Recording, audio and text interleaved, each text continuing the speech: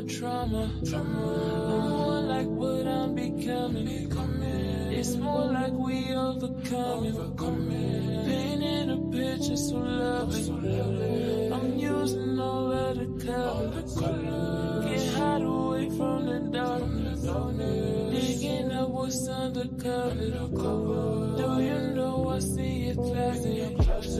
All of these struggles, I swear I dispel it. All of this strife, I swear I repel it. All of this poverty, I swear I inherit it. All of this violence, yeah, we repair this. Are we prepared for the rise of an empire? And are we prepared for the fall of a system? Everything we know was a lie. Patch myself up from the root to the crown. In the efforts to preserve my bloodline, I would do anything for my soul tribe. Write this shit down on the scribe, inscribing all of the light that I've been manifesting. And now I'm tired of waiting. All this time we wasted, all these sacrifices. Put it down in writing, more than qualified to achieve all I desire. My words the candle, light up the fire. I'm on my way, nothing can stop me. I'm on my way, nothing can block me. Open the way, so I can rise up. Open the gates, so I can rise through.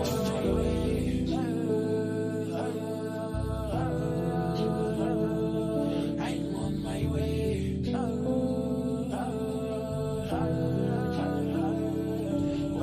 Now I'm tired of waiting. All this time we wasted, all these sacrifices. Put it down in writing.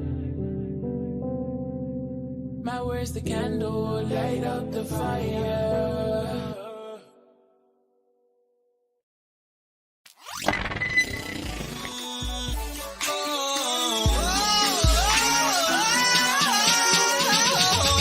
I took a hit for the team, took a bullet for the dream, that we would one day all be free, free from prejudice, free from sexism, free from bigotry. I die for creativity, yeah. I die for freedom to be free. I died and left a legacy. Oh, but baby, I still live through technology.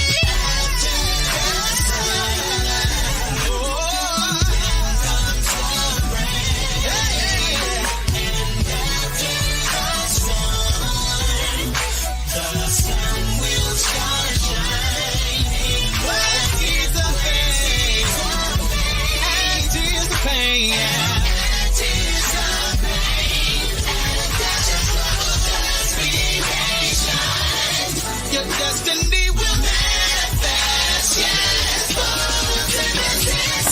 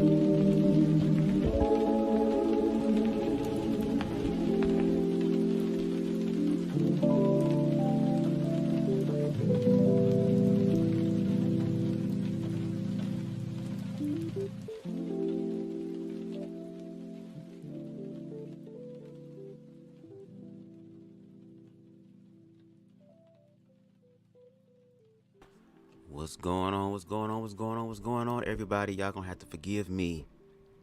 I am recovering from 420. Oh, Lord. I think I took a little bit too much edibles. Just a little bit too much than what I normally am accustomed to. So my ass is still kind of recovering from it. I'm still high from yesterday. So I gotta please bear with me. Okay, but I told myself that I was going to continue to be consistent with my social media awareness and presence. Is growing. My ass is a leprechaun. I'm 5'2", so you know we late blooming to a lot of shit, but still we gonna be consistent, okay? We got who we got in the building today? We got Deshaun in the building. What's going on? And he said, and I put on the screen, and I'm gonna read it again now. And yes, you can be gay and conscious because you always got to be aware of the energies that come your way. It doesn't matter what sexuality you are; it comes from within. Exactly. Oh yeah, the black boy that got shot up. He's alive, talking to Will. He's very lucky. Exactly. Let's give a round of applause for that, because unfortunately, as we see through patterns throughout history, that a lot of African American individuals who are on the blunt end of overt and covert mingled together, an amalgamation of racism, that he is still alive and well to be here, because so many others unfortunately are not. So I thank God that he's alive and that he's doing well and that he's actually able to grow from these things. I'm pretty sure the road of recovery will be, it'll be definitely a challenge, but at least he's here. So I'm grateful for that.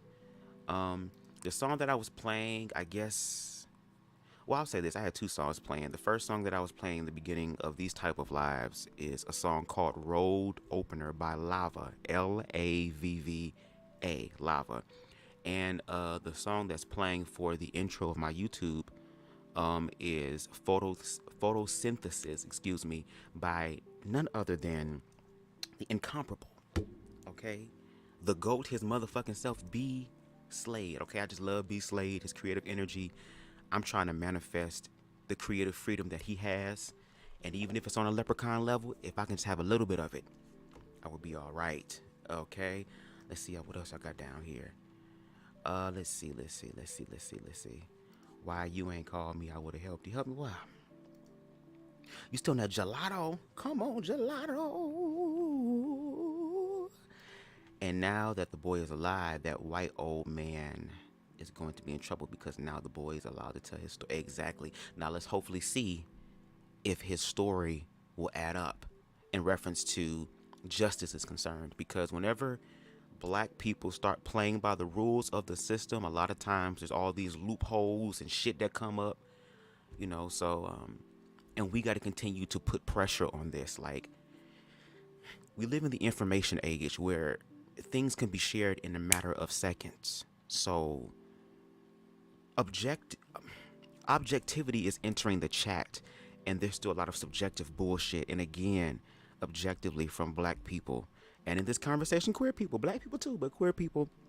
But for the context of the boy that unfortunately was shot, because of the information age and it's all this information out now, we see where the objective truth is. Come on, y'all. There is credible timelines that have been established. There are certain patterns that continue to be played out from centuries before all the way up till now. Like, when are we going to get it? But like I said, he's alive, which is what we are grateful for. And yes, we will continue to apply pressure. That's all we can do is apply pressure. I mean, what happened to that boy can happen to any of us. And again, that boy wasn't, quote unquote, a thug, or they weren't able to control his narrative. And look what happened to him.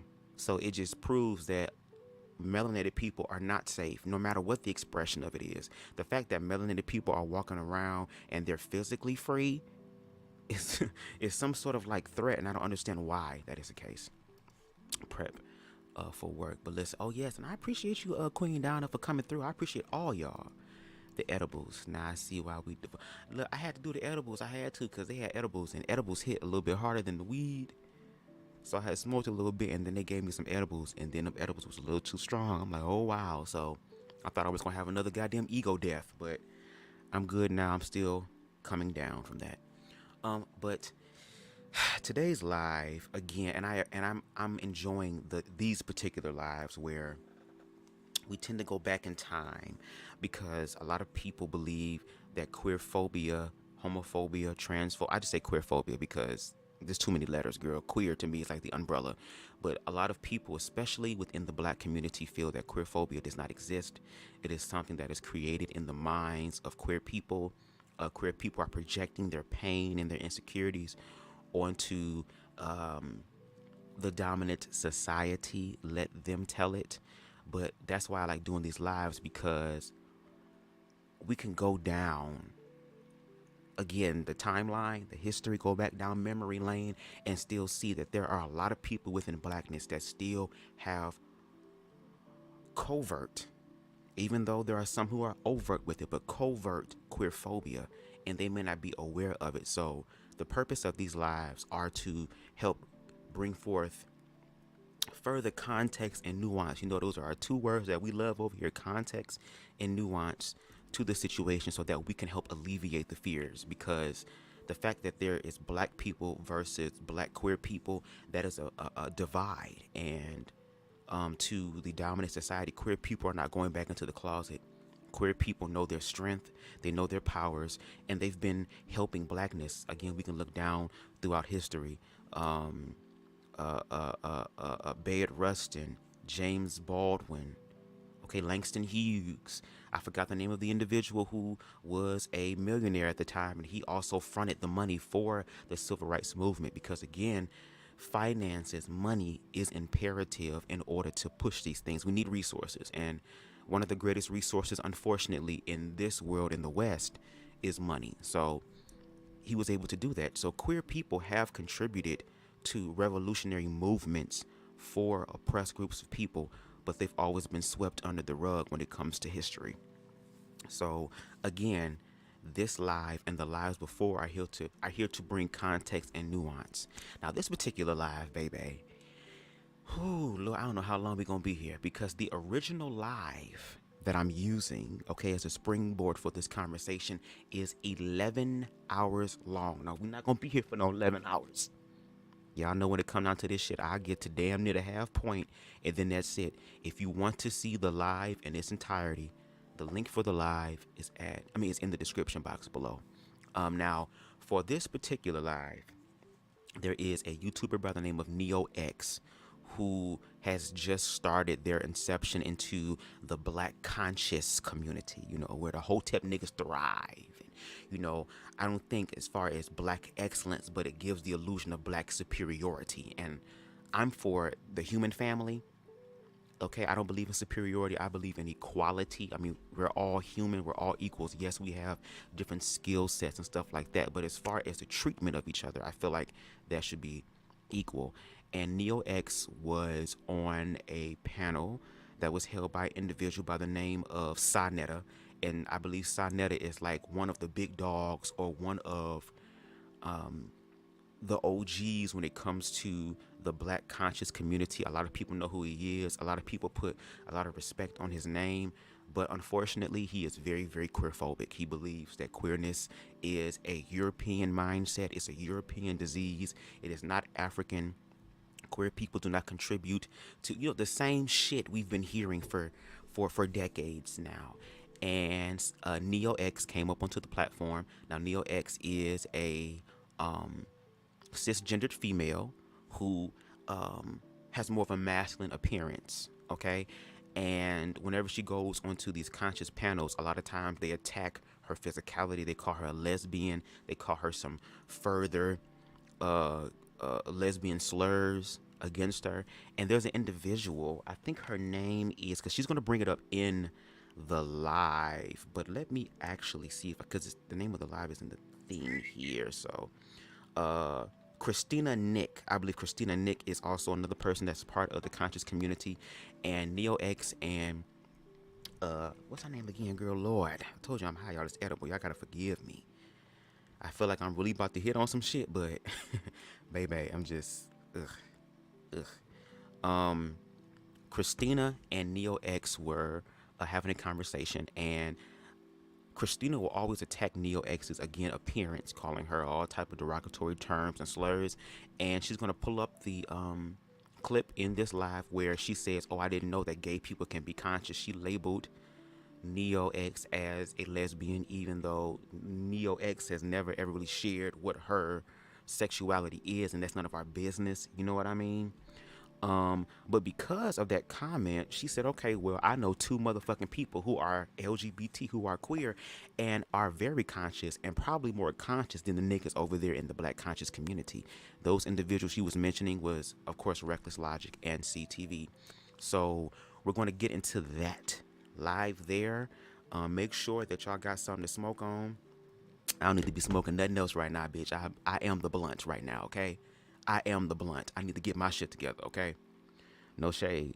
Make sure y'all subscribe to Neo-x's channel. Again, we're gonna be here for a minute, so listen to this while you're doing something else, while you're running errands, while you're cleaning, while you're cooking, while you're just relaxing. Again, we're gonna get into this. And Deshaun, I want you to keep commenting, because I want to hear your thoughts on what you hear. Not just Deshaun, you know, because Deshaun, he be commenting a lot. Deshaun and Ron Mims. But I hope that you guys enjoy today's live. But before we get into that, you know, we got to be smart, y'all. We got to be smizard. Okay, how to put the loop thing on. Where we at? Boom. Okay. Copyright disclaimer under Section 107 of the Copyright Act of 1976. Allowance is made for fair use for purposes such as criticism, comment, news reporting, teaching, scholarship, education, and research. Fair use is a use permitted by copyright statute that might otherwise be infringing. Nonprofit, educational, or personal use tips the balance in favor of fair use. So with that being said, let's get into today's live. Just being honest, it was a mess. But the people gave me the win because number one, I proved my point at the end, and number two, I kept my decorum. Like, I tried to stay as professional as I could, but they saw right through her that she couldn't debunk what I was saying, that the Bible does teach that you do not have free will. So, yes. So fast forward, anytime me and this lady get into it, anytime we get into it, it's always a shot at my appearance, even though I expect this from the men. Like, but when a woman does this, kind of like, damn, so it's like, really, you know, but the men do that because, you know, they're visual creatures. They want to see a woman look elegant and beautiful. You know how that go, right? So I understand them calling me a man or a dude, or you look like a dude. But when it comes from a woman, I said, why does she constantly keep attacking my appearance? And why she keep saying I'm a trans? And why she keep asking me what my pronouns are?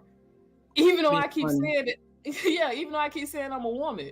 So it identifies as she, her, and, you know, whatever's feminine, right? So the last time I was on Sasha's show a few days ago, I was like, I'm gonna do a show because this bald-headed hoe just said some bald-headed hoe shit right now. She literally, did she just say that conscious people can't be gay people? How can gay people be conscious? She's always throwing these shots at me about gay, trans. So I'm gonna play the clip so it's on record that she did say this. Because you know, let me cut my camera off for a second because my internet is dragging. But it's on record that she did say this. That how can, you know, she didn't know gay people can be conscious. And I said, you know what? I'm gonna expose her. I'm tired of these trans jokes, tired of these gay jokes. Like, you can't debunk my information. The best thing you can have is to keep calling me gay or saying I'm trans. You know what I'm saying? We're trying to stick with the Bible. What my appearance got to do with what the Bible says, right? So I'm gonna play the clip because she liked to change it up. She liked to change it up, say she didn't say something that she didn't, and she did say it. This time, y'all, for those who seen the show last night, I'm finna hold on so y'all can see my face. For those who seen the show last night, I made sure I time-stamped it this time. I apologize because I know that's where I began to lose at because I didn't time-stamp the videos. I time-stamped it this time, family. Forgive me for last night. I still won, but forgive me for last night. But I got her on record so she can't change it up like she tried to change it up on that show. So, all right, let me share. Let me know if I can. This audio been tripping lately. Yeah, StreamYard acting crazy. I don't know why they don't update the system, and I don't like this new way how you have theirs. You're gonna hear this They ice should and have left shit. it how it is. Now they list it. If I have many tabs open, I can't even tell which tab I'm clicking on. No. All right, play this video.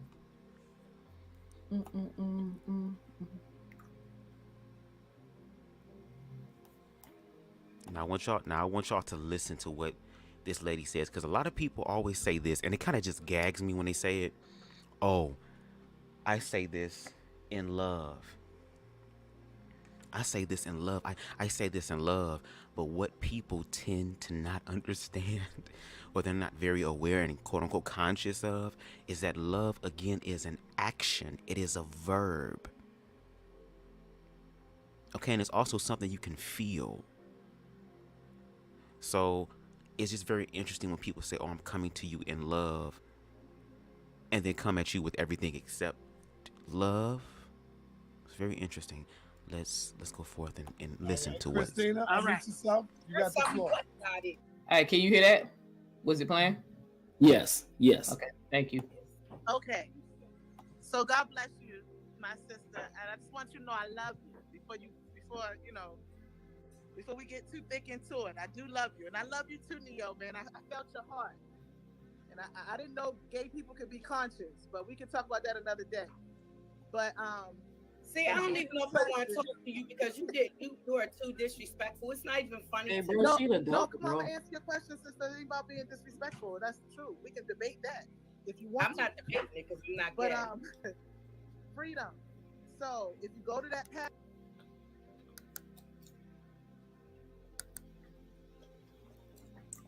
I'm sorry, y'all. My internet is really acting up. I think my brother's using it too. Before we get too thick into it, I do love you, and I love you too, Neo, man. I felt your heart, and I didn't know gay people could be conscious, but we can talk about that another day. But see, I don't even know if I want to talk to you because you are too disrespectful. It's not even funny. Hey, to bro, me. she the dope, come bro. on, answer your question, sister. It ain't about being disrespectful. That's the truth. We can debate that if you want. I'm not debating it because you're not But gay. So it's really hard to hear her talk, but you heard her say it's the truth. When she said, when my sister Freedom jumped in and was like, see, that's why I don't want to talk to you, too disrespectful. And then you hear me say, yeah, she the devil. And she said, it's the truth. So if anybody know Christina Nick, tell her to come over here and explain to us how true that is. Can gay people be conscious? Because I'm finna let my brother Logic break this shit down and what it means to be conscious. And does it matter your sexual orientation? It's a very immature statement. It's very ignorant as fuck. Because I know plenty of heterosexual people who are dead spiritually, mentally, physically. They have nothing when you look into their eyes. They're empty shells. Nothing. And to be completely honest, since I am on the panel and I came here, to have peace, but at the same time get spicy if I need to. I've seen panels that you've also been on, Neo-x, yourself, where you've been on plenty of panels, and some of those people, they have this false illusion of being conscious. They have this false illusion of I'm very knowledgeable. But however, we also need to talk about let me be 2.5 seconds. We also need to talk about the 7 sins of memory. So the 7 sins of memory is based in psychology, where you have the 7 reasons or the 7 things that keep you from remembering things accurately. So the things that when it comes down to forgetting important things, that would be transcendence, which I'm probably butchered that word, but it's the deterioration of memory, which means that over time, which means that if something if something happens, but over time, you're more than likely to forget exactly what happened. We have absent-mindedness. Now, this would typically occur in terms of when like the order of events. So like if you have your keys or whatever, and you put your keys down somewhere, and some time goes by, you're like, okay, I know I had my keys, but you don't remember exactly where you put your keys because you're so absent-minded. We also have blocking, which means that you can't even remember any event at all because something is blocking you from remembering the thing that you're trying to remember. In terms of typically, if you have a memory, typically what would happen is that there's another memory keeping you from remembering what you're trying to remember. Then now in terms of memories that typically would become confused, you have misattribution, which means that you remember everything correctly, but however, you would attribute that memory to the wrong source. You also have suggestibility, which means that a lot of people will probably suggest things to you. And with that being said, that will influence or alter your memory. You also have a bias. Now, this is going to be a clear one right here, a bias, which means that your feelings and opinions will blur or color your memory. Now, that's a big one because I'm pretty sure with this topic alone, we're going to be seeing that a lot. Hell yeah, and then also when it comes down to when we want to forget something, we also have something called persistence. And that's what happened. Now, this is what happens when your memory works too well and you want to forget something. So now I want you guys to remember, I listed all those things and I said all these things because I'm pretty sure when you drop the link, it's going to prove my point. Yeah, unfortunately. Remember I said those things. And it will, and it will, and it will again. And this is why I'm going to do a lot of pausing, y'all, because again, even though my ass is recovering from 420, baby, when it comes out of weed, girl, just open up another thing, and edibles open up another thing for my ass even further. So I will be pausing. Like, again, I don't know how long this live gonna be. Hopefully ain't no damn 11 hours, because the original live is 11 hours. But we gonna be here because, again, there is so much that we're not really, as a collective or as a majority, we're not willing to understand. We're not willing to understand. We're not willing to comprehend. And again, it's going to take emotional and intellectual honesty. And I think Deshaun and Donna B also just spoke to the point. A lot of straight people do not own up for their mistakes. They do that to each other as well, especially in relationships. So there's a lot of ego there. There's a lot of fear there. That's why I say a lot of the commentary, the talking points, the things that are used against queer people are always something fear-based. I know that's right, Donna. She said it's still 420. Okay, it's 420 somewhere in the world, and I touch and agree. For me, like Shaka Khan said, every day is Valentine's Day. Every day is 420 for me. Ikarabo Shande Ishkatai. But you have queer people here who are literally putting in the work. You have queer people here who are literally studying to show themselves approved, to do it what would be considered, quote unquote, the correct way or the right way in reference to bringing forth information. And every time that queer people do, there is always something else except for, oh, queer people exist because it is something that is natural. There's always this some sort of like fear-based pseudo fear ideology about what can make somebody queer. It's the food, it's the grits, it's the water, it's the this, it's the that, it's the that, and the this. It's all these different compounds and elements in place here. Always something else except for what it could also be. Because my thing is, if you're going to throw all that stuff out there, can we at least accept the fact that there are people out there who are also naturally queer? But see, if we do that, then it's now who's naturally queer and who isn't. It's so much. It's so much. There's so much. And the fact that black people, the people who are probably one of the most, if not the most oppressed group in America, we should be the most empathetic and sympathetic people because we know what we've been through. But of course, because we have not healed and transcended our own pain, our own issues, we want to put it on somebody else to do it instead of us fixing our own shit that we've done to us. Before we can deal with anything that happened outside of us, you have to deal with yourself first.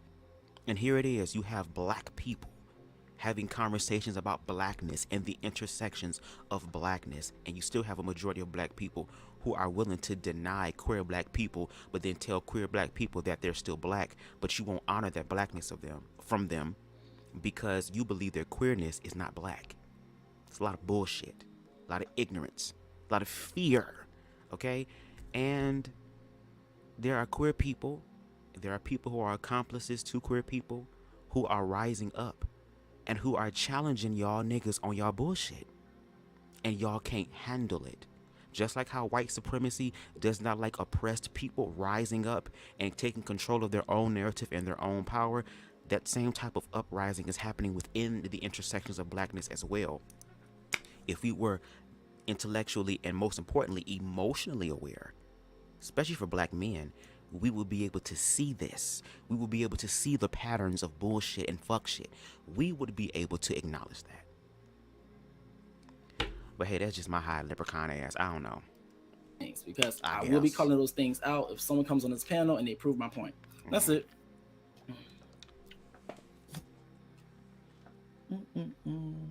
Yeah, I'm actually going to see who's bold enough to come in here and actually challenge it. You know what I'm saying? Like, so question, Reckless, what does it mean, in your words, what does it mean to be conscious? To be conscious, I'm gonna say, I'm gonna be honest with you. Okay, so for me personally, it's certain words that irritate my soul. Now, conscious is one of those words. Conscious is one of those words.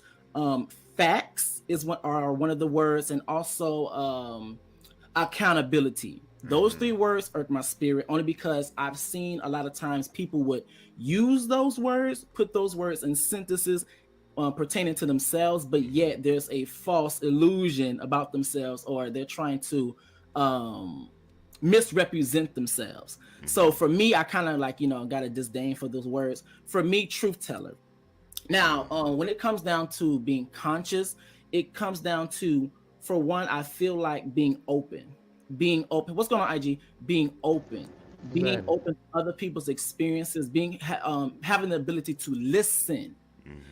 Because a lot of times too, and comprehend, if you listen to the people around you or you listen to other people's experiences, what people do not realize is that when you understand things on a psychological, especially through a sociological aspect, and you realize that I may have privileges here or there, it creates a better understanding of you being able to listen to people and take in knowledge and learn from those experiences. Now, case in point, and what I mean by that, because I know I just did a whole bunch of word salad. Look, for me personally, I'm Black, I'm a male, and I'm also gay.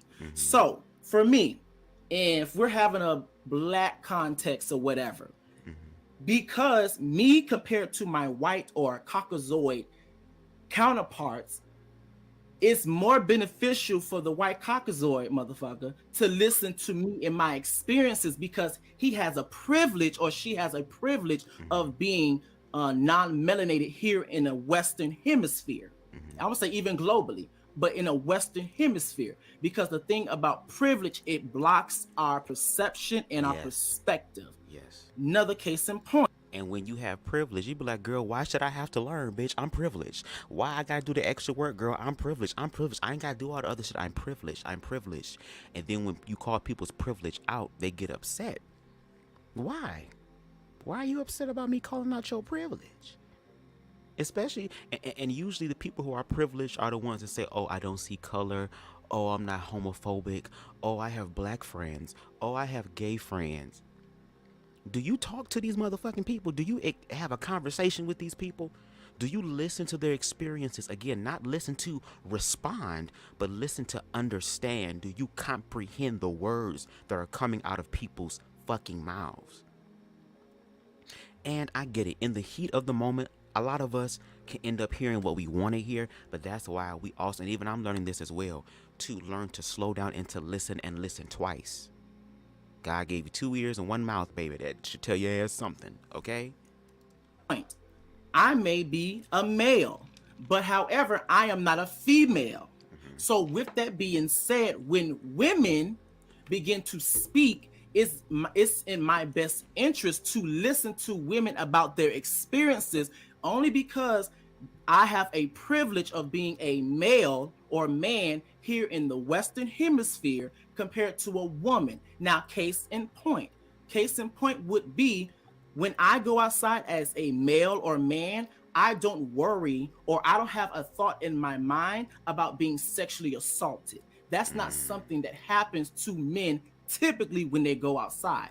But however, when it comes down to women, more than likely, that's something that they have to put in the forefront of their concerns about their safety, and typically and having a possibility of being sexually assaulted.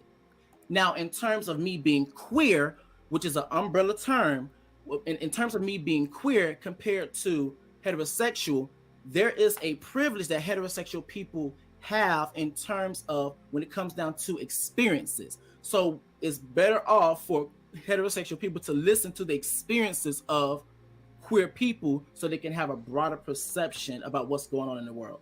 And then when we bring up the accountability aspect even further to kind of make it a little bit more relatable within blackness, because I think these people tend to forget that we black. Like they think that because we also accept our queerness, that we are accepting white agenda or some sort of European agenda. But then we use the example of white people and put them in the mix of that, about how a lot of black people are trying to get white America to understand their experiences. They bring up the words that he hates, facts, brings up proof again when you're doing something in a proper context, especially when you are bringing up a burden about a group of people. What would really help you, again, is to establish a credible timeline, patterns, experiences, information that helps that. And whenever black people bring up the centuries worth of information, not just from just back then, but up to today's time, where once again we're seeing the patterns have not evolved. There's still, the energy of these patterns are still the fucking same. To white people have the privilege to close off their hearing, because now it's time to be accountable. Now there's time for reconciliation. And again, because people are not intellectually and emotionally honest, and because they have privilege, they feel that they can escape accountability. But that's why I always talk about self-love in everything that I do, and I apply it in my life as much as I can, because once again, the era that we are ushering ourselves into, don't give a fuck about your name, your title, how much money you have, who motherfuckers know you as, how much respect is put on your name, bitch. Universe, God, source, karma, mother nature, whatever you want to call these higher beings, these higher energy frequencies, are coming in to level the playing field for humanity. That's why oppressed people are rising up, because when oppressed people rise up, now things can become equal. And the privileged people don't want equality, because when you've been privileged for so long, equality seems like an attack. So some of these people are going to fight with their last breath to keep their superiority, even though the superiority is built off the backs of oppressed people. So now again, that's happening, and that's why people need to be grateful that there are people out there who are queer, who are black, who are still trying to educate the greater masses or the majority about this experience. Because in a minute, everybody about to know what it feel like to be a nigga. Everybody about to know what it feel like to be queer. We all gonna know what that feels like. What's up, Style by Stevie? I'm gonna have to message you. I'm gonna have to message you after this live. Okay? I'm gonna have to message you because I gotta talk to you about something, because something came up. Something came up. Okay? And I just thought about it today, so I'm going to message you about that. But anyway, let's continue with the live. So being open, being honest, having a listening ear, and being empathetic. Mm-hmm. That's what bring that is what allows you to be conscious, and also read books as well. Read a book, read a mother. Yeah, you emphasize on that. Read some damn books. Read some books. Well said. Because I was like, do they even know what it means to be conscious? Like, how does a person's sexual orientation or how they identify has anything to do if they can do all those things you mentioned? Because, consciousness mean, if you just want to go to a basic dictionary, aware of and responding to one's surroundings, awake, having knowledge of something, aware, or painfully aware of, sensitive to. That's what consciousness means. So when a person says they conscious, they can see your pain, their pain, their neighbor's pain, and see a problem to a solution, and they might can't give you the solution, but they damn sure can identify the problem. And to think that a person who's operating under that, because it's a gift. Not everybody is conscious. To me, I honestly believe it's a spiritual gift. There is a such thing to me as being spiritually dead and lacking emotional intelligence. That shit is real. I see it all the time on Sonnet TV. The person who not understand it has nothing to do with the person, who the person is, but how they perceive things. That's what makes them conscious. Like, I really wish she would come on here, because I told some people to go tell her. I got my name in her mouth again. I ain't gonna really talk about. And you notice whenever we start calling these niggas out, they never want to show up. We go into niggas' actual motherfucking lives. See, the queer people show up to the event. We show up to the event. And again, to educate y'all about something that y'all don't know. And it's crazy how these people can all of a sudden come down with all of these reasons why people are queer, but yet they can't even come up on a solution on how to really take back their own power. The fuck?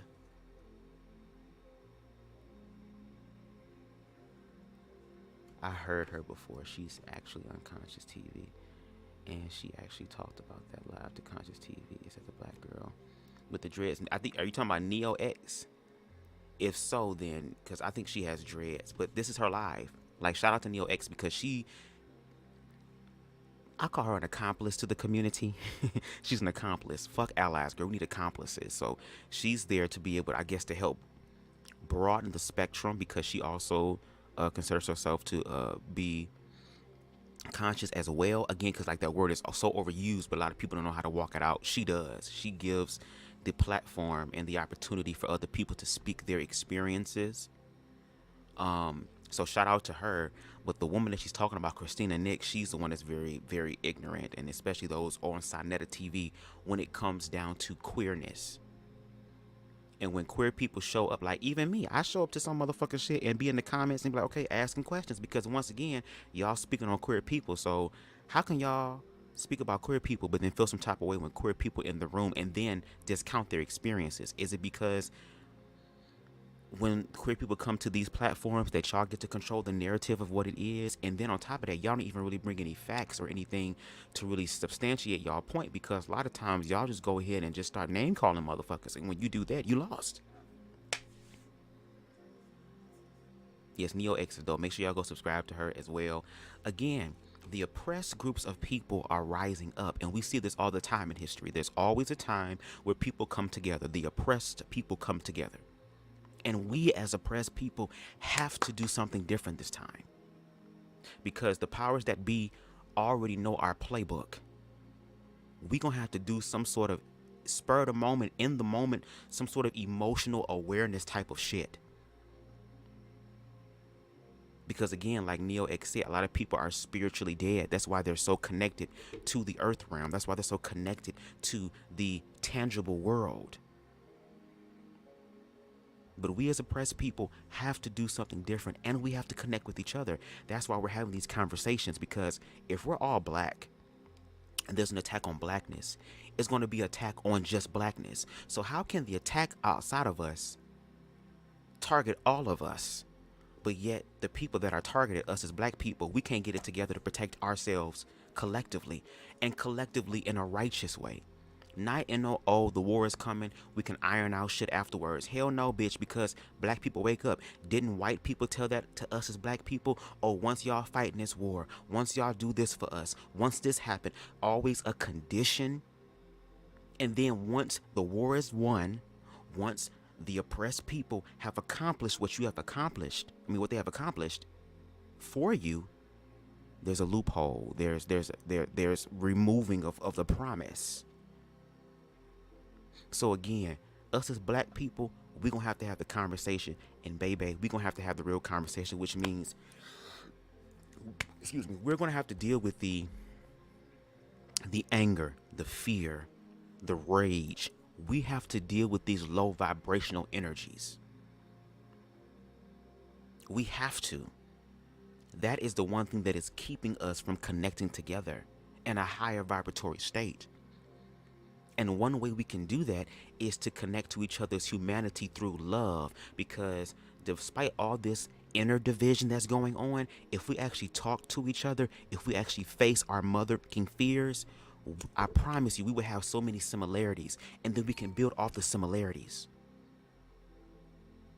But hey, maybe that's just me. That's my leprechaun ass girl. I have a dream, bitch, that could happen. About hardly nothing that happened on the show last night because the people saw what went down. But I definitely wanted to address her on some shit that she said a few days ago. Gay people can't be conscious. Can you be gay and conscious? Like, what is it that a gay person is doing that disqualify them from them being aware of their surroundings, see someone's emotional pain, call out problems, to be awake?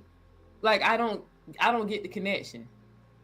They come on these platforms and they want to seem so smart, so intelligent. They want to act like they favorite by God, but they acting nothing like a God, how a God would act. Isn't God aware of everything?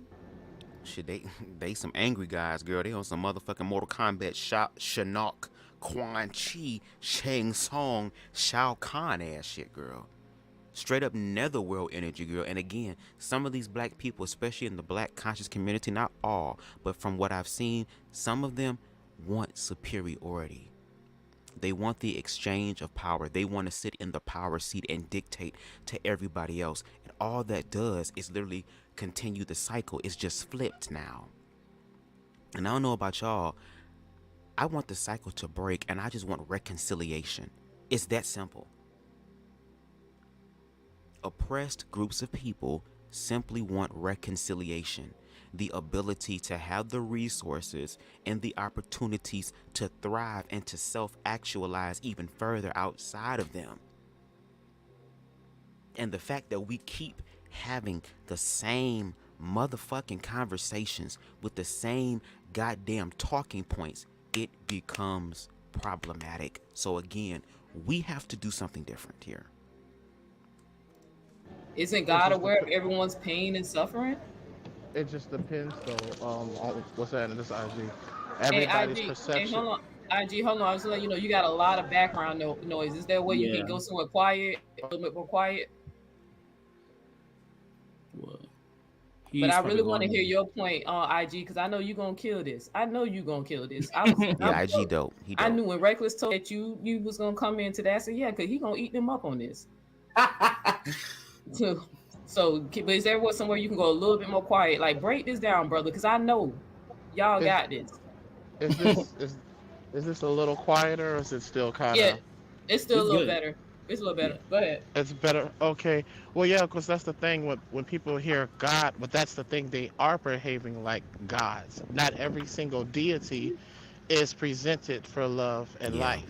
Yeah. So there are certain levels of frequencies that their idea of God, especially most of the people come from the Black American paradigm and religion, they transfer over that same energy of entitlement. Yeah. And they do believe they're acting like gods. But that's the thing. That's why I've always said that not every deity, not every ancestor, not every spirit is indeed good.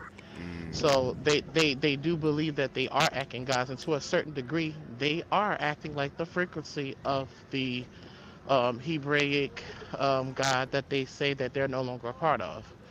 You know what I'm saying? So for some people, they want to say that they believe that creation and godhood is only through procreation. And Reckless, I've heard me say this.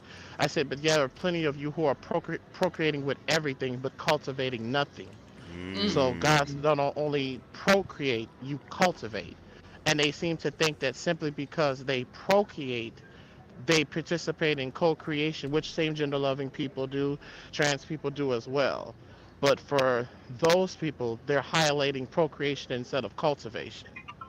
Because one would have to ask, well, since in the conscious community, people believe that they're gods, and I do to a certain degree, but not in the sense of you're the creator of creations. I'm sorry, I'm not going to give a penis or a vagina the creation of that moon, the sun. That's above your pay grade. I'm just not going to do it. But they think that just because they participate in co-creation, that they are the creators of creation. It's very different. You can be a god or gods, but you're not the creators of creation. And I'm not a deitist or anything like that. But I can just make the observation is that they confused their their co-creating abilities with Godhead, and it's not. Because every single thing that's of the opposite anatomy can do that.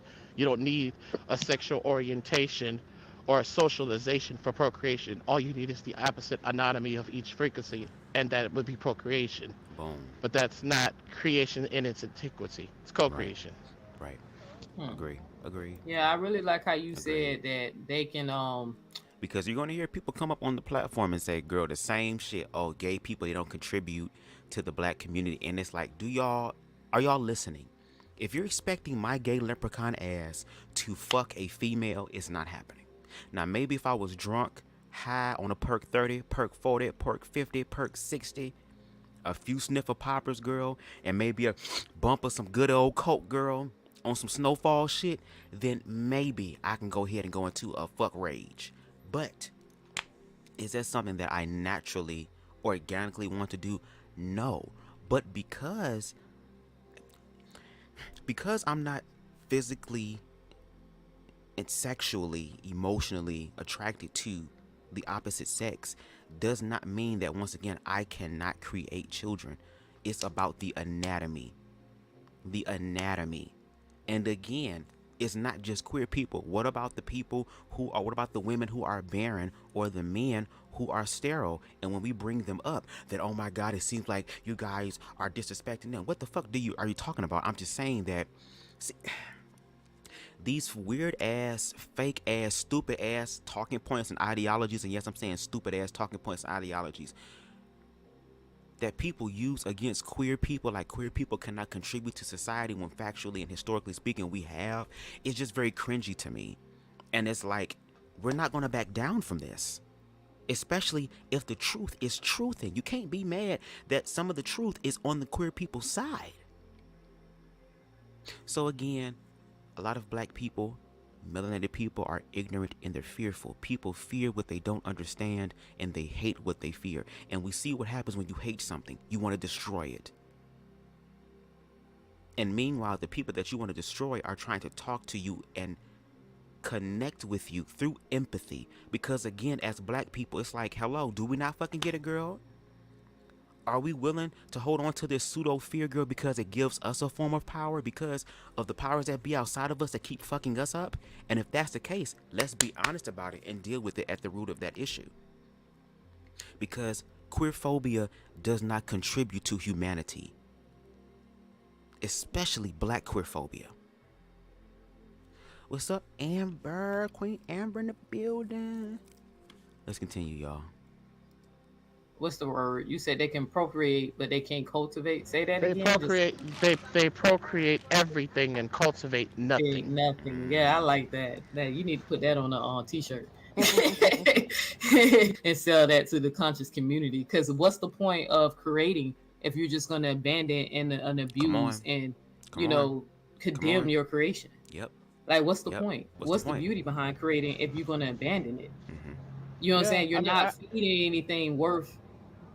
Like, you're not feeding anything worth substance to someone if you just look at them as just an offspring. It's looking at them as a human being, a person who has a soul and a spirit just like them. Exactly. Who's experiencing the same shit that you are experiencing. Exactly. And it's also not a kind of. Yeah, I'm sorry. I'm going to cut you off. I'm sorry. Go ahead, because I want to address I want somebody to address this comment. I don't know if y'all can see it. I can see it. Yeah, it's the thing is, it's that you're not able. The thing when I look at the conscious, I'm with Reckless See, I don't identify with the Afrocentric conscious community. Not that doesn't mean I don't engage in African and indigenous American spirituality and cultures, but just because the whole sensationalization of Yeah, being yeah. woke and everything. I mean, from the frequency, all they did was just take the same Greco-Roman Christianity and made it black. And like I was having that conversation with y'all earlier, lineage and spirituality isn't just Crayola. So just because you paint it black or you make certain deities or conquests black or Negro or genophenotype, that doesn't mean that's harmonization. I'm still going to feel oppressed if you come from Tunisia and you come to the Cameroons and you impose your will on me. I'm not going to look at it like, oh, because we share the same genophenotype, that we're of the same spirit. That's just not how any of it works. And I'm going to be quiet. No, hey brother, you know, drop that knowledge. Because I told him, I was like, I know a couple of brothers who can rock with some of these dudes on your show, but they're going to be more focused on what they're doing in the bedroom than the information. You see how you dropping jewels? You see how you dropping jewels, and it's sad because this is the unfortunate truth. It's gonna go right over their head because they're gonna be so focused on who you getting in the bed with. And then on top of that, if y'all so focused about getting to bed, bitch, do y'all want to get in the bed with me? Is that the thing, girl? Do you want me to hit it from the back, bitch, and have your ass go wild like this?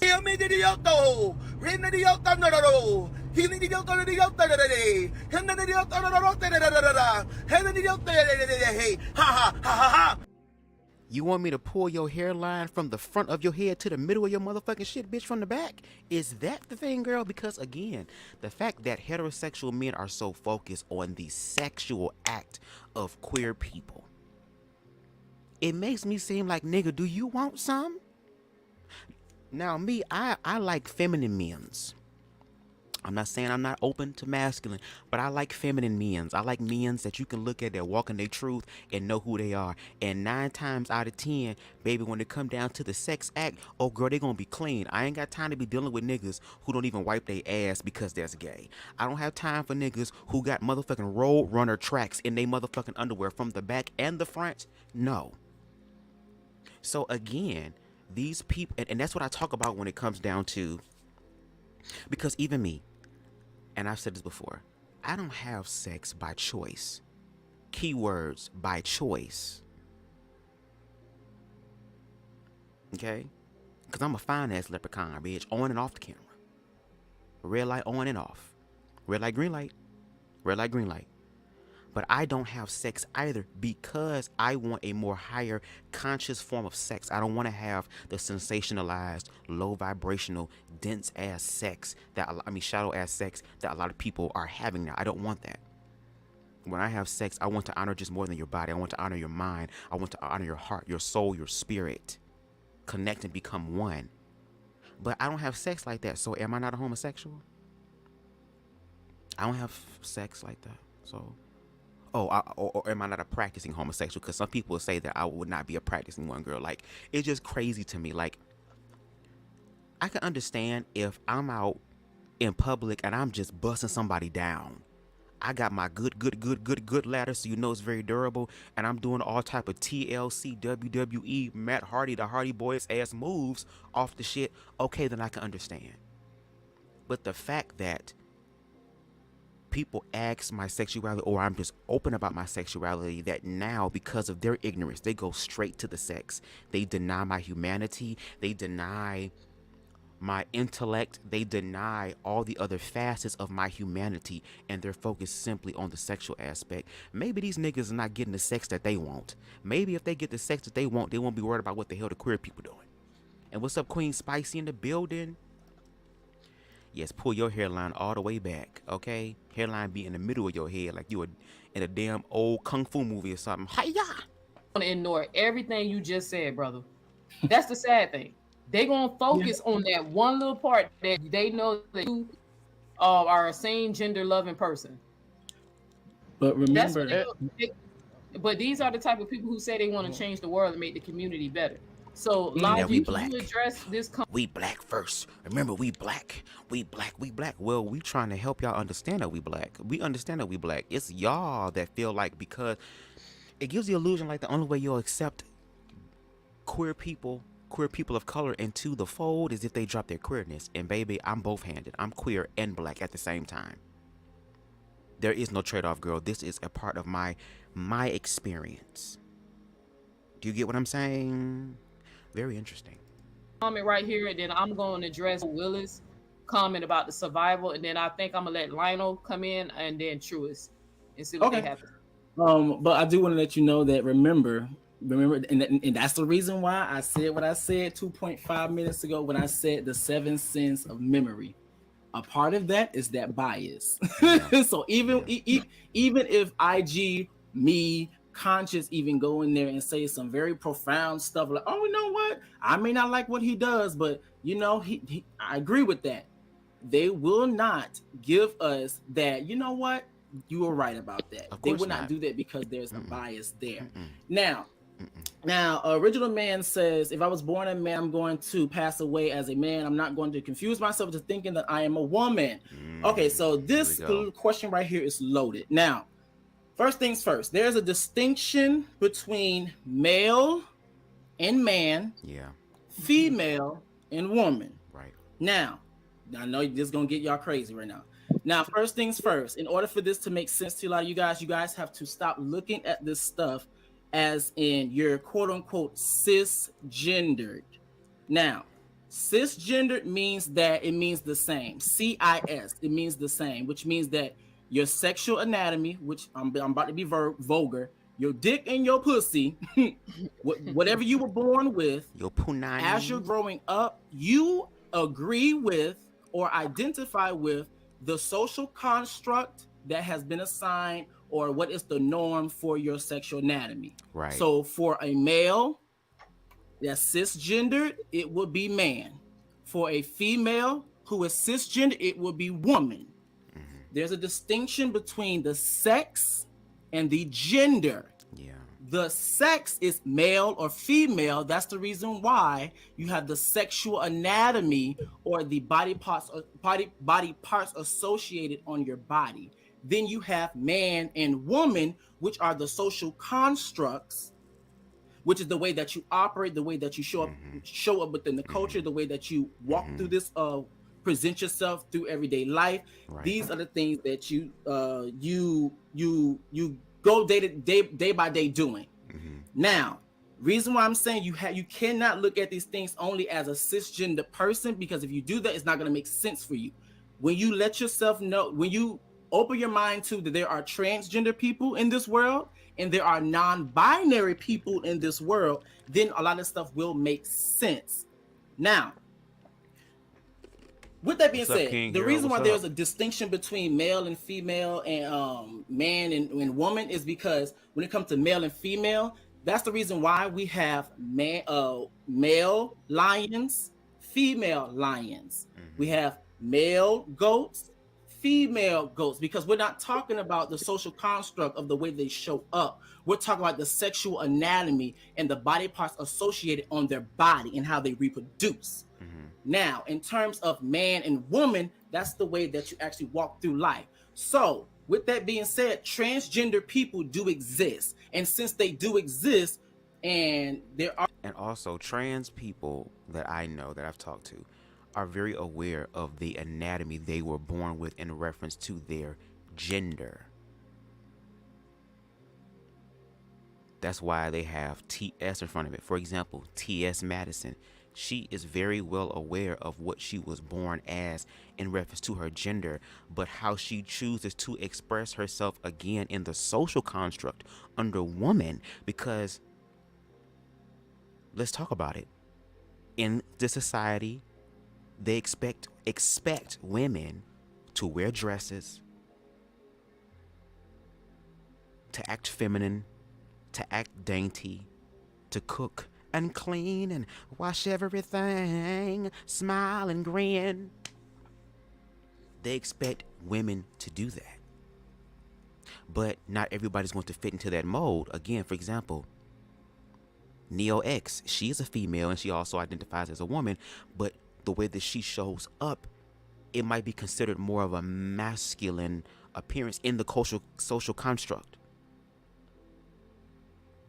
And yet people are calling her all type of derogatory gay slurs based on how she presents herself, and she still says, I'm a woman and I am a female and I still honor my femininity. Just like there are lesbian women who may have the social construct appearance of masculine, but they still understand that they are female.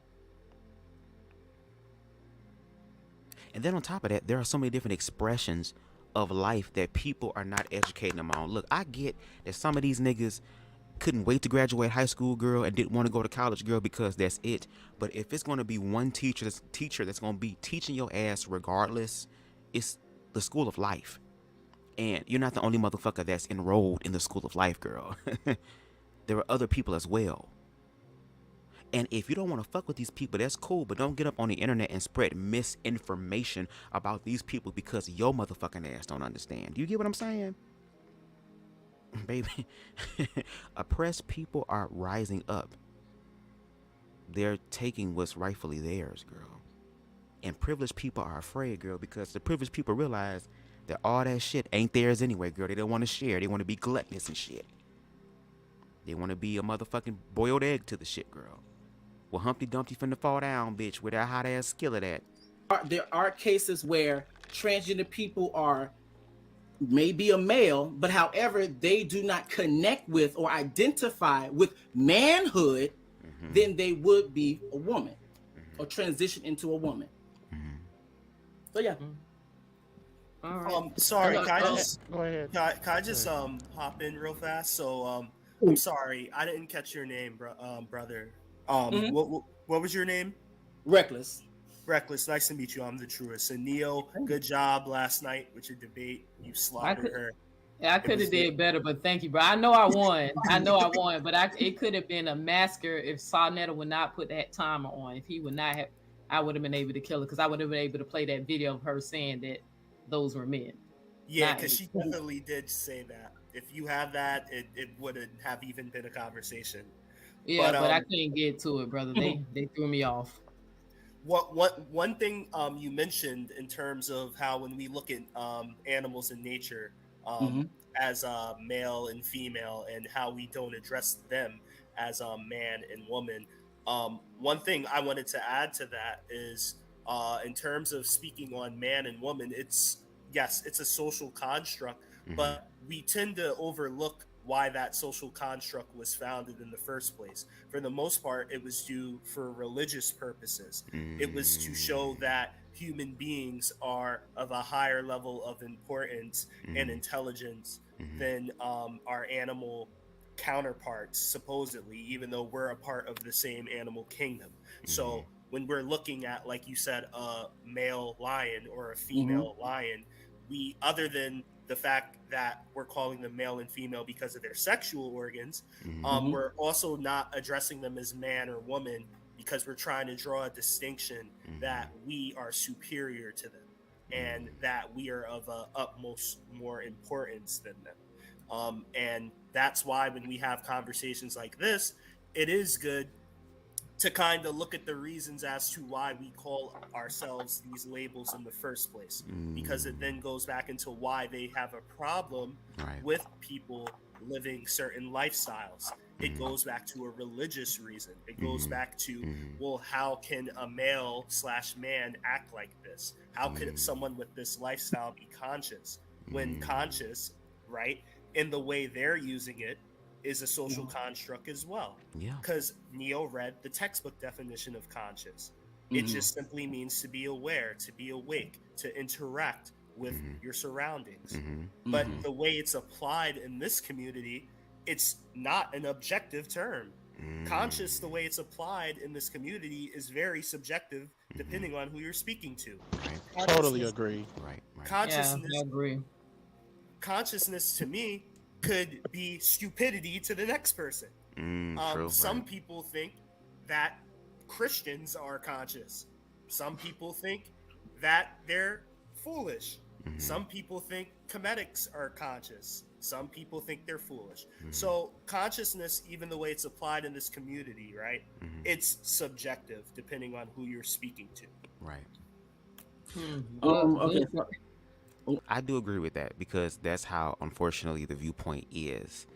But again, that's why I love context and nuance, because again, with religion, it's like taking someone else's ideas and trying to box yourself into them to make yourself fit in this comfy little coffin, as opposed to allowing humans to be humans. And when we look at these religious books, like with all these different expressions of religion on earth,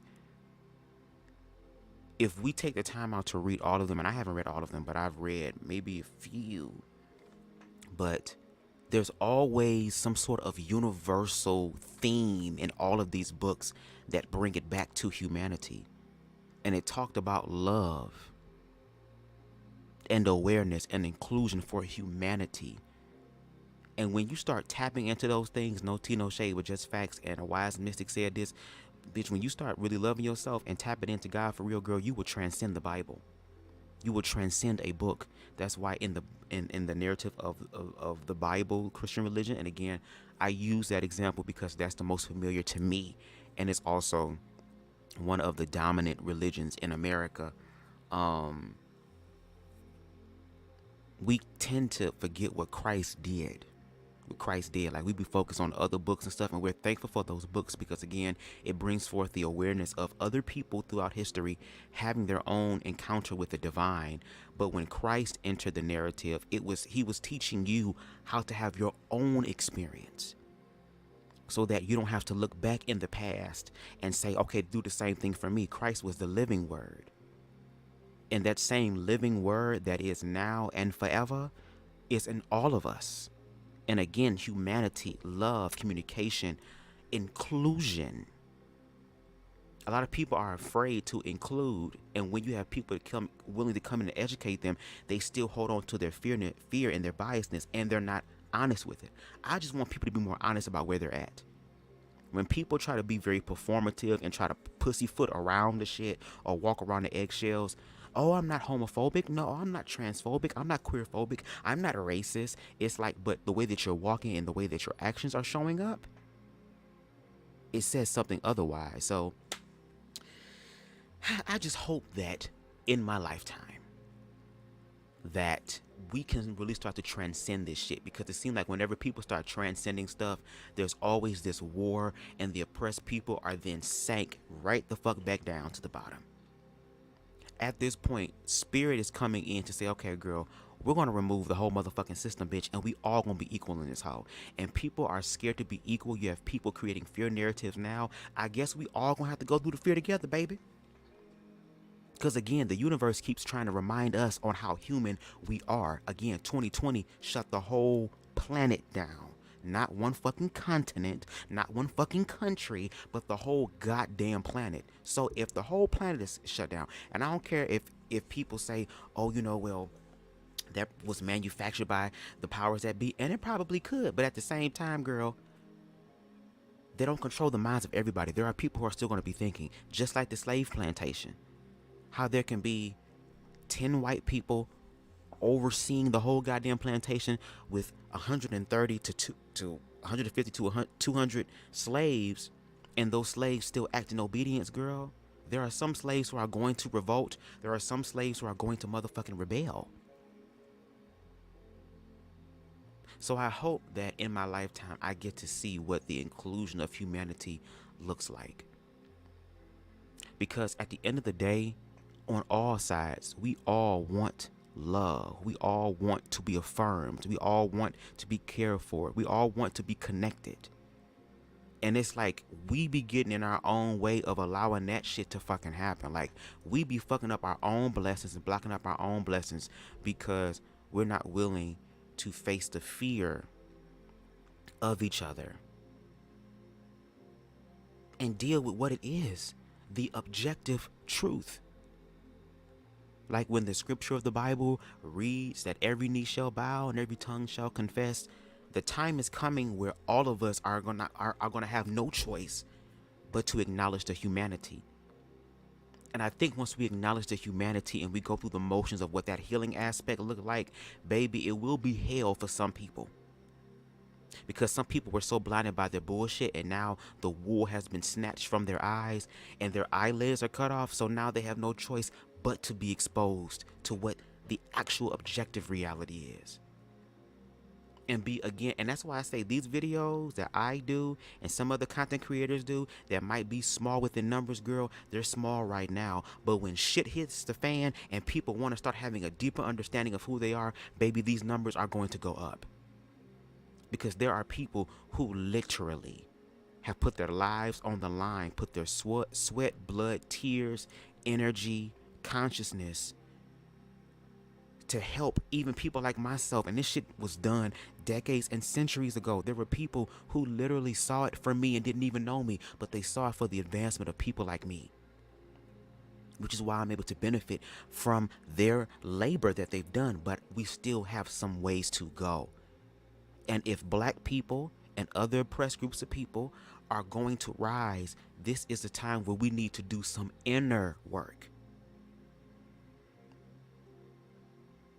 Some inner work. The powers that be don't want us asking questions. They don't want us to study to show ourselves approved. And that's why a lot of those motherfuckers are afraid to hit the goddamn link, girl, because they're not ready for that truth, the objective truth, to hit their ass. And queer people, a lot of us had to fight to survive. And even black people, like, I be so confused, like,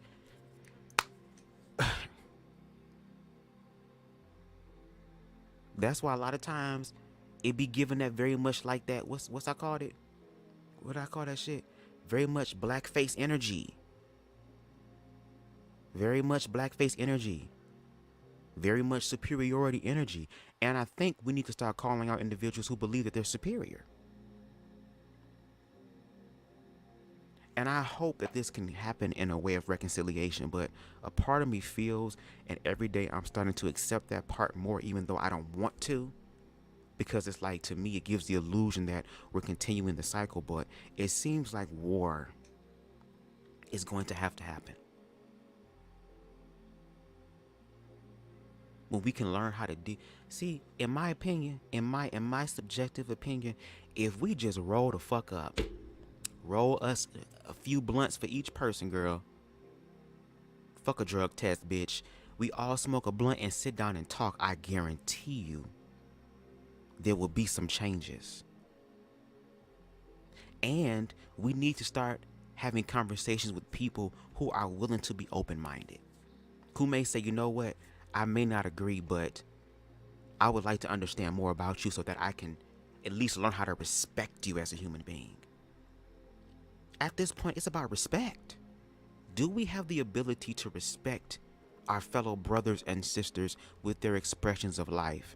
And we have to, because at the end of the day, bitch, the universe is gonna be equal, bitch. Either we're gonna be equal in peace or we're gonna be equal in destruction, girl. Either way, we're gonna be equal.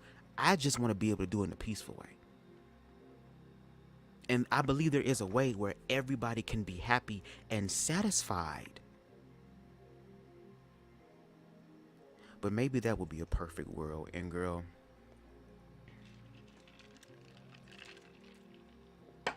even though there's no such thing as perfection, bitch, there's shit that's damn near close. Can we at least get to that shit? Shit. Okay, so I kind of just want to add just a tad bit to that, because I didn't really catch all of it because I left and came back, but I'll just look at the replay. Now, this also goes to what I mean when I talk about the social construct, because cisgender people do this as well, but they do it on a subconscious level. They don't realize that they do it. This also goes to when you guys start to separate the sexual anatomy from the social construct, is when you have a male or a man that may be immature, that may not take care of his responsibilities, that may not do his due diligence when it comes down to his duties. And people like to say stuff like this: you're not a real man, you're a little boy, because you're not behaving, or you're not showing up, or carrying out the responsibilities or the character, or having the character traits of being quote unquote a real man. This also goes to the same way that with other women, when they may find a woman that may not quote unquote come to a certain standard, and they may say, girl, you're not a real woman, you're a little girl, you need to grow up. Now this woman may be 35 years old. She is fully well developed, but however, the way that she's acting and the way that she's showing up and the way that she's showcasing her behavior and the way that she walks through life may be quote unquote real immature, compared to quote unquote the standard. I'm using quotation marks, the standards of what a real woman would be. So that's all I want to say. All right. So real quick, I just want to give cause y'all know I like to give illustrations. Like I'm more of a visual person than a verbal person. But so to get an idea of what they mean about the social constructs, right? Let's just say we are a bunch of researchers on a safari, right? We come across this tribe. In this tribe, that the men hunt, the women stay home and they farm, right? This, in tribe A, let's call them tribe A. We observing, we watching their behavior, we understand their culture. The men hunt, the women farm. Now we go look at tribe B. In tribe B, the women do the hunting and the men work the farms in the fields and guard the tribe. Tribe B. Now for the men in my chat who's not understanding it, by definition, based off of their behavior, which one are men? You kind of get what they're saying? Tribe does the hunting, the men do the hunting. The other tribe, they are farmers. By definition, are the men based off of behavior? Or do you have to identify what's their sexual, what's within their sexual organs, their anatomy, that make you say, okay, that's a male, that's a female? Because in tribe A, the men in tribe B won't be considered as men because they don't hunt, they farm. Hopefully that's kind of connecting to some of y'all. I'm trying to just... And it goes back to, once again, the social constructs of the, and I've heard a lot of people who are in the Black conscious or Hotep community say, oh, we're just different tribes, or we're different tribes of people. There are ways to still be different tribes of people and still respect other tribes of people. It don't always have to be fucking war with it. I don't know if these people want to belong to a certain tribe, and then when someone within their tribe starts showcasing the word they use, lifestyle of another tribe, then now it becomes an issue, and now that lifestyle is being born in here. It's like, again, it's just showing the inclusion. That's all. It does not mean that your tribe is going to burn out. It's the fact that your tribe is not the only motherfucking tribe. And that because we are human, there will be different expressions of stuff on both sides. Taking it down to the tribe of this present day society in the Black community, people believing that queer people are not about human life or family life, when that can be the farthest thing from the fucking case. I am a queer man who hopes to one day, God willing, attract a partner who is complementary to my life and vice versa, and we are able to have a family together. And the way that my ass is, I'm 31 years old, I kind of been acting like a daddy anyway.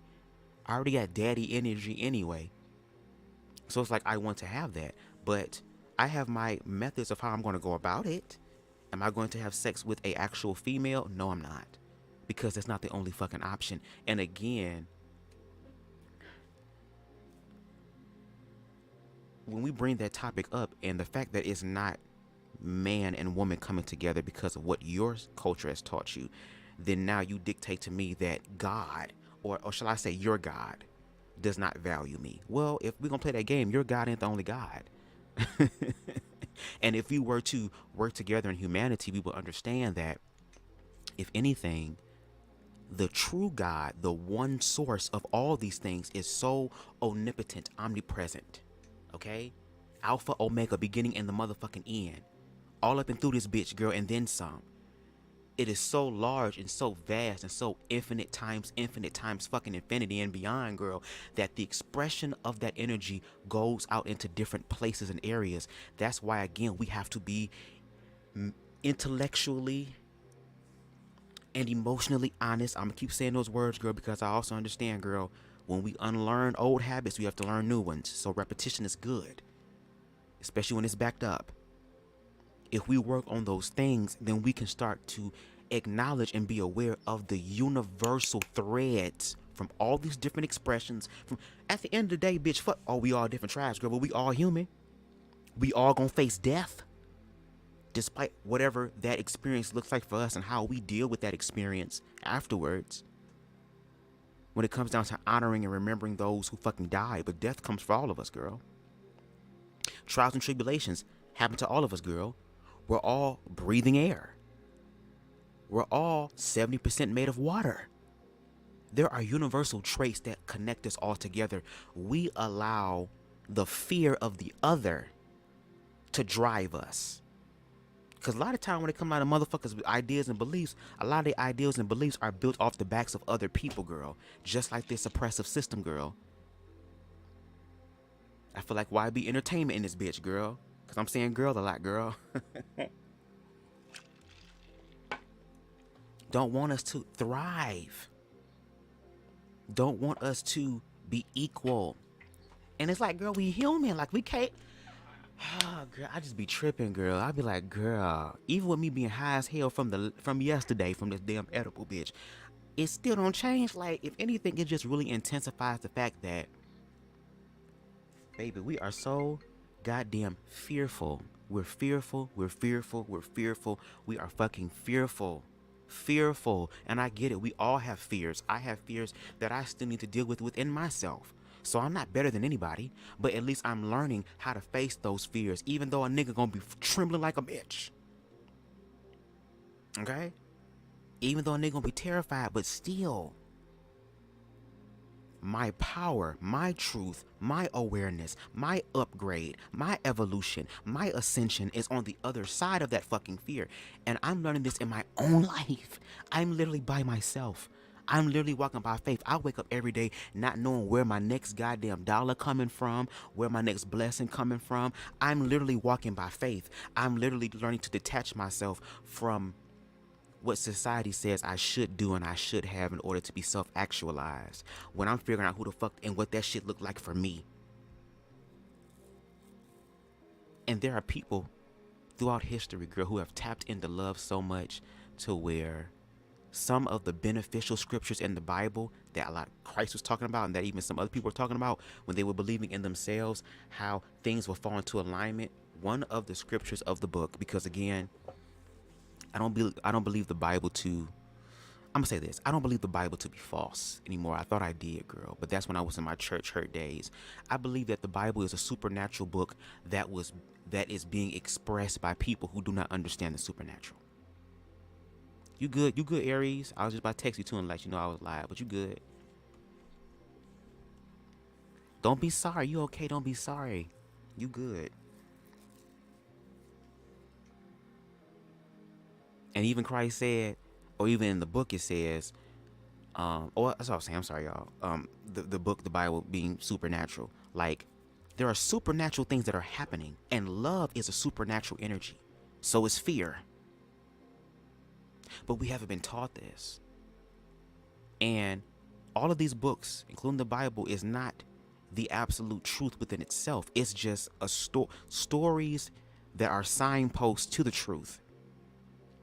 That's why the scripture for me in the Bible that resonates with me is, seek ye first the kingdom of heaven, and all these things shall be added unto you. And the kingdom of heaven was in the one place that me and my whole religious career was never, I ain't gonna say that, because towards the end of my religious career, the pastor at the time was kind of on this type of frequency, but it was before his time, at least in my experience. Now I can understand what he meant. That the kingdom of heaven is inside of you. And we live in a world where people will tell you that God don't reside in you because of your lifestyle, or because of the color of your skin, or where you was born, or how you act and how you talk.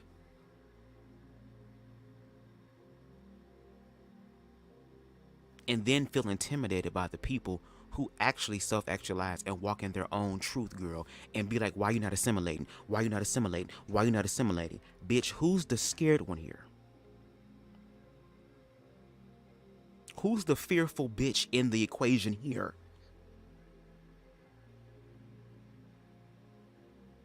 Who?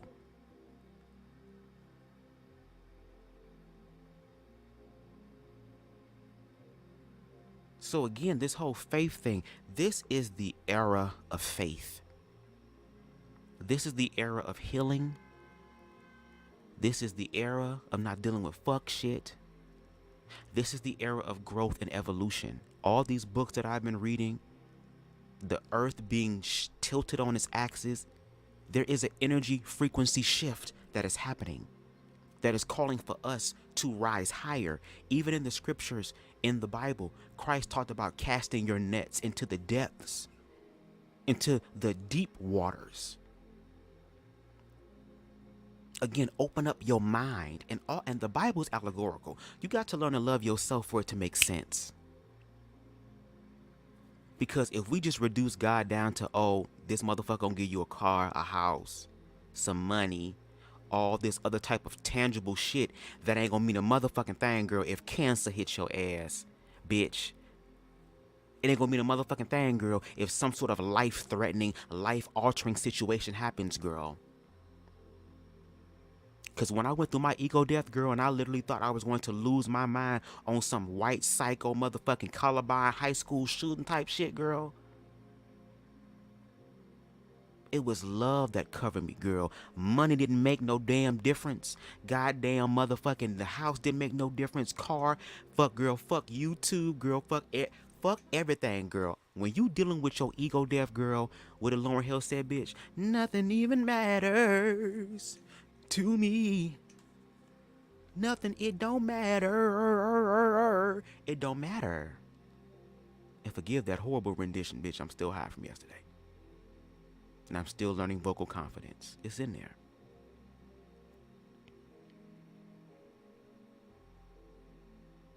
It's a lot, y'all. This shit is a lot. That's why I'm finding the love to talk for it. And talk about it. And share it with other people and learn from other people. And the more that I become aware, I realize that there are oppressed groups of people who don't feel like they have a fucking voice. For example, a lot of trans women who are on the ground level, not the trans, even though trans women at the top still are not exempt, but the likelihood of things happening to them are lesser. But look at trans women on the ground floor who have to deal with the ignorances and biases of other people. Look at the anti-trans laws that are being put in place that are destructive, that are really destructive. Fuck this whole fear about what you think a trans person doing, girl. Y'all can't even substantiate and bring that shit up. But we can bring up all the motherfucking decades of violence against trans people. And how even when people who say they walk in love and I love you and you my brother, you my sister, and God loves you and God told me to love you and I do because Jesus said love you, girl, when the opportunity comes down for your ass to walk in love, like standing in the gap when a trans woman is being assaulted, we literally have a video. I have to find out where it's at, where a man was beating up a trans woman. And another man was going to jump into the equation and try to stop that from happening. But the people around there was using that Ron Vugata language, girl. Transformers and shit. And the man backed up and said, oh, okay, never mind. There's a video of a trans woman who had damn near half of the motherfucking hood, girl, because she got into a car accident fender bender with two cisgendered women. And when they found, and I guess on the trans woman's ID, it still said M on there. And how half the motherfucking hood, girl, was following this trans woman to where the trans woman had to go inside of a store and hide behind the goddamn clerk and shit behind the counter. And it got to one point to where the owner threw the trans woman out the motherfucking place. Like, and these are the people who love and our connection with God. This is the era of bitch, walk it like you talk it, bitch. This is the era of expose. A wise mystic said, bitch, girl, expose yourself. Even if you feel like you ain't got shit worthy of being exposed of, bitch, or you feel like you just in the clear, still expose yourself, bitch, because the universe gonna bring your truth up. And the $1 million, trillion dollar, million, billion, trillions dollar question, girl, is, bitch, can you stand the motherfucking rain, bitch? When you need somebody who will stand by you, it's your ass. You standing by you, bitch. And it's about how you deal with the truth. That's why a lot of queer people had to accept their truth in a queer-phobic world, even to this day, and still choose to self-actualize, just like black people had to accept how racism is still very much well in life today, but still make the choice to still live to the best of their ability, girl. But imagine if we could all come, for the most part, because it don't really take everybody, bitch. You just need enough to come together to help initiate that fucking change and usher in that change. I feel like humanity could be better. Why do you think they always say the children are our future?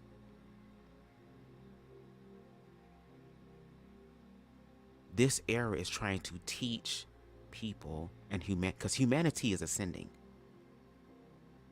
Whether we want to or not, because at the end of the day, girl, all of us are here on borrowed time any motherfucking way. We're not here indefinitely, girl, and we don't know when the fuck we gonna pop the fuck off. So for us to say that we have complete dominion over everybody else, bitch, when your ass could die tomorrow, girl, like, what? I'm just gonna choose to learn how to honor other people's experiences. Even when it seems scary and frightful, I still have to do my part. Because the role can easily be reversed. The shoe can easily be adapted to your foot size. I remember that. I think that happened in Minnesota. Like 20 ninjas jumped on one person like a pack of wild pit bull. Exactly. And they were black. And then when black queer people bring up their experiences. But see, the fact that a lot of queer people's experiences deal with the majority. And the fact that the majority doesn't want to deal with reconciliation and deal with what the fuck they did, but still have the nerve to sit up here and talk about white people as if though, oh, I'm exempt from this shit. No, you're not. And I think that's going to be one of the harshest realities for us as black people to realize, that because we've been the most oppressed, ain't nobody gonna come save us either. Look at what the fuck is still happening, girl. Where you got people outside this motherfucking country that say, girl, don't be around black people, girl. They crazy, they steal, they do all this shit. We have to save ourselves. And baby, there are some hoes in the motherfucking black community, if you pay attention to the intersections, who have saved their goddamn selves, girl. And they queer, they trans, they straight, they short, they tall, they fat, they skinny. They're all these different expressions, girl. And you're not going to deny them, girl, because the universe has already affirmed them and accepted them, girl. Which is why I be telling motherfuckers to drop the link, girl. But of course not, because they want to control their fear-based narrative, even though it's cringy as fuck, and they struggle to even believe in it. And that's why I tell queer people, I'm going to press play and let it rip for a minute. And that's why I tell queer people, even though you have self-actualized, we still have to accept the reality of the world that we live in. And we need to be more careful, which means we need to learn how to protect ourselves, because my fear, and it seems like it's going down that road, that the next step that they're going to do is violence. And I always use the example of, I forgot his name, the fake ass Captain America from the series The Boys. What is his name? It's on the tip of my damn tongue. I forgot his name. But there was a scene where he said, I would rather, a Homelander, that's his name, I would rather be loved and worshipped and adored and appreciated and praised and treated like the hero, that I don't have to deal with accountability, bitch. I'm a god. I just want y'all to admire me. But if y'all won't give me that, I have no problem settling with fear. I have no problem settling with you fearing me, me asserting my God energy over you in very destructive ways to make you submit to me through fear.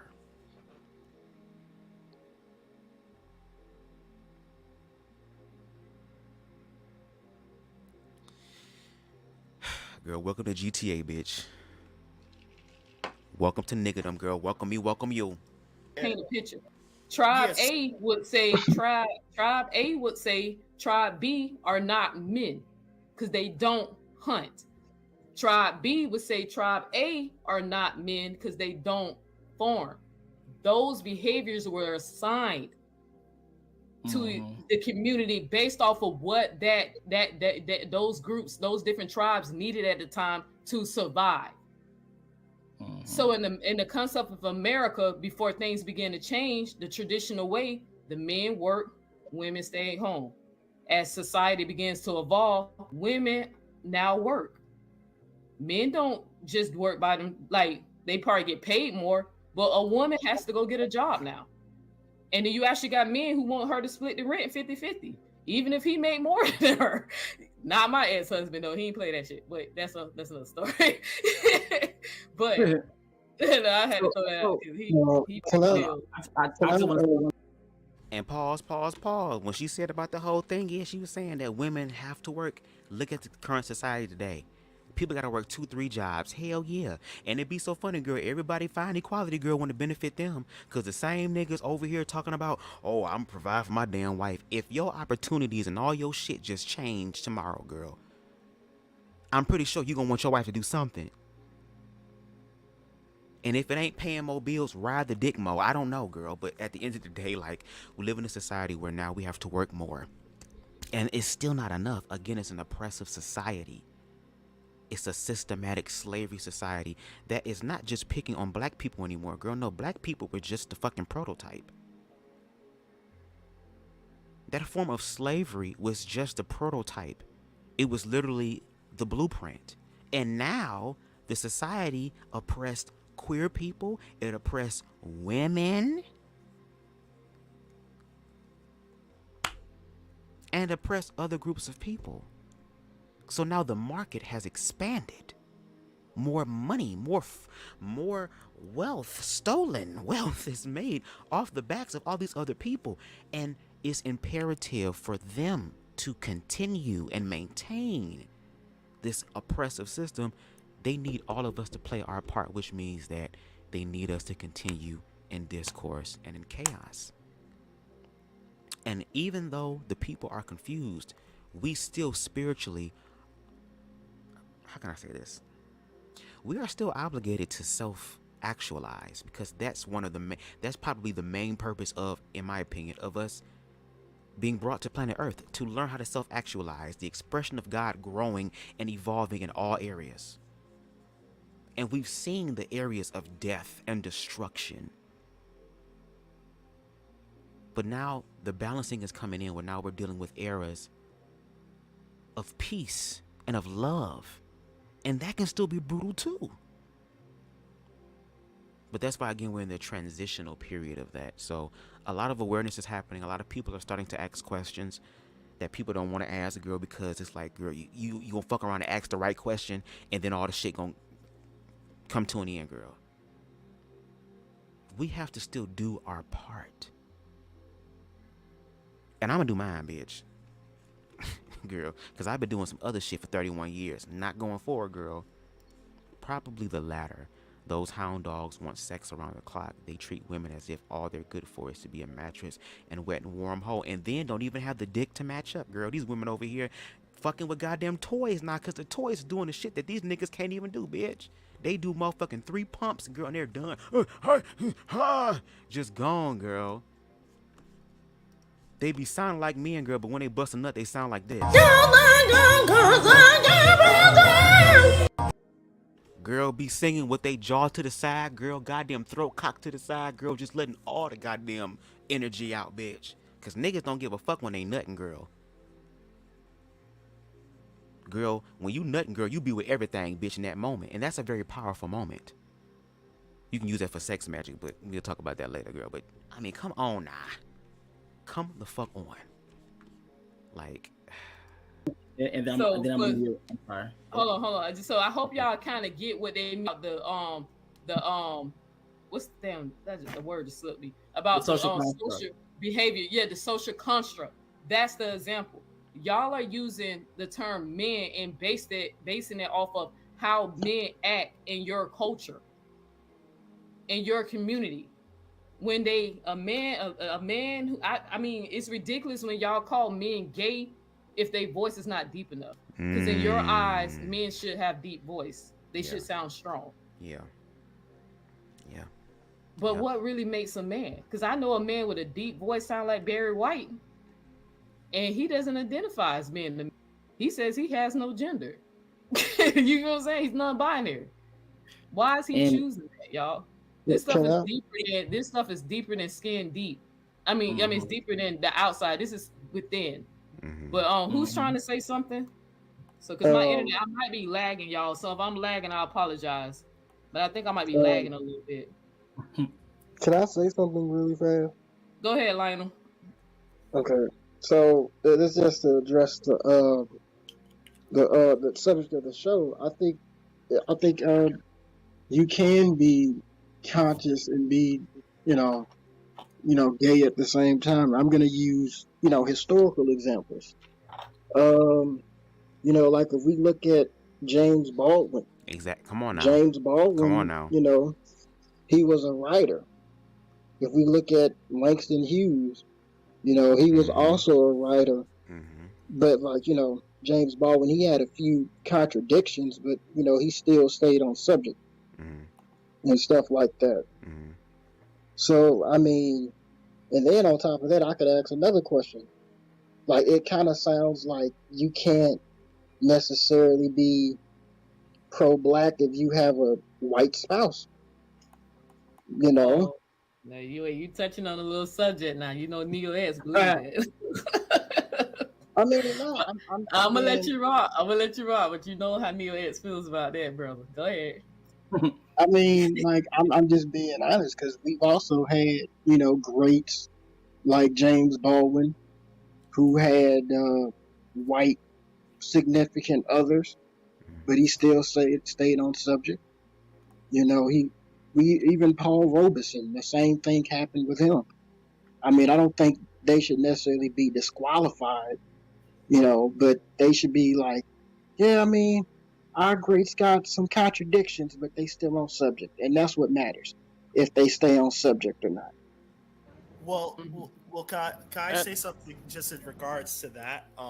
One thing, and I may have a little pushback to this opinion, but I strongly feel that this needs to be the case when we're talking about, he was mentioning like being pro-black. So when it comes to like being pro-black, for people that happen to be part of both communities, the black community and the LGBTQ plus community. Unfortunately, I feel as though what I tend to see with a lot of people is they put their sexuality in the front line, like more importance than their black skin, right? And I feel as though for us as a race, we should put the blackness first, not to diminish the other cause, but I do tend to see people try to even draw comparisons of the two plights. And it's not to say that the LGBTQ movement isn't as important, but it is to say when people look at you, for the most part, they see your race first. You're going to be judged by your race first. And like you said, if they don't focus on your bedroom manners until you let the world know what you are, right, they are going to judge you by your race first. So, and we were put into slavery due to our race, and still across the world are being diminished because of our race. So I think when it comes to people that fall under both communities, such as James Baldwin did, yes, he let the world know what he was sexually, but he always put his pro-blackness first. And Hold on, hey y'all, hold on. Hey, Logic, I know you. I mean, Reckless, go ahead. I know you trying to Reckless. Let him go. I mean, IG, let Reckless go. Then you can go right after him. Then Lionel, we're gonna put it right back on you. Okay? Don't forget your point. Okay? I'm gonna have. Matter of fact, I'm gonna make me something to eat real quick. I'm gonna let this rock. Okay, y'all listen. I'll be back. I've been talking for a minute. Y'all can hear them talk. Shit. To add some more context to that conversation, because the thing about it is that how do you guys know that we quote unquote put our blackness first? Because do you guys have like metal detectors for when melanated gay people are out, when it comes down to melanated issues, when it comes down to protests, when it comes down to riots. How can you guys tell if you guys already make the argument that people are gonna look at us and see us being black first? Okay, if that is the case, then how can you tell that every single person out there is just heterosexual or cisgendered, aka not trans? You can't tell that. And the thing about it is that we are there.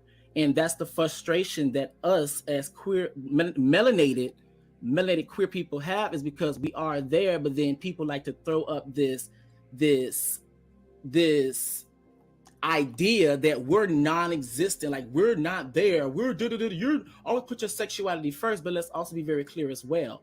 The reason why sexuality always comes into effect and also enters the chat in terms of melanated spaces is because, for one, within melanated spaces, we have melanated families. We go to black churches, we go to black schools, we have melanated family members. So with that being said, if we are surrounded by melanated people, the conversation around race is not going to come up, or we're not going to be discriminated against because of our race. Now, in terms of the reason why sexuality comes up is because we have, within the black community, we have a very strong issue and problem with homophobia and transphobia that we need to talk about.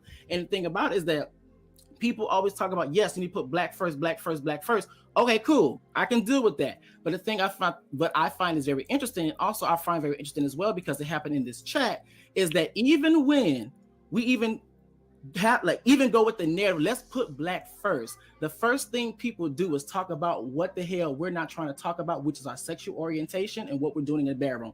And they just did it in this chat. So are we gonna do one? Are we gonna put our sexuality in the back and we're gonna worry about us being black first? Or are we gonna talk about it and we're gonna distract from this person making valuable points?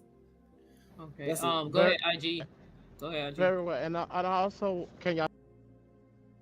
And I agree, because the fact that the title of that live is "Can Queer People Be Conscious?" It's like, again, it's the aesthetic of the queerness and the label of queerness that is associated with quote unquote whiteness, that seems like once the queerness is there, girl, everything else just evaporates. Everything just fades away. It just fades the hell away. And it's like you still diminish that person who is black. And with him saying putting your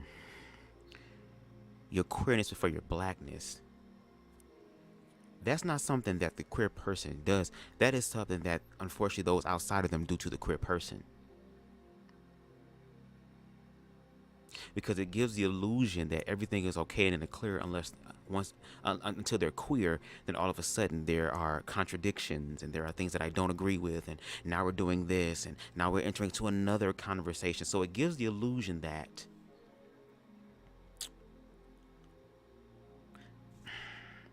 you want people to deny the parts of their humanity that you're making the choice to not understand.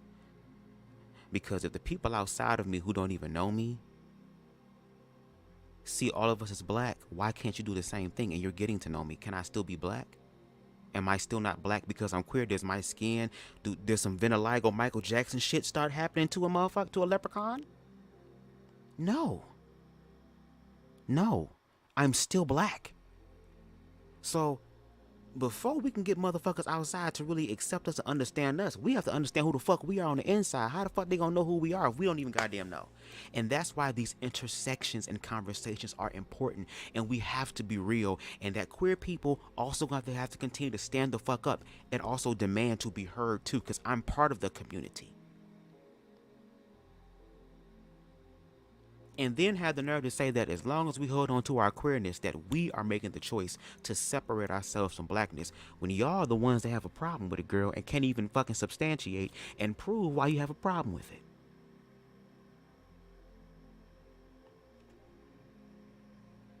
At this point, do y'all want to just get some dick and try it? Because y'all love talking about sex only. Okay, do you want some dick? You can get some dick, and it can be one time. We won't tell nobody. Keep it on the down low. Is that what it is? It's like, wow to me. But let's listen to the responses. I still hear you. Am I clear without holding the mic? Yeah, you clear. So what I wanted to also say is that but that's I have to give some nuance to that too. I have to call some bullshit from people who say that, because if it was indeed black first, then you wouldn't be worrying about my gayness. My gayness and my queerness would not override how you see my blackness, because in our household, in our communities, not in this house, that's not us. But here's the gag: y'all would say that if a same gender loving black person wants to be with a same gender loving black person, you'll say that's not in your house, but you will accept if that same person would date outside their race of their opposite gender. So the reason why you do see that a lot of times with gay people, black gay people, is that, well, you already told them that they were not part of that community and ostracized them from that community. So you can't sit up here and then say like, okay, if they end Yep. up, especially when it comes to queer black folks, well, we ended up with white or other gay partners after you've demonized us for wanting to first of all be attracted to our own people. It doesn't really, you can't have that both ways. You can't say that, well, put your blackness first. Well, no, you put the blackness first, because you can't have homosexuality without heterosexuality.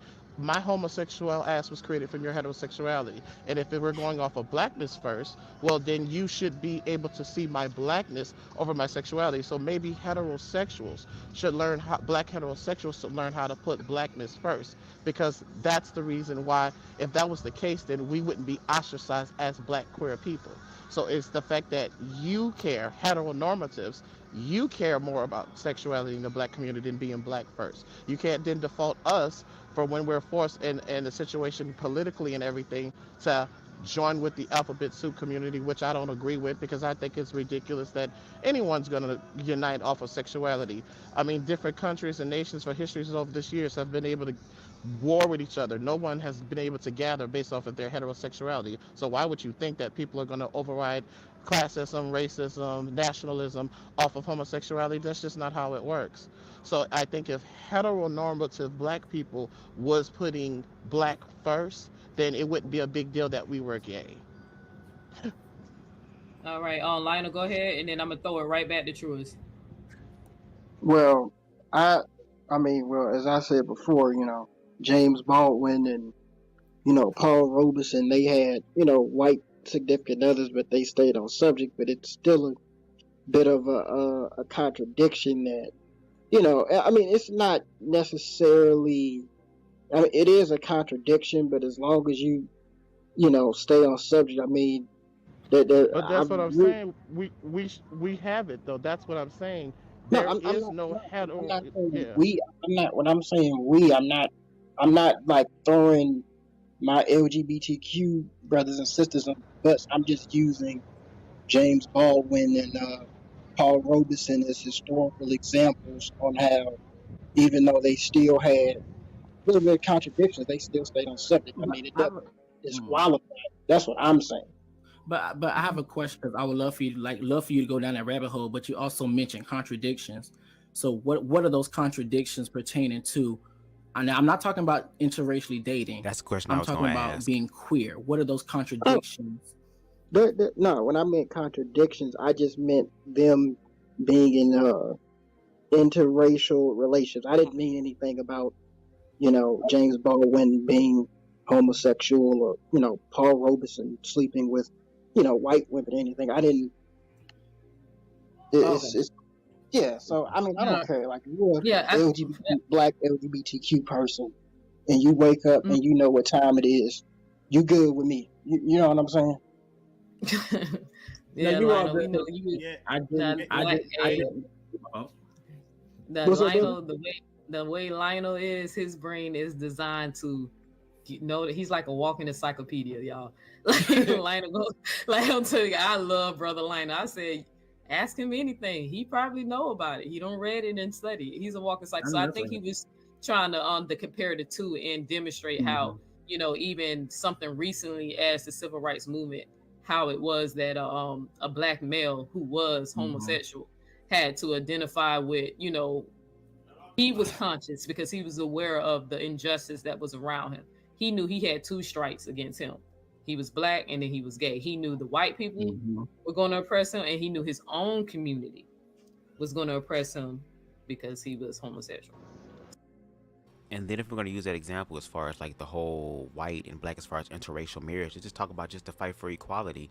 There are white people who advocate for blackness, who are aware enough to understand what has historically been done to black people and use their privilege to have those conversations and spread that awareness in areas and spaces that maybe black people are not privileged to be in. So I can understand as far as the contradictions. Oh, you're marrying our enemies. Well, again, you will know your enemy by their energy. And see, even then, that right there is even just and I get it. Even with me, I have to also say at large or most with some of my commentary, because I understand that not all white people are oppressive or racist. That there are some white people who are actually in touch with humanity, which is the most important thing, who are, once again, just like Neo-x said, is able to be aware of the injustice, to be aware of what is happening to these people. That's the most important thing, to be aware. That's why it's called higher awareness. So let's continue. So yeah, but I want to. One last thing about James Baldwin, real quick. Even James Baldwin, if you look at his writings, and this is just very interesting because it makes these people, it makes our icons human, right? One thing that I honestly respected about James Baldwin is that not only did he stay on subject, but if you read his writings, he says that he is the white man's concubine. And it's very interesting because it's like if you look at his speeches, you wouldn't think that he would have white boyfriends. So it's interesting. I'm not surprised, to be honest. I'm not surprised though, because when the same people in your own community demonizes you for being attracted to people of your same Hey, Loki, genophenotype, what's up? What's up? then I mean, James Baldwin had to leave the country Yeah, and he go went to to France. Paris to be more accepted, because despite the other Negroes and descendant of Negroes and colors that he fought for, he couldn't get that antiquity and the peace.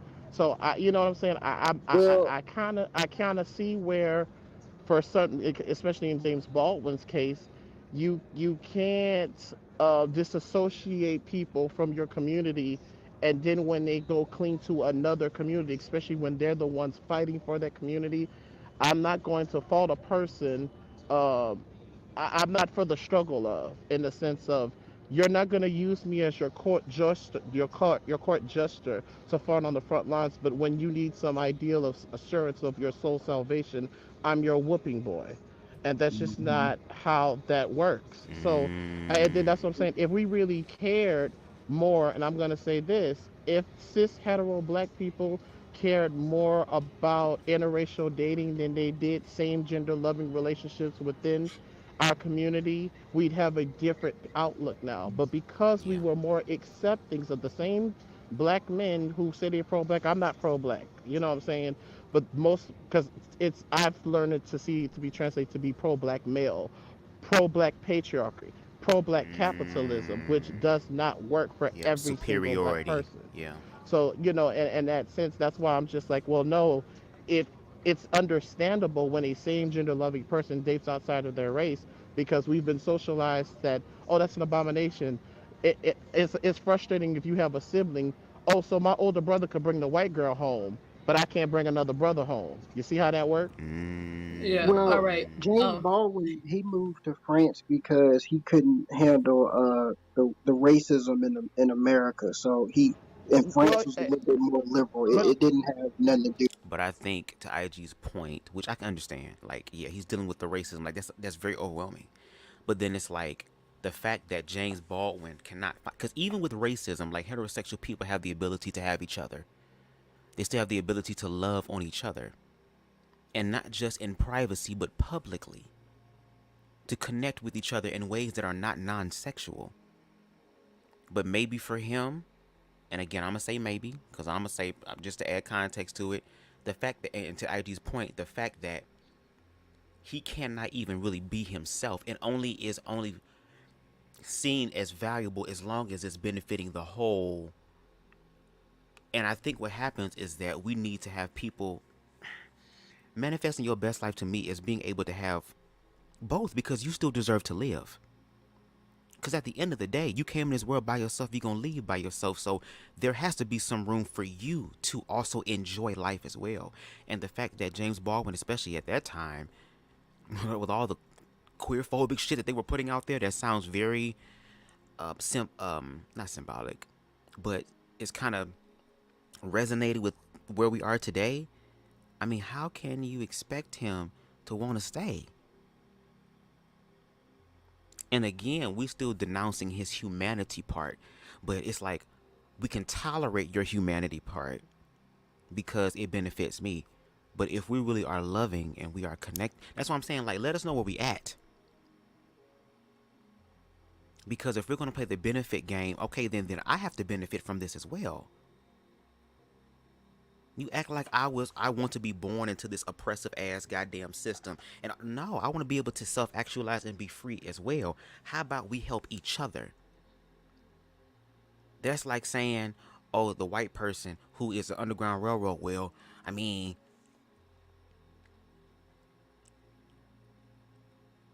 okay, let me shut up.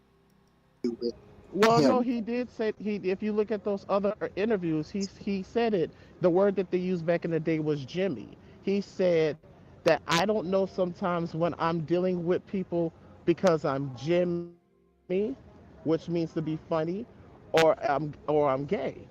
So no white gay people, which anyone will say that yes, race is your most consequential thing that has happened to you when it comes to outside of the Negro genophenotype of your nationality. But oftentimes, your sexuality is the most consequential thing that happened to you within your community. Your race outside of that is the most consequential thing. So I'm not going to say that I will say that it's both, but I'm definitely not going to rule out, especially from him saying that that's part of the reason why I'm oppressed. I don't know if it's because I'm Jimmy, and then at the same time, if I'm fighting for the same people, well, they don't like because I'm Jimmy, and they don't like because I'm white. So as a same gender loving person, no, it's both. I'm going to tell you from talking to same gender loving, it's both. Yeah. Okay. Okay. I've definitely I'll check the interview out. I'll check that out. all right, thank you, Lionel. Please don't leave, brother, because I'm gonna ask your opinion about something. But Truist, go ahead and can you just real quick like make a response so you can clear up what you said, because you the one who kind of got this whole conversation going. Yeah. And then I want to talk to Joe. I'm a abstract vision. I'm gonna get to you, but I want to address Joe Willer's comment just real quick with him, and then I'm getting right to you. But go ahead, Truist. Okay. So yeah, that's why I prefaced what I said with I know it would kind of be controversial, because I think I was let off on the wrong foot. In no way am I never once stated that I had any issues with anyone that practices the lifestyle. Okay, and I even want to say this. I told y'all it's gonna be a lengthy live. Get your drinks and your smoke. Do this. Listen to this while you're doing something else. I'm in your ear. And I've been told I sound good in your ear, don't I? So, you want to hear that voice. But I think when queer people speak, they are speaking generally. Because, again, the majority is more than a minority. So it's going to be more of that there than it is in the minority. I think when he speaks in that way, I don't think they were saying the person speaking is a person who's queer-phobic. Even though like the words like lifestyle and stuff, it'd be like, okay, girl, we got to deal with our own triggers, girl. No shade. We as queer people still have to self-actualize and deal with our own shit, but it was just speaking very generally. And again, like, this is a queer-oriented live that they're doing. It's called Can Queer People Be Conscious? And we're talking about the intersections of queerness in the Black community. So I can appreciate when people come to the conversation willing to be open-minded, but they also have to understand that you still gonna learn something. No shade, especially if it's a queer thing. Because can't nobody heterosexual tell me anything about being queer because they don't know the experience. Just like how a white person can't tell me what it's like to be Black because they haven't lived the Black experience. Okay? And Lynn Ray said, yes, you all up in my ears. Hallelujah. Okay? let's continue. We're gonna be here for a minute, baby. Okay, I'm still high from yesterday. And by the way, y'all see my cash up at the bottom of the screen. And shout out to Donna B. She said it's 420 still today. Every day is 420. So if you want to go ahead and put some of that kind of jingles and folds, we take all types of donations, girl. You can drop it in the Cash App, baby. That'll go back to the motherfucking pre-roll fund, girl. Okay, I'm just saying. Well, let's continue. I'm an ally myself. I'm not part of the community. And also, as queer people, we gonna have to. When they say ally, we gonna have to really question them about if they're ally or not, girl. Because I'm starting to see a distinction between ally and accomplice. Ally, from what I've seen, not saying him, but I hear this a lot. When I hear people say ally, it's kind of like I'll be allied when it benefits me, or if I'm in an area with other queer people, I'll be an ally with you. But then when the opportunity comes for them to actually be an ally, which means to be in spaces where the queer-phobia is, to actually open up your mouth and challenge the queer-phobia. So at this point, allies are those who want to prove to the queer people that not me, I'm not queer-phobic. Not me. I'm not. I have queer friends. I know queer people. I'm not. Okay then, girl. Well, how about being an accomplice then, girl? Because the allyship is outdated, bitch. Accomplice means that, girl, when you at the motherfucker homophobic barbershop and one of the gay customers leave, girl, and these niggas to open up their mouth, or they have the nerve to motherfucking talk about homosexuality while the queer person is there, that's the time for you to open up your mouth.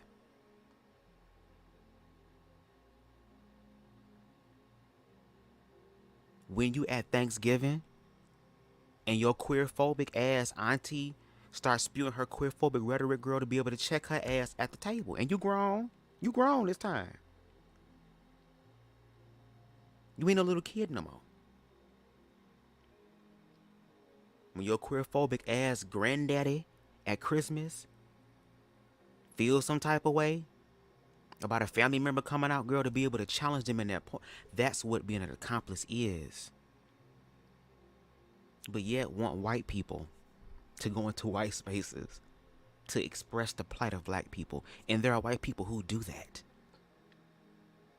Which is why we have to also honor and appreciate those people who are accomplices when it comes down to humanity.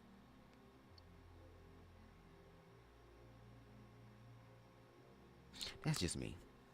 Hey, sorry for the late reply. I'm getting ready to go to. You about to go to the club? Oh shit, be safe. Please be safe.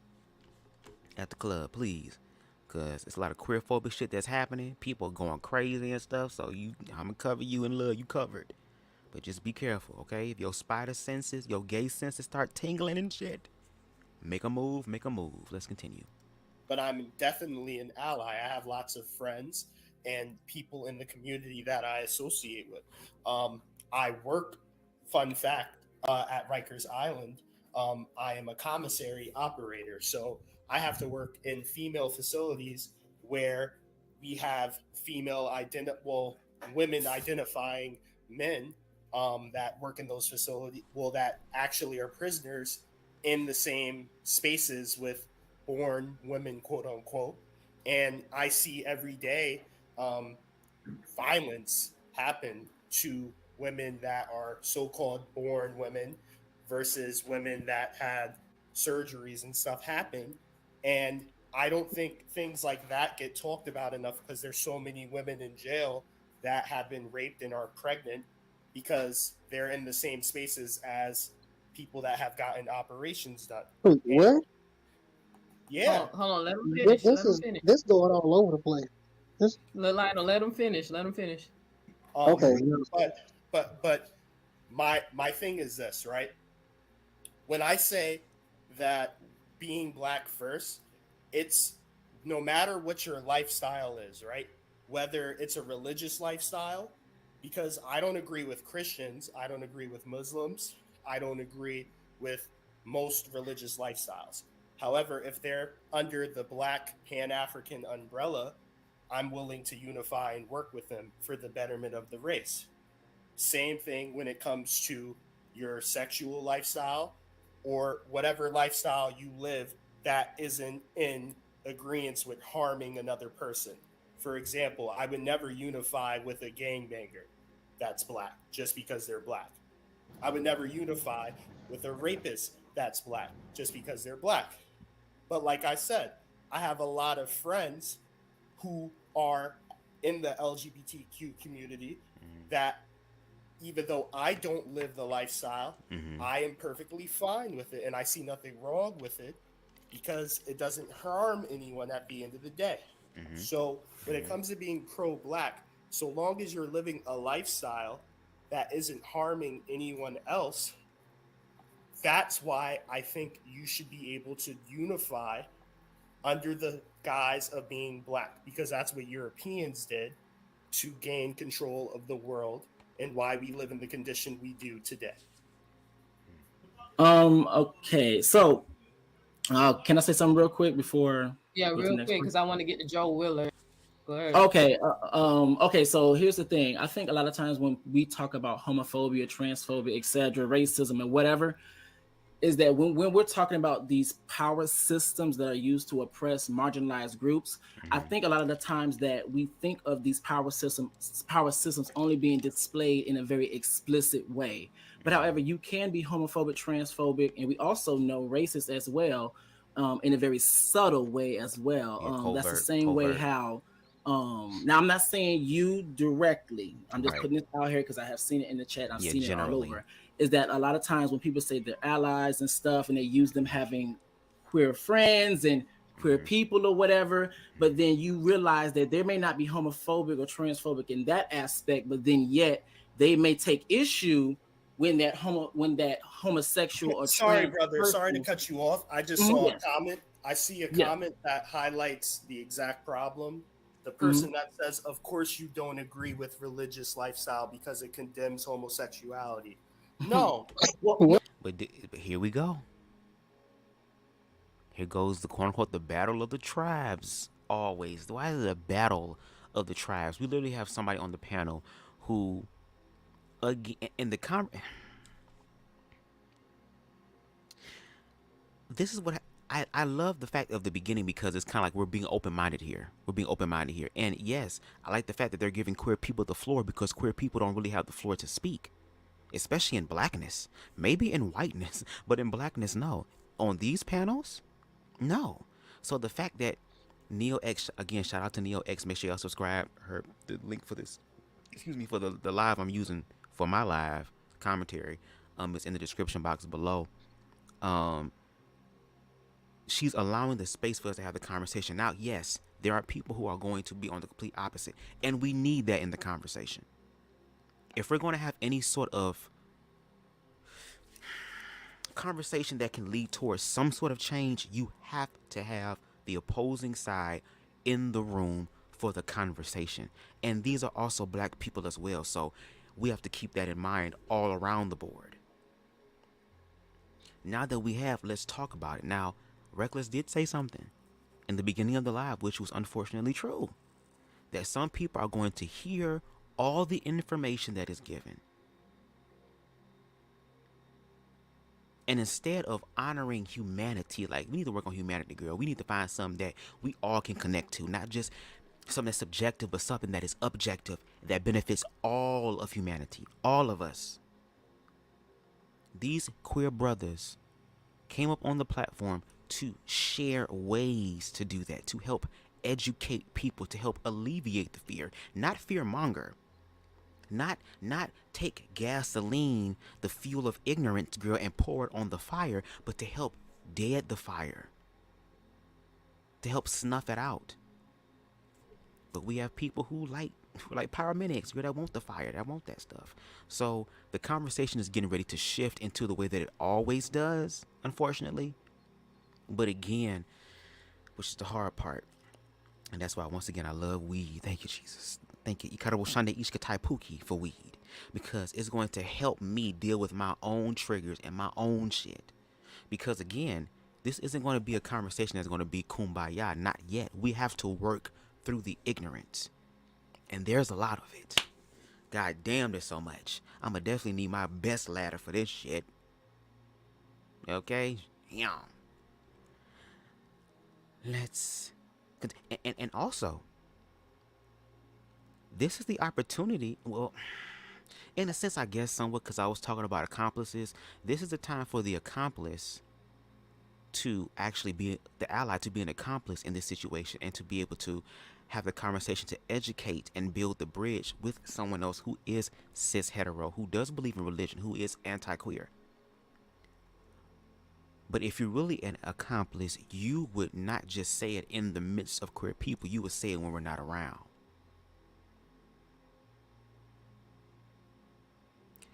Baby, again, this is the era of walking it like you talk it. Talking is not good enough, girl. It's not enough, bitch. There's one more component that we are not paying attention to, bitch, which means we have to walk it out. I'm talking about Eastside walk it out. So I'm talking about 2000s. Soldier Boy 3X t-shirt, long baggy motherfucking shorts.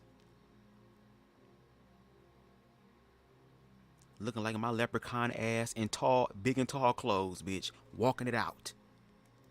No, that's not the problem. The problem is that most religious lifestyles, right, they actually endorse hurting and killing other people, including homosexuals. But I'll let you continue, sir. Go ahead, Logic.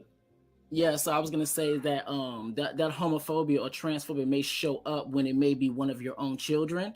And then also too, a lot of times the very subtle homophobia, transphobia, whatever, may show up. I'm gonna be right back at it, throwing some shit in the dryer. So, but I'm gonna still be listening though. Y'all continue. When the verbiage that people may use when they're having conversations about homosexuality or transgenderness, the whole word choice of lifestyle. If you actually look into the definition of lifestyle, it also goes to choice. And that's also another stigma or false narrative that's pushed when it comes down to people who are queer. So that's all I want to say. So, I'm gonna let everybody else speak. Hold on, I want to address something real quick. I'm trying to. A conscious gay man would be chasing tomboys. What the fuck? like, like not other dudes. Like, I'm gonna just click through some of this person's comments so y'all can just see what. I don't know if y'all seen it because I did try to. Here's another one. I've seen it. Yes, and This and is to what the I'm last talking. thing you said, I don't think just being homosexual is a choice. I think being heterosexual, I think any sexuality is learned behavior. But that's my personal belief. Most people don't agree with it. I believe all sexualities are learned behavior, including heterosexuality. It true is just the do my Neo-x thing. I don't believe it's a choice. You know what I'm saying? No free will. But I ain't gonna go there with you because me and you'll talk about that for 10 hours. So y'all know how to do. Like, I don't believe that I'm heterosexual because I was formed that way. I believe through my life experiences, I formed my sexuality. But that's my personal. Yeah, we ain't gonna go there. I just say you ain't gonna drag me down there. Well, can your sexuality change? Oh, y'all, I So then, gotta get can your this sexuality? Yes. My sexuality absolutely can change. But here's one thing I don't think so. Cause that's a deep rabbit hole. I don't. I need to get to Joe Willard, but I don't want to. Yeah, let me get there because I'm telling you, I can really. Y'all think Neo-x be saying some mind blowing stuff. I can really say some mind blowing stuff about sexuality, but I'm not. This not what this show is about. But and don't worry, I'm gonna be right with you too. Don't worry. Me too. But and here one more thing I want to say. The same person also made a comment, and this also shows why. See, that's the contradiction. See, at least James Baldwin was in the closet, and that's the part for same gender, for cis hetero black folks. It's the fact that you just know or suspect or see it is when you say the fact that you know is existed equivocates to most of y'all of us putting it first. Us simply existing or you knowing, you're equivocating that to us putting it first. Because for him to say, well, at least James Baldwin was in the closet, okay, you can't have that both ways. I don't want to hear about men should be out in public because it's kind of insulting to hear that. Well, why don't you tell the truth? But that's because most of y'all don't want the truth. You don't want to see it. It's easier for a person to be in the closet. That's why you're going to have men who are not going to be honest about what's naturally there, and they're going to choose because quiet is kept. There are more people. We are socialized under monogamy and heteronormative. So I definitely don't think that people choose their sexuality. However, it's more advantageous for people to choose heterosexuality. And it's the truth. There are more people who are choosing, key word now, because being choice and what's natural attraction is not the same thing. Your attraction is your attraction, but there are plenty of people who choose not to engage into their attraction. Just like there are plenty of, obviously, there are more people who will choose a heterosexual orientation, I'm sorry, a straight orientation. They will practice a heterosexuality to the public, Yeah. but what's in their nature to do is something different because how the orientation is socialized. And I will say this, to your point. I think there is much more sexual fluidity that can happen. Because again, we're talking about sex, and a lot of us are very ignorant when it comes to sex. So, and if that's the case about choosing sex, then I mean, okay, so I guess we can do a weekend or something. I guess I'm gonna have to pop that perk 30, perk 40, 60, goddamn bump of coke, a few hits of the damn motherfucking poppers, a little bit of lean, a little bit of some other shit, some shrooms and shit, and just see what is going on. But to IG's point when he was talking about it being in blackness, about how, and even a lot of the other people that I do my commentary on, for example, like Lance Scurv and other individuals, like, it's the fact of the queerness not allowing itself to be. It's this conditioned version of queerness, which is go back in the fucking closet. Be quiet. We don't want to see that. And even when motherfuckers are quiet and do what you want them to do, it seems like you want them to be quiet because when the opportunity comes for you to bleed your stuff onto someone, they can be your punching bag. Because there is some sort of there is something quote unquote evil, sinister, underlying that you can't put your finger on. For example, let's take it back to the 60s and 70s and civil rights era. Again with Bayard Rustin. Before Bayard was, they were all getting ready to set up this march on Washington, but some news or information leaked out about Bayard Rustin's sexuality. And at that time, again, 60s and 70s, they saw in a very extreme manner the way that they want to go back to the point to where the committee had to let go of Bayard because there could be this rumor that can go around that Bayard and Martin Luther King was over here motherfucking deep throating each other. But see, it's always focused on the sex only, the sex only, the sex only. And what we're saying is that queer people are more than sex only. But because a lot of ignorant people and fear-based people don't want to accept the truth of a queer person's existence, and they feel comfortable with labeling sexual only, to the point to where you have men who are heterosexual who have sex with other men and still consider themselves heterosexual. Because for me, what gay for me is the physical, emotional, spiritual, mental connection with the same sex. There are a lot of people out here that fuck people and don't give a damn about them. It's just a masturbatory aid. If it can achieve busting a nut, they're gonna take it. It does not mean that they're willing to invest in it. Because for some niggas, a hole is a hole. There are some niggas who are just like that. But I think when he said about learned behaviors and stuff, if that was the case as far as heterosexuality being something that you can learn, and I grew up in the 90s primarily around heterosexual experiences and expressions in my life, how did I become gay then? Where was the sexual aspect that happened that made me be like, oh yeah, this is what the fuck I want now?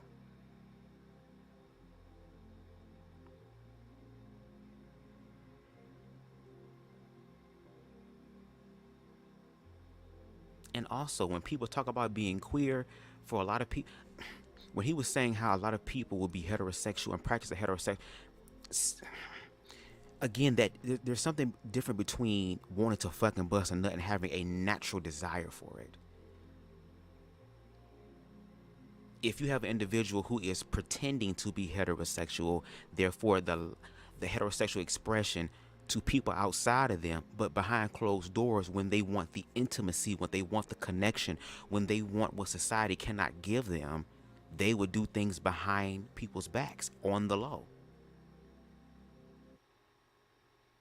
So yes, I feel like sex can be fluid. I feel like that's all the case. My thing is, if anything, just find what makes you happy and do it in a responsible way regardless. But I think what happens is that when we start, how about we just allow people to just be themselves? You know what I'm saying? It's kind of like, no shade, and I get this sometimes where I'm a top. I like ass, no shade. I like men, but I like men's asses. I don't have a desire to be penetrated. I've done that before in my first relationship more than I would have desired to out of love. I don't like it. It's not something that does it for me. Oh, well, you probably ain't got the right motherfucker. I don't need the right I'm the right motherfucker for my shit. I know what I want.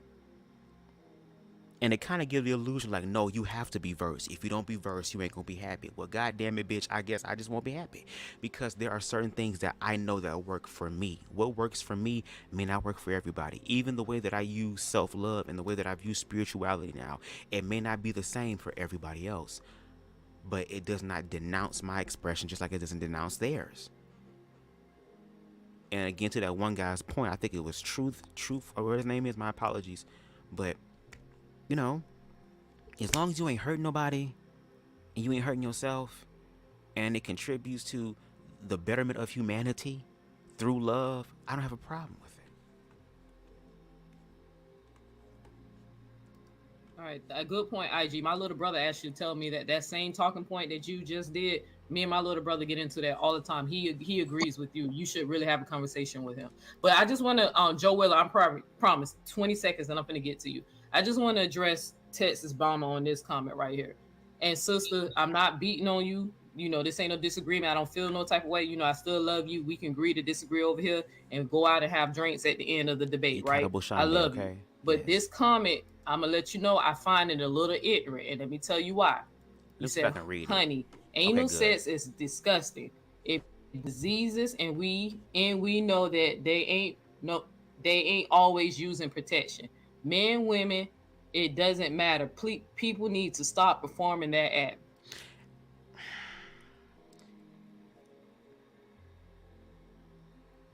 The fact that y'all think that gay people is out here on some primitive, and there are some niggas who are just Neanderthals with this shit, not me.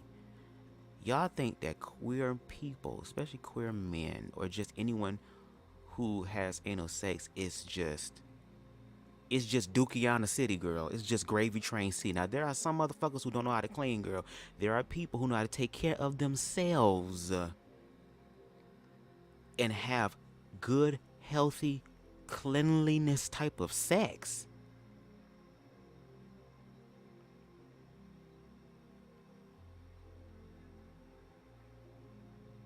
Again, it's the education for me. It's the awareness for me. I wish people would get more of it. Now, you ain't got to in the butt. You ain't got to. I'm going to keep doing it, though. Oh, yes. And I will top you for the rest of my days. Yes. We're going to keep modulating up, bitch. Keep going up. Yes, Lord. Top you for the rest of my days. And I will top you for the rest of your days. Yes. Okay. Sister. Top you. Heterosexual for the rest or of your homosexual days. or whatever. Diseases spread. We know sexual transmitted diseases spread through sexual contact, regardless if it's the anal or the vagina. A woman can get. What happened? My audio going? Sexual diseases can also spread orally as well. Yeah, and orally. Well, you finna break my. I'm glad you brought it because this is the point I'm actually context. Come on, nuance. we are biological beings, sis. Diseases spread in all forms.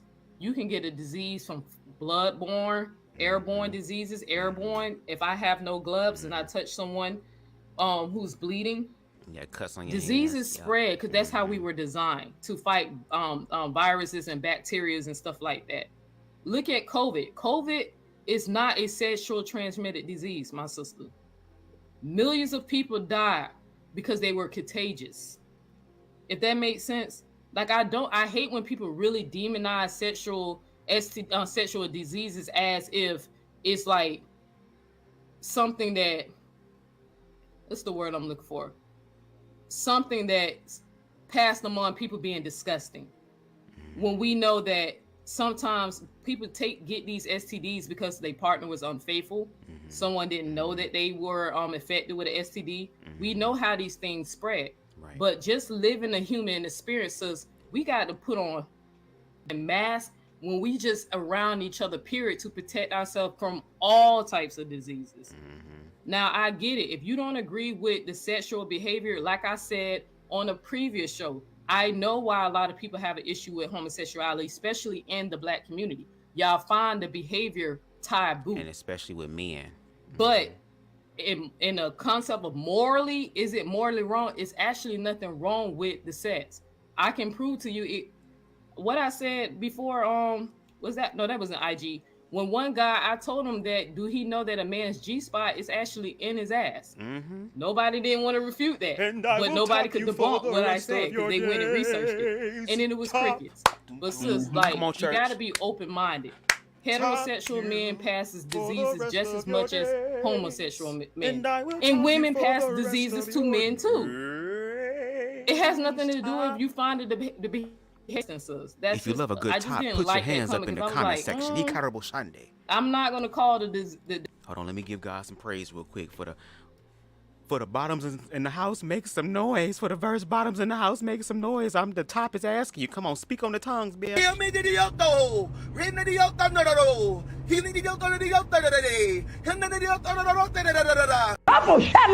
the name of Jesus, you be made whole by the power of God.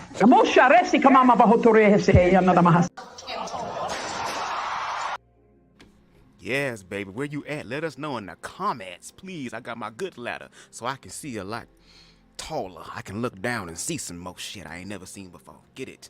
The act disgusting. I'm just gonna say, if you're gonna have sex out there, people, if you're gonna do it, protect yourself. Just like you protect yourself and wear a mask to protect yourself from COVID, you put gloves on when you interacting with someone in the hospital. Just the natural things that we do to protect ourselves from diseases. Practice that in your bedroom, and so you won't spread diseases. That's how you stop spreading diseases. So I'm sorry, y'all. I know I probably was all over the place with that, but I was a little frustrated with it. But Joe Wheeler, are you still here? Did he leave? Probably left. Couldn't take the conversation. Joe, he was getting tops for the rest of his days. Off? Oh, damn. Okay, dang, I was gonna get to him. Joe, you still here? Come on, Jamaica. I'm finna kick him off in a second. Hey, whoever Joe Wheeler, you still here? Boaty boy, come on the replay upon me. Pom pom pom. All right, y'all, I'm gonna go ahead and move on. Let me shut the hell up. Based off of what you was just saying, right? I'm not speaking to sexual orientation. I'm just speaking to the act right now. Like you were speaking about different sex acts, right? So the act of sex itself, right? Not the act of feeling horny or having desires. The act itself. Is that learned behavior or is that natural? That's talking about the act of wanting to fuck somebody in the butt.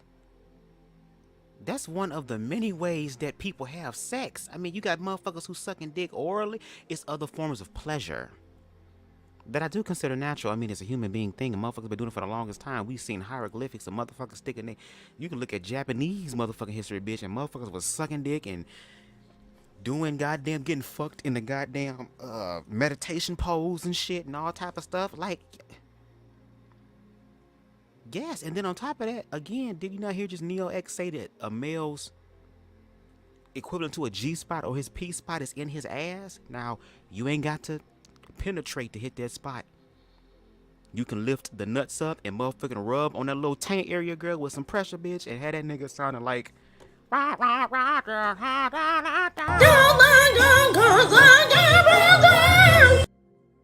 had that nigga motherfucking he gonna be see he gonna be saying this when you tell your nigga, baby, I wanna play around your gooch area. He be like, he gonna say this first. I can't do this. I can't do this. I can't do this. I can't do this. He gonna say that first, okay? Then you just talk to him, and he gonna say this.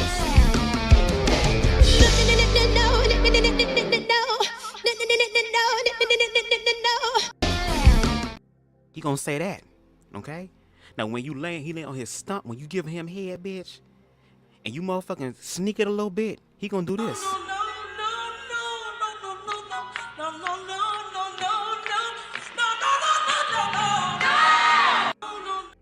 Now once that happened, and you keep rubbing that area, and you keep motherfucking slobbing, bobbing, and nut robbing the way you doing, bitch, okay? He gonna do this right here on your ass. Gonna do that, okay? And then afterwards, when he busting a nut, he might be singing this song. Oh, my pussy is better than her. It rolls like a lion. It's gonna be all that shit, girl. Okay? You wanted it, you got it, okay? We're talking about, I hope they get into, I think they might get into the spiritual aspect of sex, which I hope they do. But when it comes down to sex, and especially when it's a healthy, affirming, loving connection where both partners are appreciative of themselves and appreciative of each other, you're gonna do things to please the other person. Now, everybody got boundaries, because like I told you, bitch, I am top. Look, I'm sorry. I'm already short, bitch.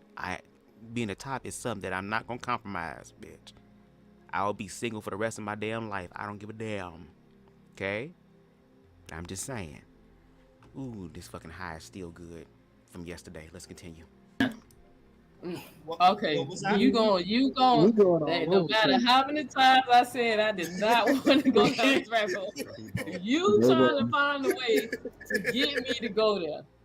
Okay, and I'm not gonna do it. I'm not falling for it, Truth. Okay,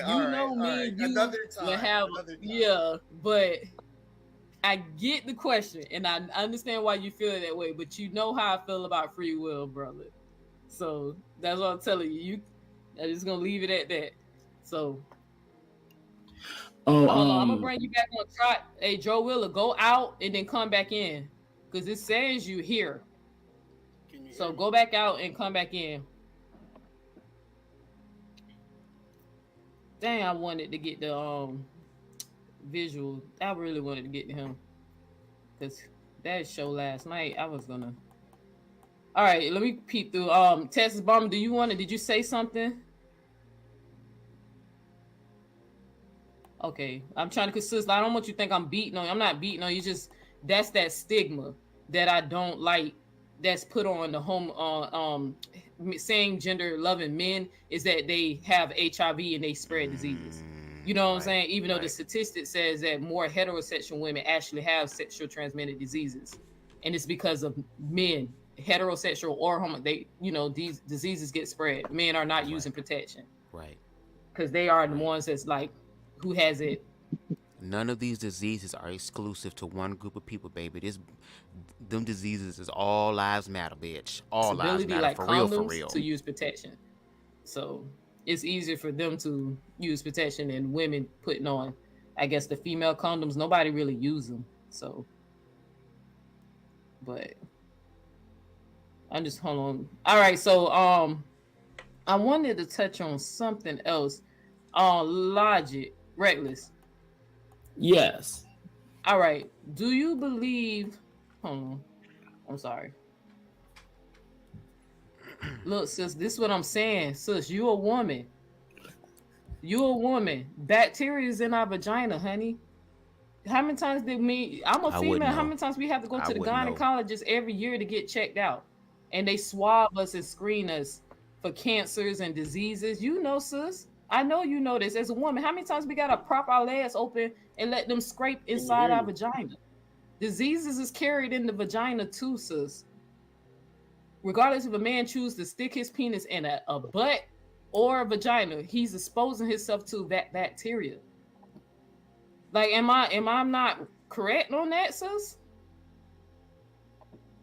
Like, that doesn't make sense. You can catch a disease from heterosexual sex and homosexual sex, period, unprotected. You put yourself at risk for disease. Huh? Non-penetrative sex. People forget, like, some of these STIs are bacteria. It's like you could not have penetrative sex and just have skin to skin and get gonorrhea and syphilis. You do not have to have penetrative sex to get an STI. But you can, if somebody can cough on you and you get COVID.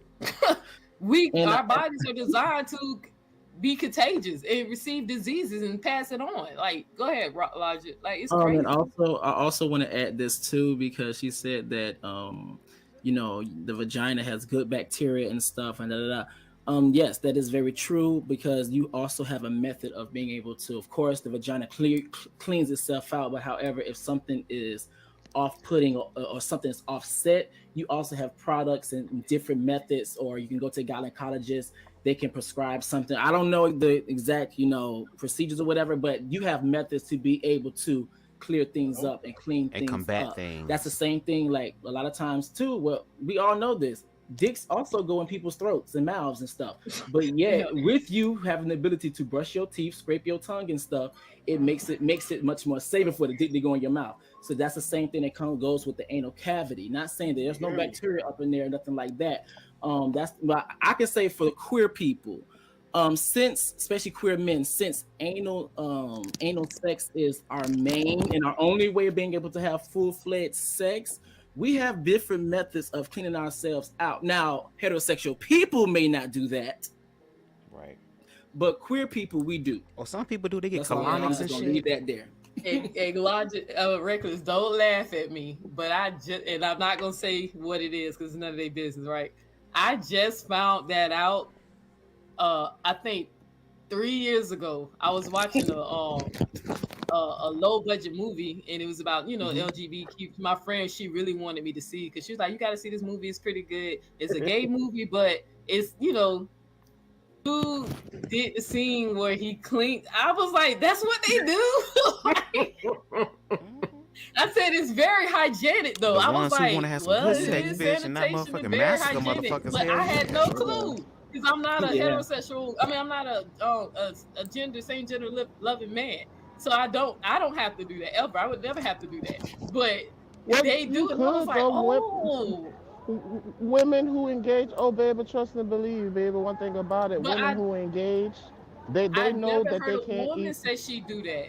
Like, I'm not gonna say what it is because, you know, I don't want to get it too, because they trust me. These men cannot handle this. But when I found out that herself clean, I was shocked.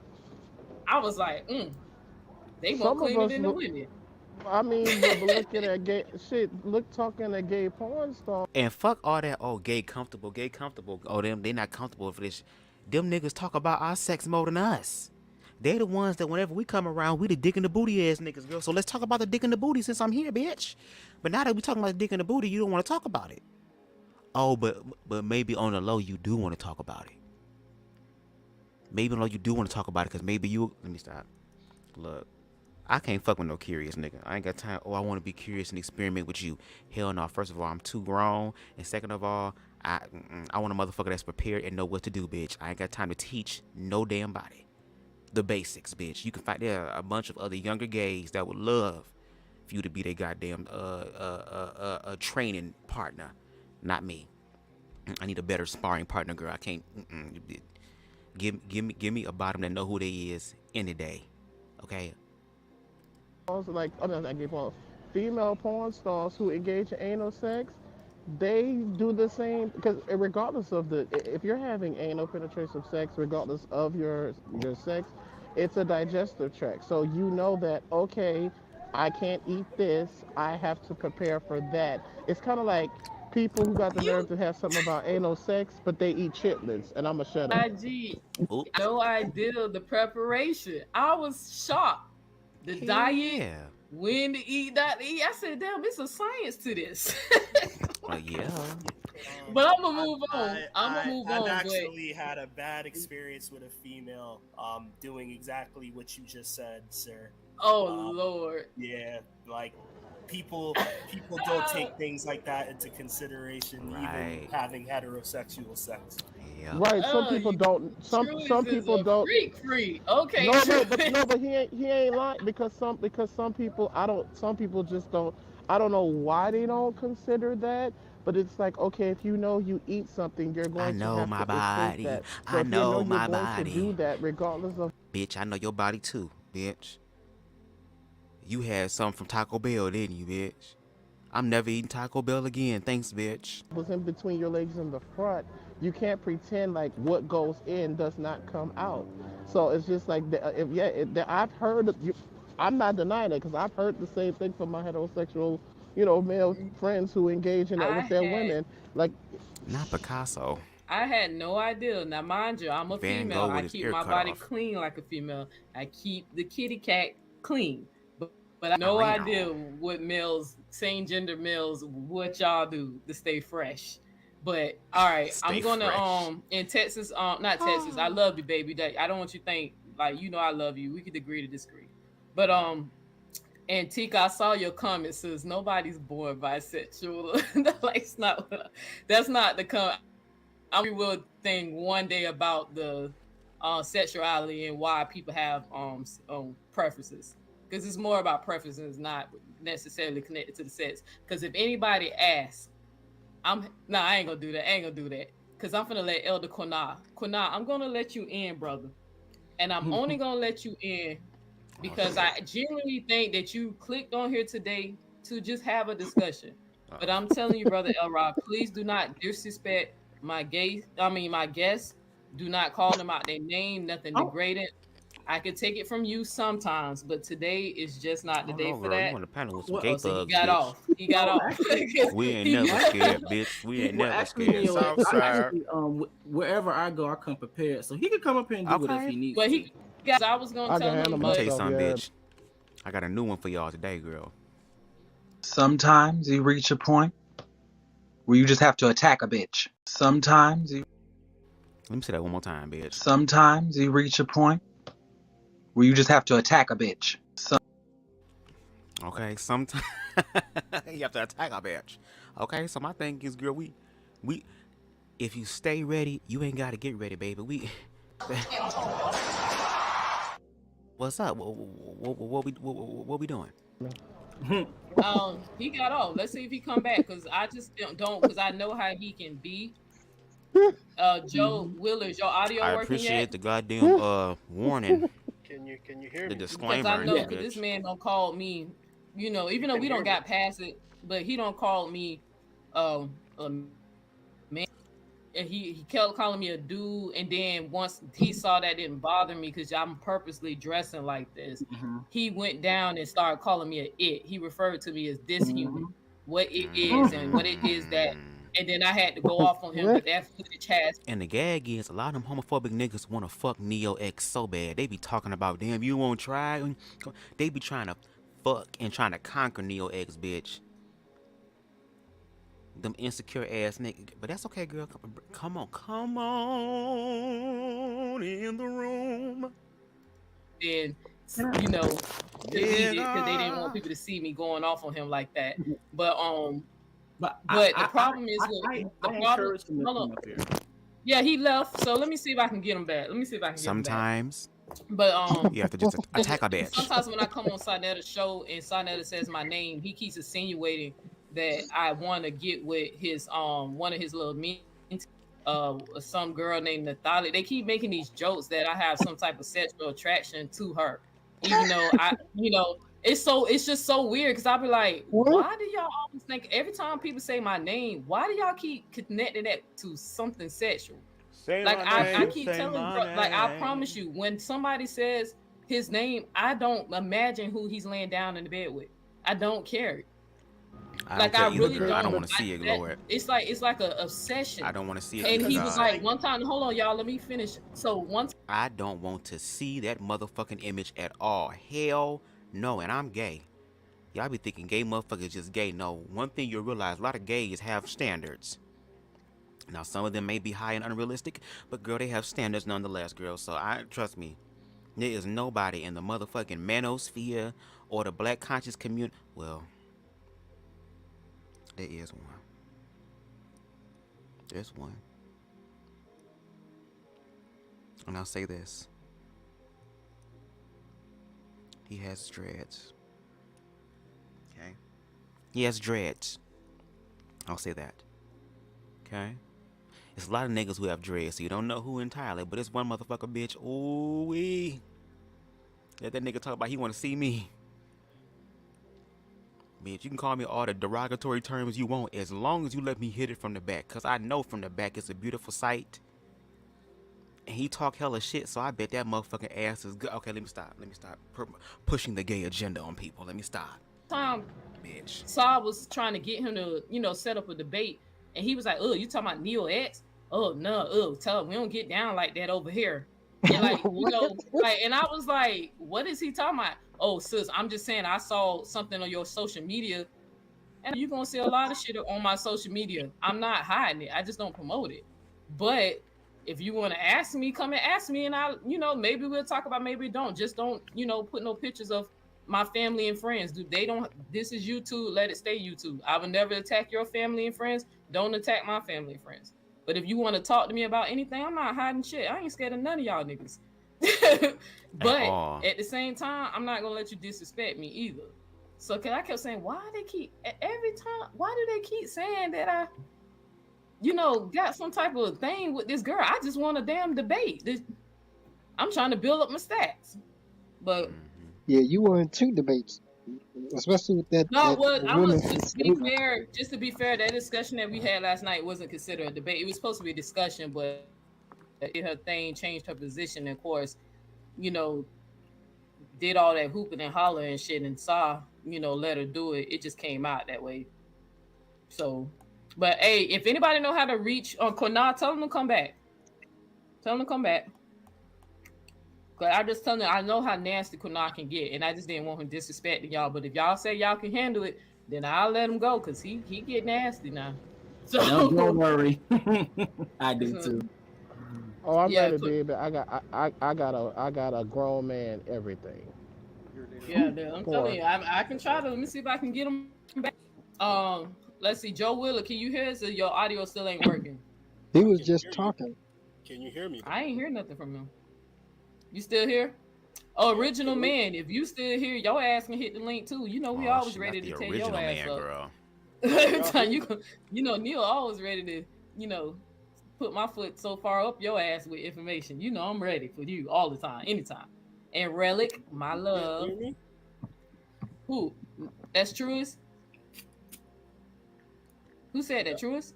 No, I didn't say anything. No, that's somebody Joe. said, can you hear me? No, that's Joe that's saying that. Joe, yeah, we can hear you. It's real low though. Oh, okay. Let me try to turn it up. How about now?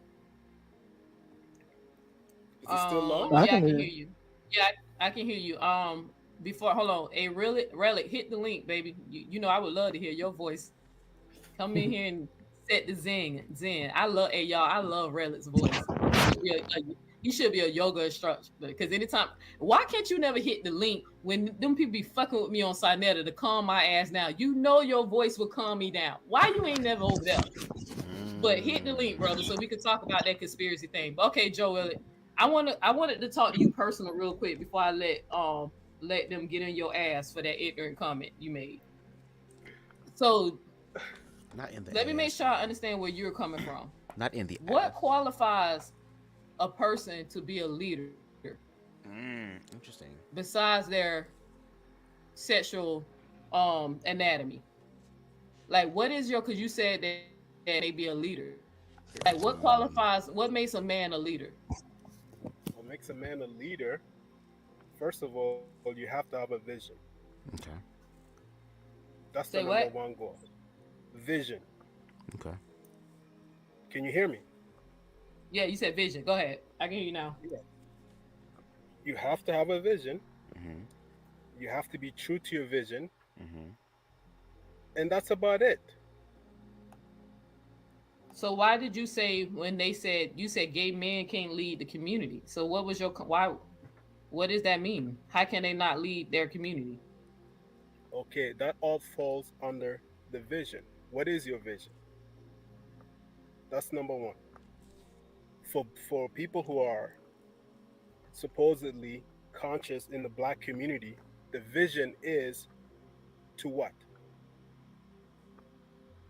What is the? You just literally said that what categorizes you to lead is to have a vision, stay true to the vision.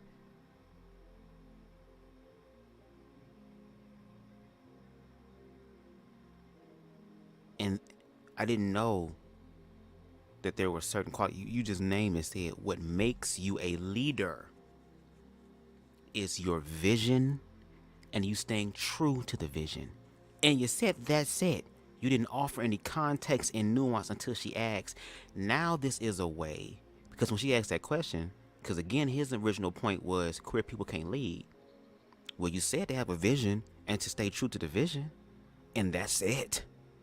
Right? You didn't put any other context or nuance to it. But now that she's asking for that, now we're going to deal with the homophobic thing based on, once again, the ideology of a quote-unquote tribe as opposed to the blatant expression of humanity that's been here before, during, and after us. So let's continue to hear his response, him going a little bit deeper into how queer people cannot fucking lead. Vision, brother. Procreate. Right? AIG, Procreate. AIG, hold on. I'm gonna let you get in his ass. I promise you. But Please stop like, saying so get in the ass, because I don't want to get in none of these niggas' asses, bitch. None of these niggas are prepared or nothing. And again, to Spicy point, there will be no Picassoing. There will be no gravy trains, okay? There will be no goddamn Mississippi mud cakes exploding all over the goddamn place, okay? Maybe some Illuminati motherfucking secret society motherfuckers like that type of shit, but not over here, bitch. I'm already short. Okay? We don't want to get none of these niggas' asses, girl, in any way. Figuratively, literally, allegorically, nothing of the sort. Okay? Thank you. Just fill them out. What is the vision, Joe? What is the vision? What does that mean? The goal. What is the goal? What is the goal? The goal is for the Black people to survive. Mm-hmm. Okay. Yes, and thrive. Okay. That is why we have a Black consciousness, because historically, Black people have always been abused by the other people. Mm-hmm. So how is a gay man not contributing to the survival of the Black community? Wow, are you really gonna ask me that? Yeah. I mean, yeah, of course we're gonna ask you that. Everybody got their own stuff. We trying to get you to understand. Are you gonna ask me that? Why? You think it's something so simple? And I think IG just said it. Like that be the thing. Like when it comes down to this queer-phobic shit, queer people know this shit so much. Unfortunately, like the back of their fucking hand. That girl, based off of what they say in the comments, we all can already understand where they're coming from because we have experienced this. Okay, not that. Come on, Spicy. I said what in the butt? You want to do it in my butt? Okay. I need to find that clip. But we already know what the answer is, so let's listen to the answer. Maybe he'll gag us. I hope so. Because in the words of Duran Bernard, somebody prove me wrong. Because I'm always right. See, look, he does have, hell yeah, he got stumped. He don't have no logical answer to advance the Black. That's what I'm saying. That'd be the thing. That's why the queer-phobia be so cringy, because it's like, they know their talking points are shallow and got holes in it looking like Swiss cheese. And instead of acknowledging the Swiss cheese and put it on a sandwich on some Jared Subway fresh shit, they will continue to hold on to the same talking points. See, queer people's talking points have evolved. That's why we have so much context and nuance and give these long educated answers and responses and soliloquies and goddamn speeches and shit because, bitch, we've heard it all before. We heard it all before. And there's so much history around it, girl, too. It gets to the point to where it be like, bitch, where do I start? And you think we as queer people want to have the where do I start conversation? But let's listen to his answer. I actually am. I am, because I'm pretty sure you finna say the most ignorant thing. I got an idea what you're going to say, but I'm gonna show you how stupid it is. Okay, but go ahead. How is the gay man not contributing to the black community? Okay, I didn't say contribute. Let's make one thing clear first of all. A gay person can be helpful to the conscious community, can be useful. Yes, of course. What word should I use? Because I think you know what I'm trying to go with. Well, here you go. Let me get there. Okay. The word you need to use is survival. Okay. What is it that the black man does that does not contribute to the survival of the black community? Procreate black children. Okay, girl, I'm gonna go mute and let them talk. So, okay. Didn't IG hit it on the head? See, that be the thing with queer-phobia, girl. Like, just say what you mean, girl. And if you ignorant, stand 10 toes down your ignorance. Now, whatever happens afterwards, the accountability, girl, is going to be what it's going to be. But at least you actually honest to stand in your motherfucking truth. Because, again, we knew this was going to be the answer. And literally, I don't know if motherfuckers come into the live, because it is an 11-hour live. So I don't think motherfuckers stay the whole time, bitch. Maybe. But Reckless, IG, Neo-x, even the individual truth, something, I forgot his name, a heterosexual man, cisgendered heterosexual man, was able to have a conversation on how queer people can still contribute to the black community in reference to procreation. We understand, we know 2 males and 2 females cannot come together and procreate children.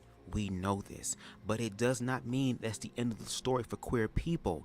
And again, like they mentioned, there does not have to be any sort of mental, emotional, spiritual, physical, sexual connection to each other for us to have children. All that is needed are the reproductive organs, which is why heterosexual people also have surrogacies. And then on top of that, contribute to the black community, you have queer people that are willing to adopt black children that the black heterosexual people didn't want or was not prepared to deal with or to raise. So again, there seems to always be this ideology around queer people that they do not contribute to the whole, that they don't contribute to blackness. And again, if homosexuality was as destructive as, poisonous as energy that could completely decimate a fucking group of people, then why isn't the white race gone? If this is a European thing, why didn't their race die out? The way that y'all talk about homosexuality, girl, y'all feel like it's goddamn chemical X in this bitch, girl, with no sugar, no spice, and nothing nice. Just all type of destruction. So if it's that destructive, then why isn't the community that y'all say that created it not being destroyed? And it's white LGBT people too.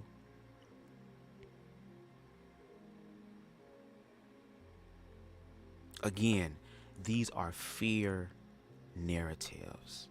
And when it comes down to people's opinions based on fear, this is what my ass is gonna say going forward. No shade, especially when he's ignorant as fuck. Since you still acting delusional, bitch, fuck you.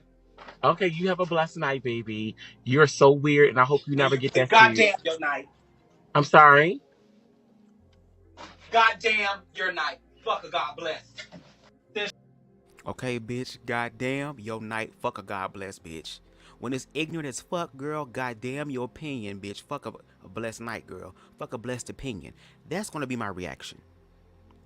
Because long gone are the days for people to get up here and spout fearful rhetoric, and then when motherfuckers come through with the objective truth, the facts, the experiences, and again, girl, when you have people telling their goddamn experiences, and their experiences can be objectively validated, you don't then get up there and try to find a perverse, goddamn low vibrational plate ass way of trying to remix their experience to suit your fear-based narrative and ideology. Not anymore. Queer people are not going back into the closet. Even if y'all was to murder queer people and get rid of queerness and build a Wakanda shield around Africa Girl, queer energy and queer life will still be created, because once again, the gay people ain't making the gay kids, y'all are. My heterosexual mother and my heterosexual father came together and produced a queer child. Y'all are the ones that are denouncing the other expressions of God that God, source, universe, Mother Nature allowed to walk upon her back. I'm pretty sure if the motherfucker that's been here before us, during us, and after us ain't got no problem, why do y'all have a problem? And then someone earlier talked about, oh, well, you know, humanity is superior to nature, but nature is the closest thing to God than us, because we're the ones that run away from it. We're the ones that get confused. We're the ones that divide and conquer. Nature just does what it does. And we're still learning more things about nature. Scientists have not discovered all of nature. Scientists today are still being baffled at all of the uncharted territory of nature. Y'all niggas ain't gonna like it, but goddamn it, we didn't. Queer people didn't like when y'all was doing shit to us.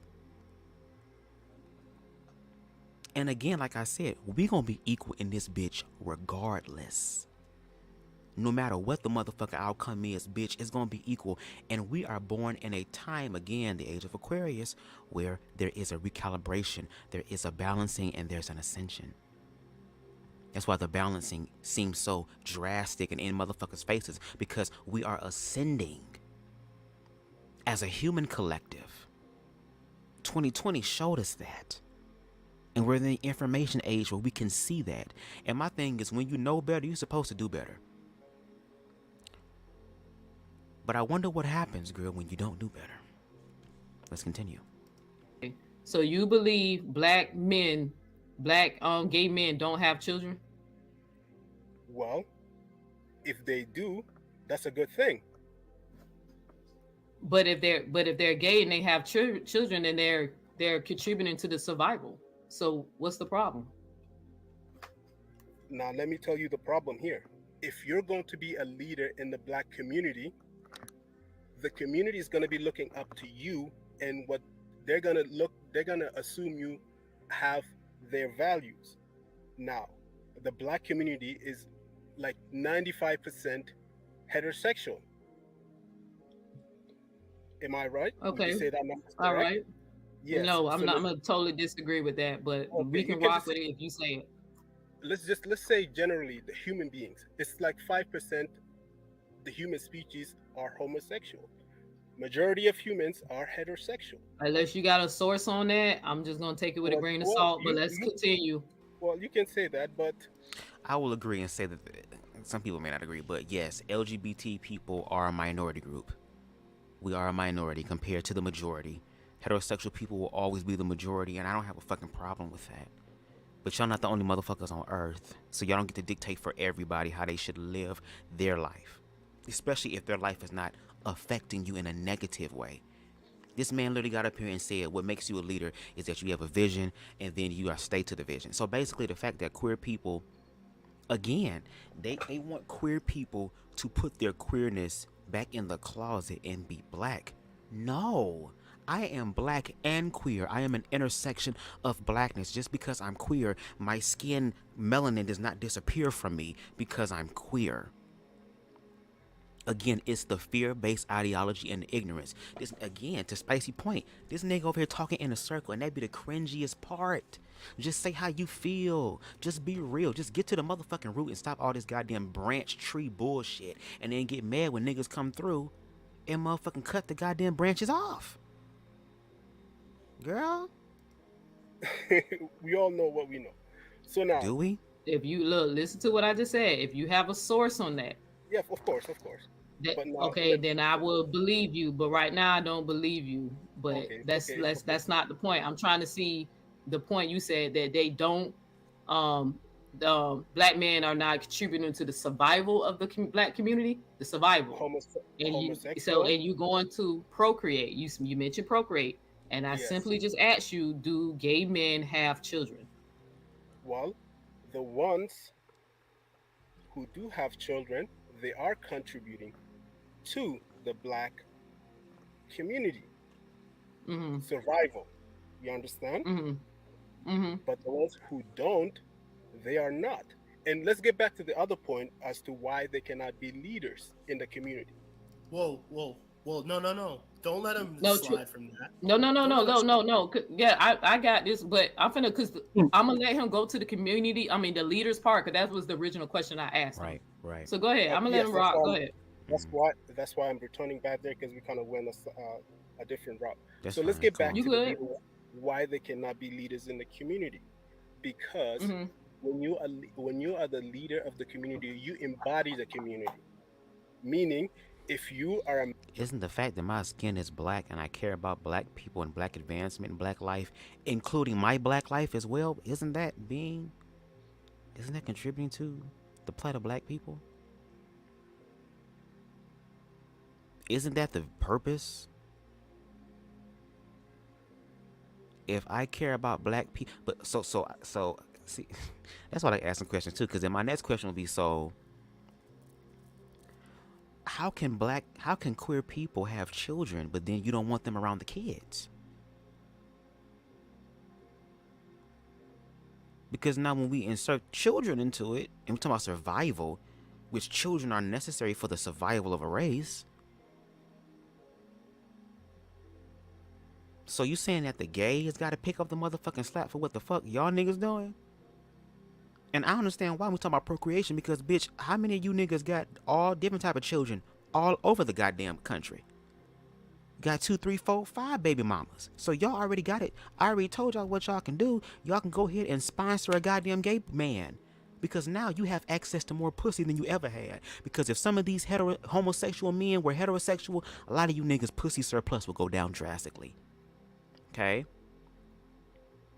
So again, this is a very fear-based idea, and the fact that he's sitting up here and trying to talk like, okay, listen, okay, right, and I get it. He's operating where he's at right now, and I have to remind myself of that as well. People can only operate at where they're at now, but that's why education is important and comprehension is important. See, people listen, but they don't comprehend what is being said to them. Because to be honest, Neo-x asked this person, the last question they asked him was a yes or no question. Answer the question and then say, okay, can I elaborate? And that's one thing that I'm learning to do too. When questions are asked to me, to answer the question and then offer context and nuance. Can I explain to you why I said that? And then go into it. But again, IG knew how to cut right to the motherfucking point. Okay? I think they like gay people in the bedroom to force them to be straight, knowing it don't work. They've been doing that for years. They be pulling them stats from those unwashed. Nasty. He's so nasty. Why can't they be real and say, I want to date a gay man or woman? I don't know what that, you said, optane, or I don't know what you mean by that. Sex wise, they already got baby mamas. They got him. Yeah, they got it covered. They already procreate. They already busting nuts. All these damn songs talking about fucking the bitch and hitting the bitch in the back of the fucking SUV with no condom on, bitch. VIP in my section and shit. The niggas are fucking. The black. Look. The goddamn creating of human beings, not to nurture and love them, but to allow them to be created to become slaughter in a slaughterhouse for white supremacy, girl. Y'all still doing that, because just like IG said, y'all care about procreating, but y'all don't take care of y'all creations. And if you're really about blackness, you will love the other creations and expressions of blackness. You will actually talk to these people and judge them by the content of their character, as opposed to some bullshit ass narrative and ideology that was taught to you. Because you're having a whole conversation with intellectual, conscious gay people. So for him to say, oh, gay men can't be leaders because, okay, the people... Okay, there are heterosexual leaders. Martin Luther King was a heterosexual man. Malcolm X was a heterosexual man, and they still fought for my black ass.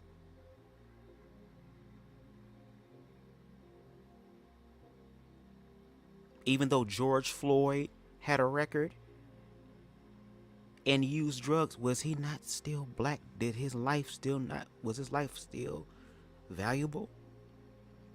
And we saw it valuable enough to still hashtag him.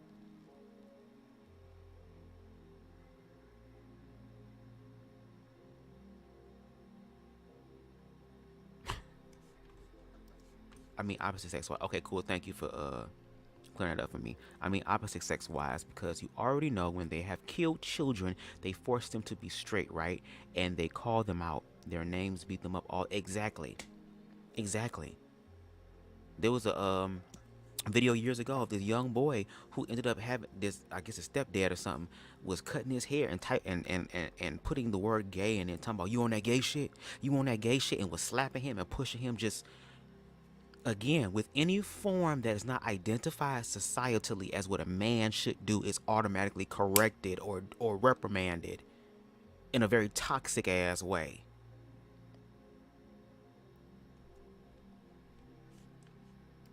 And then when they're kids and they know they're gay, they have no choice but to have sex with a woman. You know what's been going on for years, but what I don't understand is why straight people say, as a man wise, I want to date a lesbian, and as a woman wise, I want to date a gay man. What's so hard about that? Because they know they don't hate LGBT, they want to get mad because they're free, knowing that gay people have always been here for years. Interesting, Deshaun. Interesting. Trust me, I saw articles on what they do to their children and what they thought they was gay when they was gay. I mean, even with me, like when my father, back then when I was younger, I ain't gonna say the whole story, but I was exploring because they was talking about beating off and shit in school, and I didn't know. This is at the lunch table. They was talking about jacking off at the lunch table openly. Shit, I didn't know what that was. I'm a late bloomer to a lot of shit. During that time, we had internet TV, girl, with the music, the goddamn internet, not internet, but elevator music playing in the background. I typed in beat off, a gay porn site came up, girl. It was two white men with their dicks across each other, girl. And guess who walked in the room, bitch? Who came in the room when I came on? And that was the most homophobic shit that my father has ever done and said to me. It wasn't physical, but it was very verbal and very intense, to where that kind of altered my relationship with him, to where I felt like I couldn't tell him the truth about things. See how destructive that is, that fear? And I had to understand from his viewpoint as a parent that he was fearful. He was fearful that his son might go to hell based on what this book says. What can happen to my children? And I feel like more important than all of that stuff is, what are people going to think about me as a father, as a parent, that I failed somewhere? Baby, my father don't feel that way no more, bitch.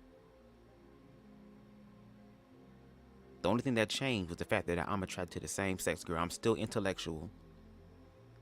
I'm still loving. I'm still all these things before. But see, he had to go through that journey to unlearn what he was taught and actually deal with what he was seeing objectively, to where he literally has a transformed mind and is operating in love, because he see what love is.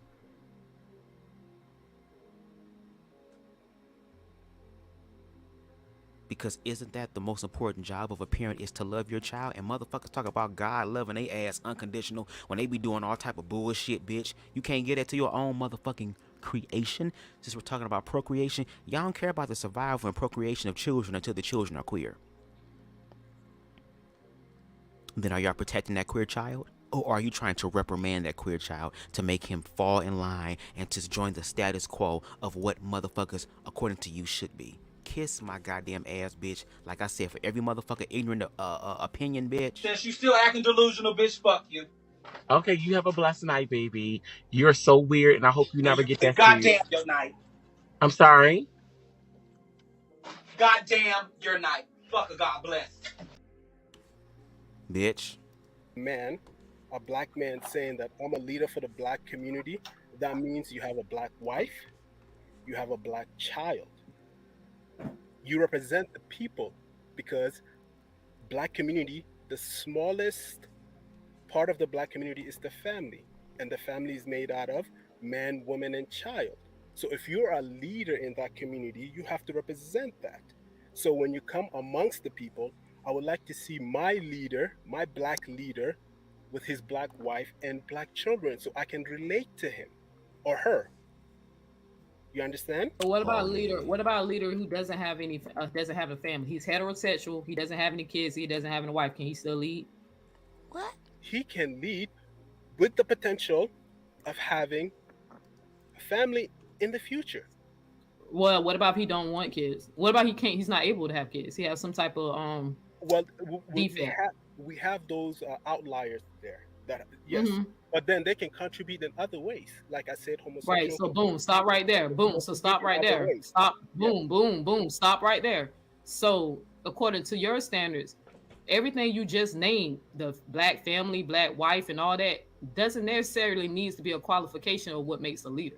He can still lead. Exactly, it does. No, you just said that. Hold on. You just said that. You just said if he cannot have kids, and I just gave you an example. Maybe he just can't. You know, he have an issue with his penis. He can't have children. So he doesn't need a black family, but he can be a great leader. You just said that the qualification of what makes a good leader is they must have a black family. So which one is it? Now, Which can a person be a great leader with or without a family?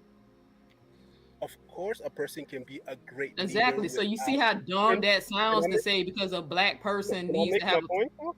Oh, go ahead. It's like you sound stupid, but go ahead, bro. No, you just have to listen though. I'll let you rock. Go ahead. And I appreciate that. A black person can be a leader in the community, can be a great leader, have the potential to be a great leader without having a family. But when you want to stand in front of people, in front of the community, you're gonna have to have those things because people are gonna be looking to you to relate to you. But isn't the relation to me is that I'm black and I'm still fighting for black advancement? I mean, even to Truth, I'll keep fucking up his name earlier in the conversation where he said, even when he was using the example of James Baldwin about the contradictions, and the contradiction was him dating interracially, not sexuality, but according to him, but he still was able to stay on course for blackness. Even though the black community could not really accept all of who James Baldwin was, he still contributed to his people. So again, at the beginning, you said what makes a great leader is a motherfucker with a vision and be able to stand on that vision. Now we're building context and nuance, and we're understanding where a lot of black people are coming from. So you don't want queer people to be in positions of power because y'all feel that somehow there's going to be this gay indoctrination to where everybody's going to have to get on their knees and do all type of sexual shit, since that's how y'all think of gay people anyway. And then you contradict yourself in your own statement because you say, yes, you can be a great leader with or without a family. Okay, then boom, why is it not left right there? If what I'm doing in reference to leading is actually helping you and helping the community to progress and advance, shouldn't that be enough? But see, y'all have this ideology. There are more to the family than just what y'all think. We're not saying that the nuclear family is destroyed, but what we're saying, there are other families beside the nuclear family. Be glad that there are still expressions of blackness that is willing to love each other. That love, again, covers in context and nuance and not just in some linear type of way. We're talking about God here. We're talking about creation here. Something that is so expansive and infinite that human beings, in my opinion, keep reincarnating back and forth. I ain't trying to come back, bitch. But come here to learn lessons and to grow and to express different forms of life.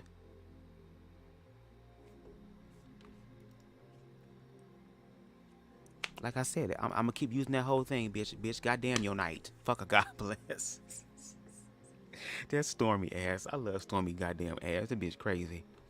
You have to step out. Oh, hell, you ain't missed nothing. We on a point now where heterosexual people are still using the same argument about how queer people cannot be leaders, girl, because they don't represent the black family, and that You can be a great leader, but the people were so I guess what he's saying is that you can be a great leader, but the people would prefer to have a leader that is heterosexual. How about the fact that you got leaders that actually know how to fix the fucking problem? How about you actually have leaders that are actually adding forth context and nuance, my favorite words I say all the time, girl, to help further the advancement of people.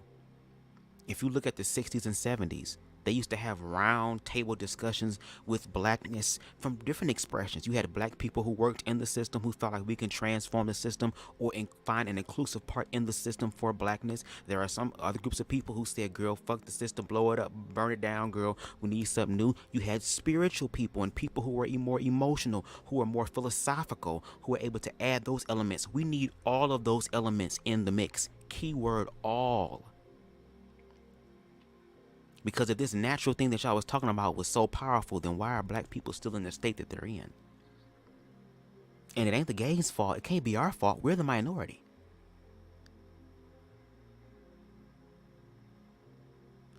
Girl. Exactly. And just because a motherfucker is his hetero doesn't mean they're equipped to lead. Just saying, hell yeah, look at the Umar Johnsons. Look at the Brother Polites. Look at the Tariq Nasheeds. Look at the young pharaohs. Fine ass. Oh, I told him myself. Sorry. I'll smash young pharaoh, bitch. Ain't no problem, bitch. You got that little tongue, bitch. Slop on my knob. Like corn on the cob, girl. Check in with me and do your job. Lay on the bit. Let me stop. Look at them. At this point, black people, we need some milk. He needs some milk. We need some milk. We need some egg. We need everything. We need some Robitussin, bitch. Because you know black people love Robitussin. Put some tussin on it. We need some of that. We need all of this. Because what we doing ain't working. So maybe it's time to include some other intersections into the conversation so we can advance as black people. It's so funny. You got black queer people that want to talk about blackness but also deal with the queer-phobia that prevents their blackness from being seen, girl. But yet you're talking about uniting with black people. Again, y'all want queer people to be like the black people on South Park, girl. Bigger, longer, and uncut as the goddamn shield on the outside. Bitch, y'all gonna gag when we death drop on the floor, girl. Shawam, and them bullets be flying past your head. I have a question for you, and if you can answer that question for me, I would believe in your stance in this situation. Now, do you want me to ask you the question? Go ahead. What's the question, bro? Okay. Can you name me one president that existed in the United States or elsewhere without a family? Okay, so again, this is the question. No, I don't even, to be honest with you, I can't recall hardly the last 10 presidents, to keep it real with you. So I have no idea who all had a family, who didn't have a family. That was the idea. Yeah, I can agree with that. Yeah, a lot of the presidents had family. But a lot of the people who voted for those people voted for them because they were able to do something for them. And if you have a good president, the good president will represent all people.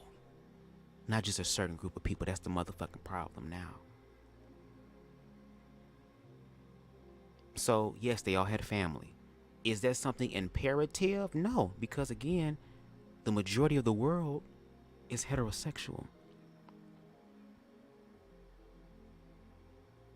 But it does not disqualify great leaders, because once again, Martin Luther King was a leader, but that motherfucking march on Washington would have not fucking happened if it had not been for Bayard Rustin, because no one could do it like Bayard.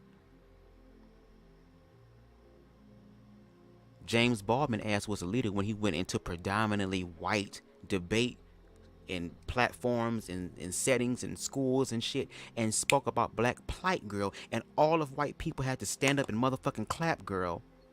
He was a leader when white people was challenging him about blackness during that time, and he was able to eloquently speak for his people, even though his people wanted him to put the gayness away because the gayness is seen as something that is detrimental, girl. Meanwhile, he the motherfucker on TV. He the motherfucker that can speak your goddamn thoughts, bitch, and he ain't fucking no bitch. Make that make sense? Again, when it come down to ignorant ass motherfucking opinions, and we gonna hear this shit a lot during this whole goddamn live. Since you still acting delusional, bitch, fuck you. Okay, you have a blessed night, baby. You're so weird, and I hope you never get that Goddamn serious. your night. I'm sorry. Goddamn your night. Fuck a God bless. Sometimes you reach a point where you just have to attack a bitch. Oh shit! I done fucked it up. Damn, I hit the wrong button. Black community, the survival. Okay, presentation, just so people can. I fucked it up, y'all. Why it's not considered a family. Now, you gave me a definition in the Western world, and I'm telling you, I gotta go back a little bit. Shit. It's people. But I asked you, can gay men have kids? I told you a gay So man. look, so hold on. Let me ask you a question. So let's say somebody's running for president. Let's say a black man. He's running for president. He's same gender loving man. He's gay. He's married to another black man. They have 3 black children. Is that a family? And he's running for president. Is that a family? In today's society, he will not be accepted. He will not be. His situation. His situation will not be looked at as a family. But he looked at it as a family. Why is it looked at as a family? No, why is it not? No, why wouldn't you said that would not be considered a family? So why wouldn't it be considered? Okay, I'll explain to you. It would not be considered a family because I'm assuming here right now, but the children the gay couple have are not their blood. Maybe they. I didn't say that. No. Let me. I never said no. Listen to what I said. I never said. So now we're getting down to bloodline, girl. I thought this was about blackness.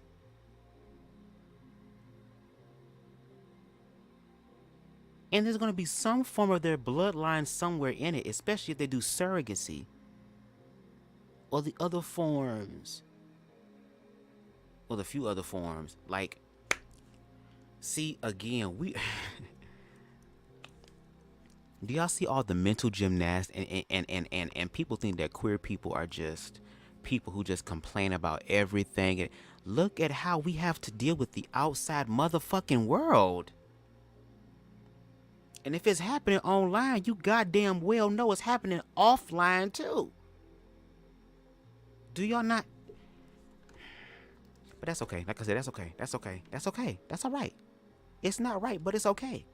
Because like I said, the universe is about to make everybody queer. The universe is about to make everybody black in reference to the oppressive energy. We all about to be human in this bitch. We all about to understand the other side. Since you don't want to do it in love, girl, the universe will push you in other ways for you to tap into that love, girl. Let's continue. They adopted children. I said they were his kids. But they were his. But biological kids. But that's why I said I'm assuming here because you did not make that point clear. All right. So no, because I'm finna show you. Okay, now go ahead. He had children. He contributed to the survival. He's his children, right? Biological children, and he happened to have a. So you're telling me somewhere down the line, his preference changed? No, that has nothing. A person's ability to procreate has nothing to do with their sexual preference. What?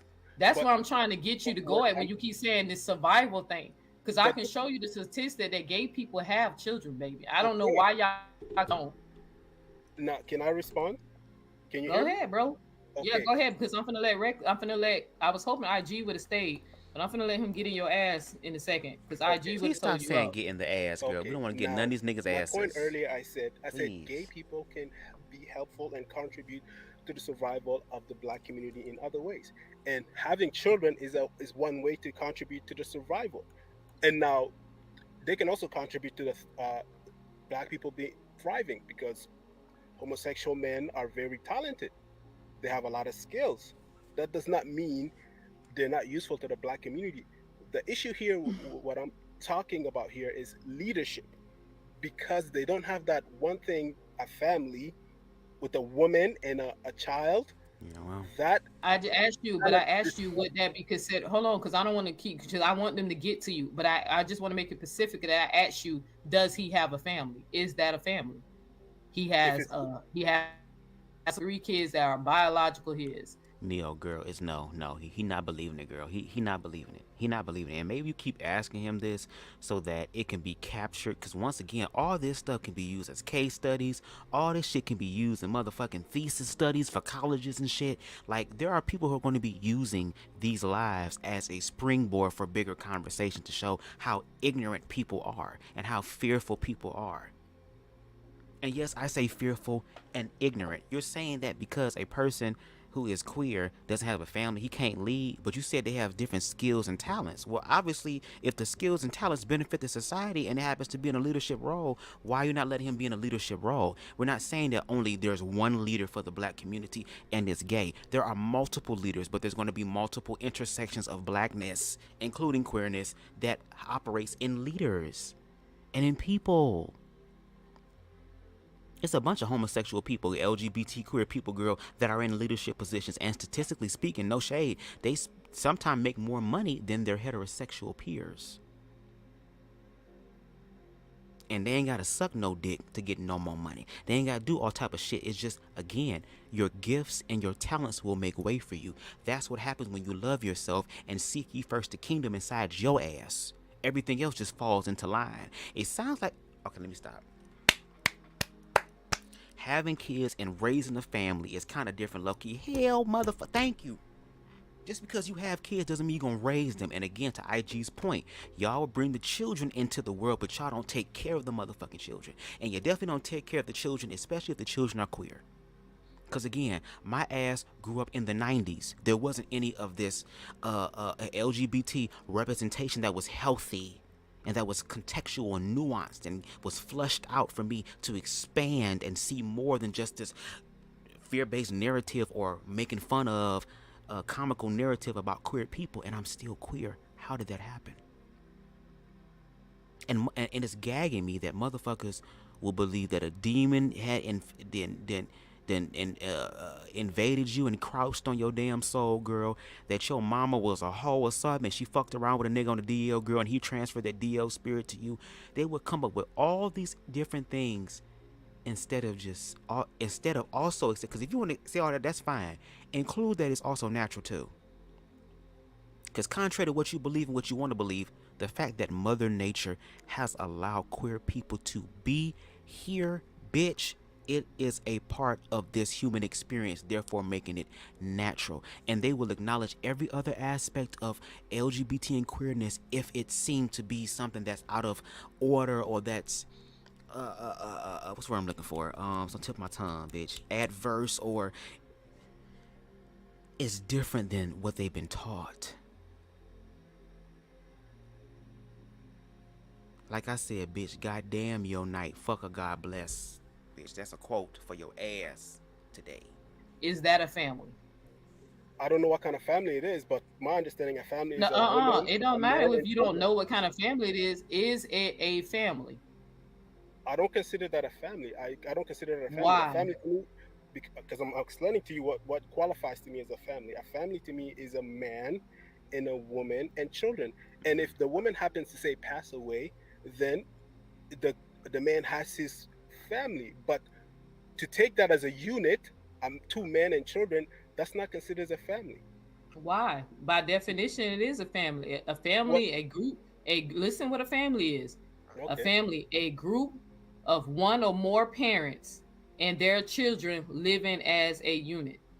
Okay, now that's the that's a factual one. That's an objective one. What about one, like he just said? You could lose your wife or your partner and still be a family. You have your children. What about grandparents and godparents? Are they not still a family unit? Let's take it deeper into the gay community. Even in ballroom, they have ballroom families. She just read the actual definition, the scholastic definition, girl. Okay, of what a family is. Now let's listen to his response. Definition here we have in a Western world, right? So he has a family. No, he doesn't. And he does by definition. He has a family. No, he doesn't. And let me explain myself. He doesn't have the traditional family. And let me explain to you. Can I explain? All right, go ahead. Then I'm gonna let Logic go. I mean, who want to go? Logic, Truest. If I could, it's fine. I'd love. I'm gonna have him go first because I wrote down a lot of things. I know, baby. Yeah, can you see I asked enough questions to get you ready? Can I make that point though? Can I make that point? Go ahead, brother. Why it's not considered a family? Now, you gave me a definition in the Western world, and I'm telling you, in the world at large, the number one population are Asians. The second are Africans. Then you understand? Western world is like 6% of the world population. And in the world at large, a definition of a family is a woman, man, and child. And they will not accept 2 men and children as a family. So when you're giving me... Who wants to stop that? The world. People in the world. What's the world, brother? The world is big. What's the world? The world is big. Let me explain to you. You go to Africa and you present that, they will tell you no. You go to Asia and you present that, they will tell you no. You go to Russia. That's and not you say, true about Africa. Hold on. That's not true about Africa. No, listen, bro. Bro. That's not true about Africa. And I actually supposed to be doing a discussion on that because first of all, Africa is a continent. It's a big ass continent. So you could think that all those people think the same and have the same cultures. I'm actually supposed to do a debate where I was going to show y'all a community of in Africa of a group of people community. They practice same gender loving. They raise the kids together. They have multiple wives and they're allowed to have boyfriends. And that they don't see. But ain't the queer people supposed to be the decisive ones, though? Ain't we the decisive ones, according to him? According to people, we're the ones that's dividing the community up. Is it the queer people dividing themselves, or is it the heterosexual people who want to divide themselves and exclude and push themselves away from queer people? And this is what I'm talking about. He's trying to justify not allowing queer people to self-actualize, especially if they do benefit from the... It's like you can benefit, but benefit in this way. Well, the way that y'all niggas benefiting shit, it ain't really working, girl, so maybe there needs to be something else there. And we're not replacing heterosexual people in the nuclear family. If anything, we're flushing it out because we're talking about Africa, right? Africa is the mother continent, right? All things were born out of Africa. All things were born out of Africa, right?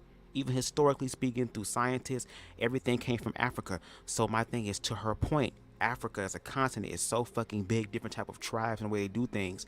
It's about, and fuck all the other shit. We talking about blackness in America. Okay? Blackness in America right now. Blackness in America needs some damn help. And even though I'm queer, I'm still black and I'm still subjugated under the same bullshit that everybody on that goddamn panel is under in reference to this country. We're trying to have conversations because we are in the West. So let's talk about it in the West too. We have to figure out how are we going to transcend shit here in the West. So to sit up here and say that queer people are not qualified to lead, that's crazy because the statistics will show otherwise. Y'all putting cap and putting limits on queer people, and I love that y'all do that because as you will see as we continue this live, girl, how queer people continue to break through those motherfucking limits and motherfuckers can't take. Again, girl, goddamn your night. Fuck a God bless. It as anything wrong because it's more about what makes a family is the community. Yeah. So that's not true. Yep. And if you want to put $1,000 on raise a child that and take that debate, I'll show you that. So you can't say Africa because if I show you one tribe, a country, or one group of people in a country in Africa who do not have an issue with same gender loving relationships, that debunks your whole theory. That's why I keep saying you keep saying world. What world? Just say there are cultures of people who don't see that as family, but that's not the whole world. Agreed. And I can debunk that because I laugh every time people keep saying African. And we can take it even to like the whole world excluding or besides African, again, in indigenous groups of people. You know, the people who don't have the cell phones and the TikToks and the Instagram that y'all say is just programming people's motherfucking mind to just be straight and then hop on the dick, girl, and jump on the clit like Kaya, bitch, when she was looking like Static Shock on that goddamn album cover, then what do you then say to the Native Americans who once again honor LGBT plus expressions and even see trans people as too spirited and a spiritual girl? Like, queer people are here. They've been here. We've been here. We're not going anywhere, girl. We're a part of this experience just like you. So we gonna have to just figure out how the fuck we gonna survive in this bitch together.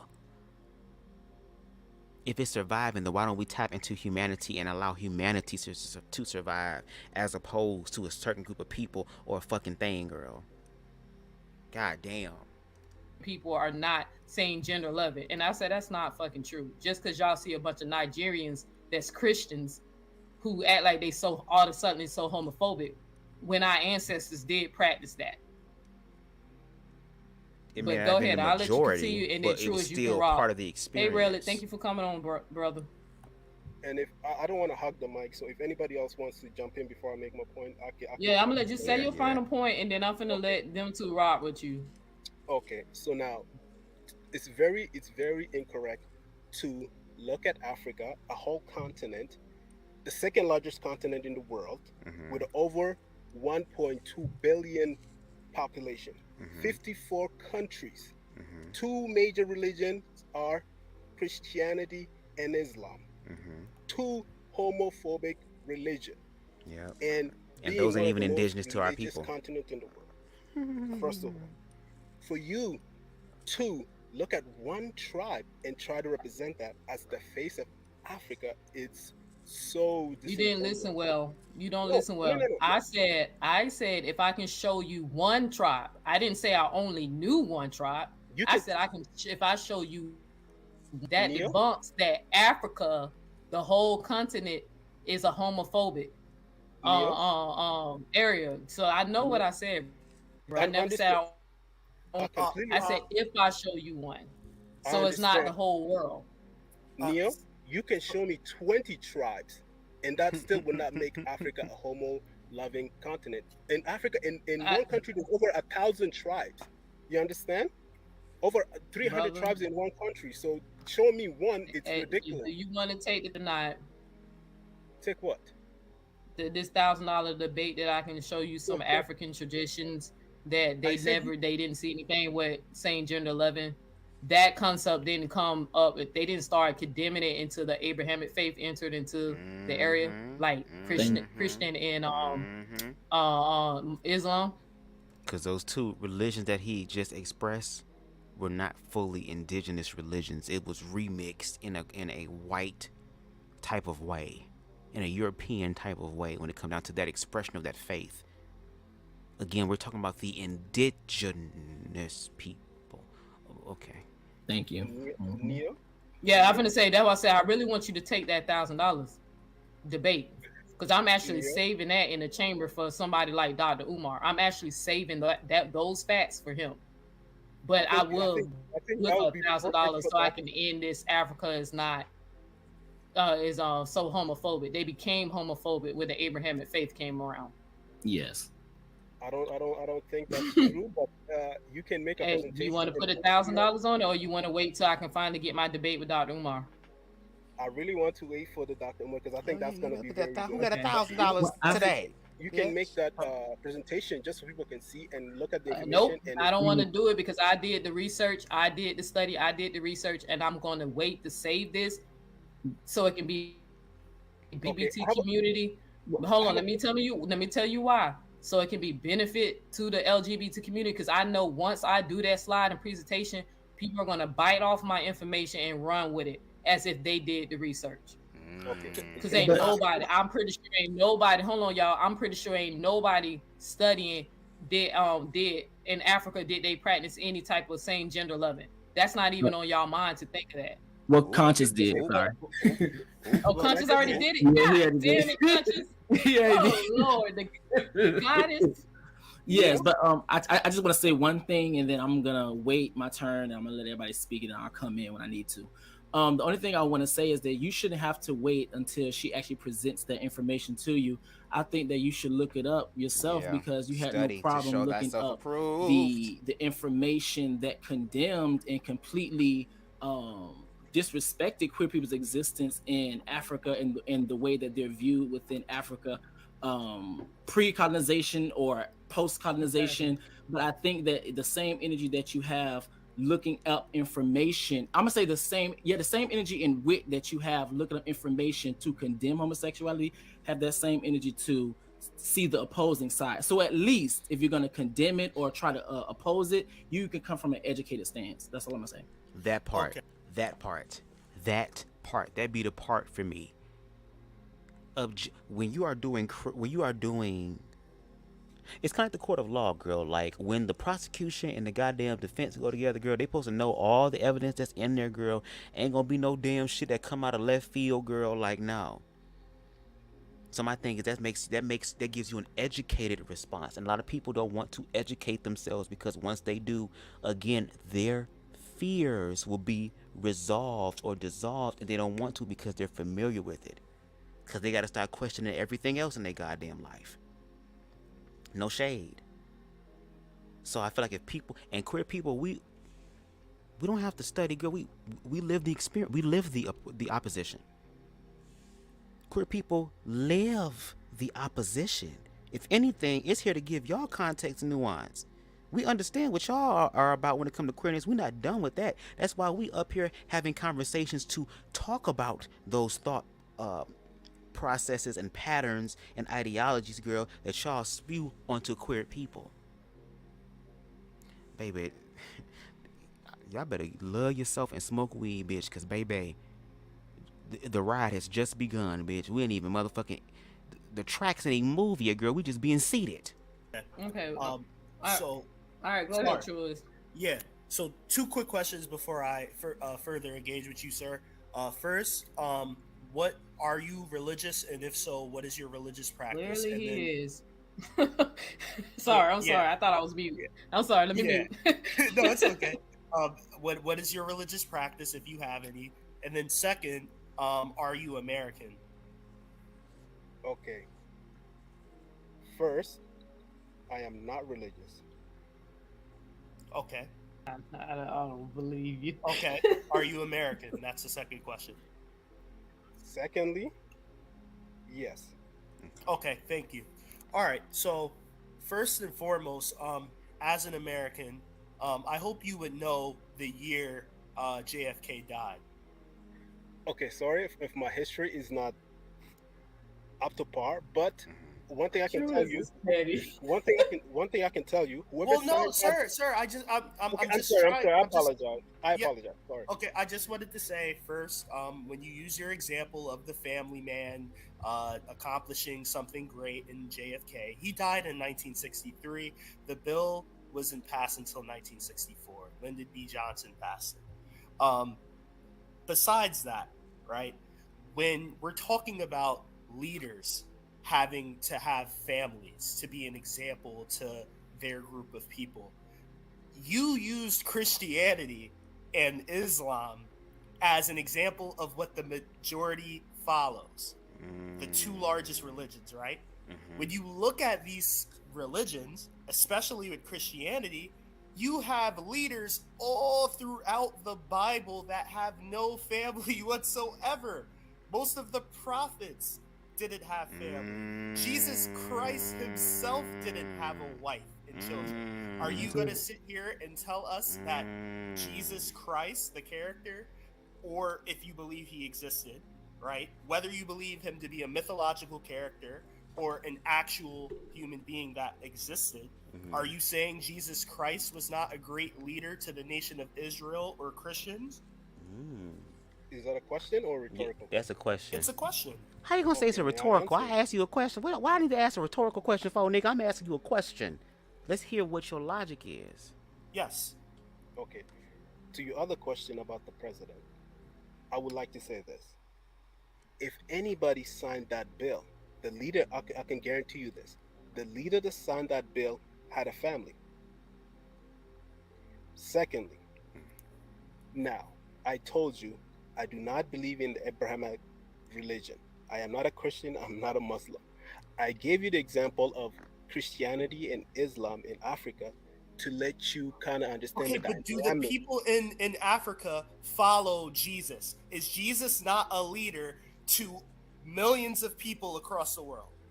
Yes, Jesus is probably one of the popular beside Muhammad, Is right? Jesus not the largest leader on the planet right now? Whether he was real or not. No, but he is. But to me, that's irrelevant because I don't follow that. It doesn't matter what you think because But you use that example. So now he's using that same example to again bring context and nuance to help you understand a little bit more how you're saying that these people, in order to be a leader, you have to have a family, and that and the fact that the Abrahamic faith and Christianity really pushes for family. And you're saying that, well, not just black people, but just all around the world. And then they brought up the whole context of using Africa as an example and how Christianity and Islamic faith is very much dominant, the top two religions there.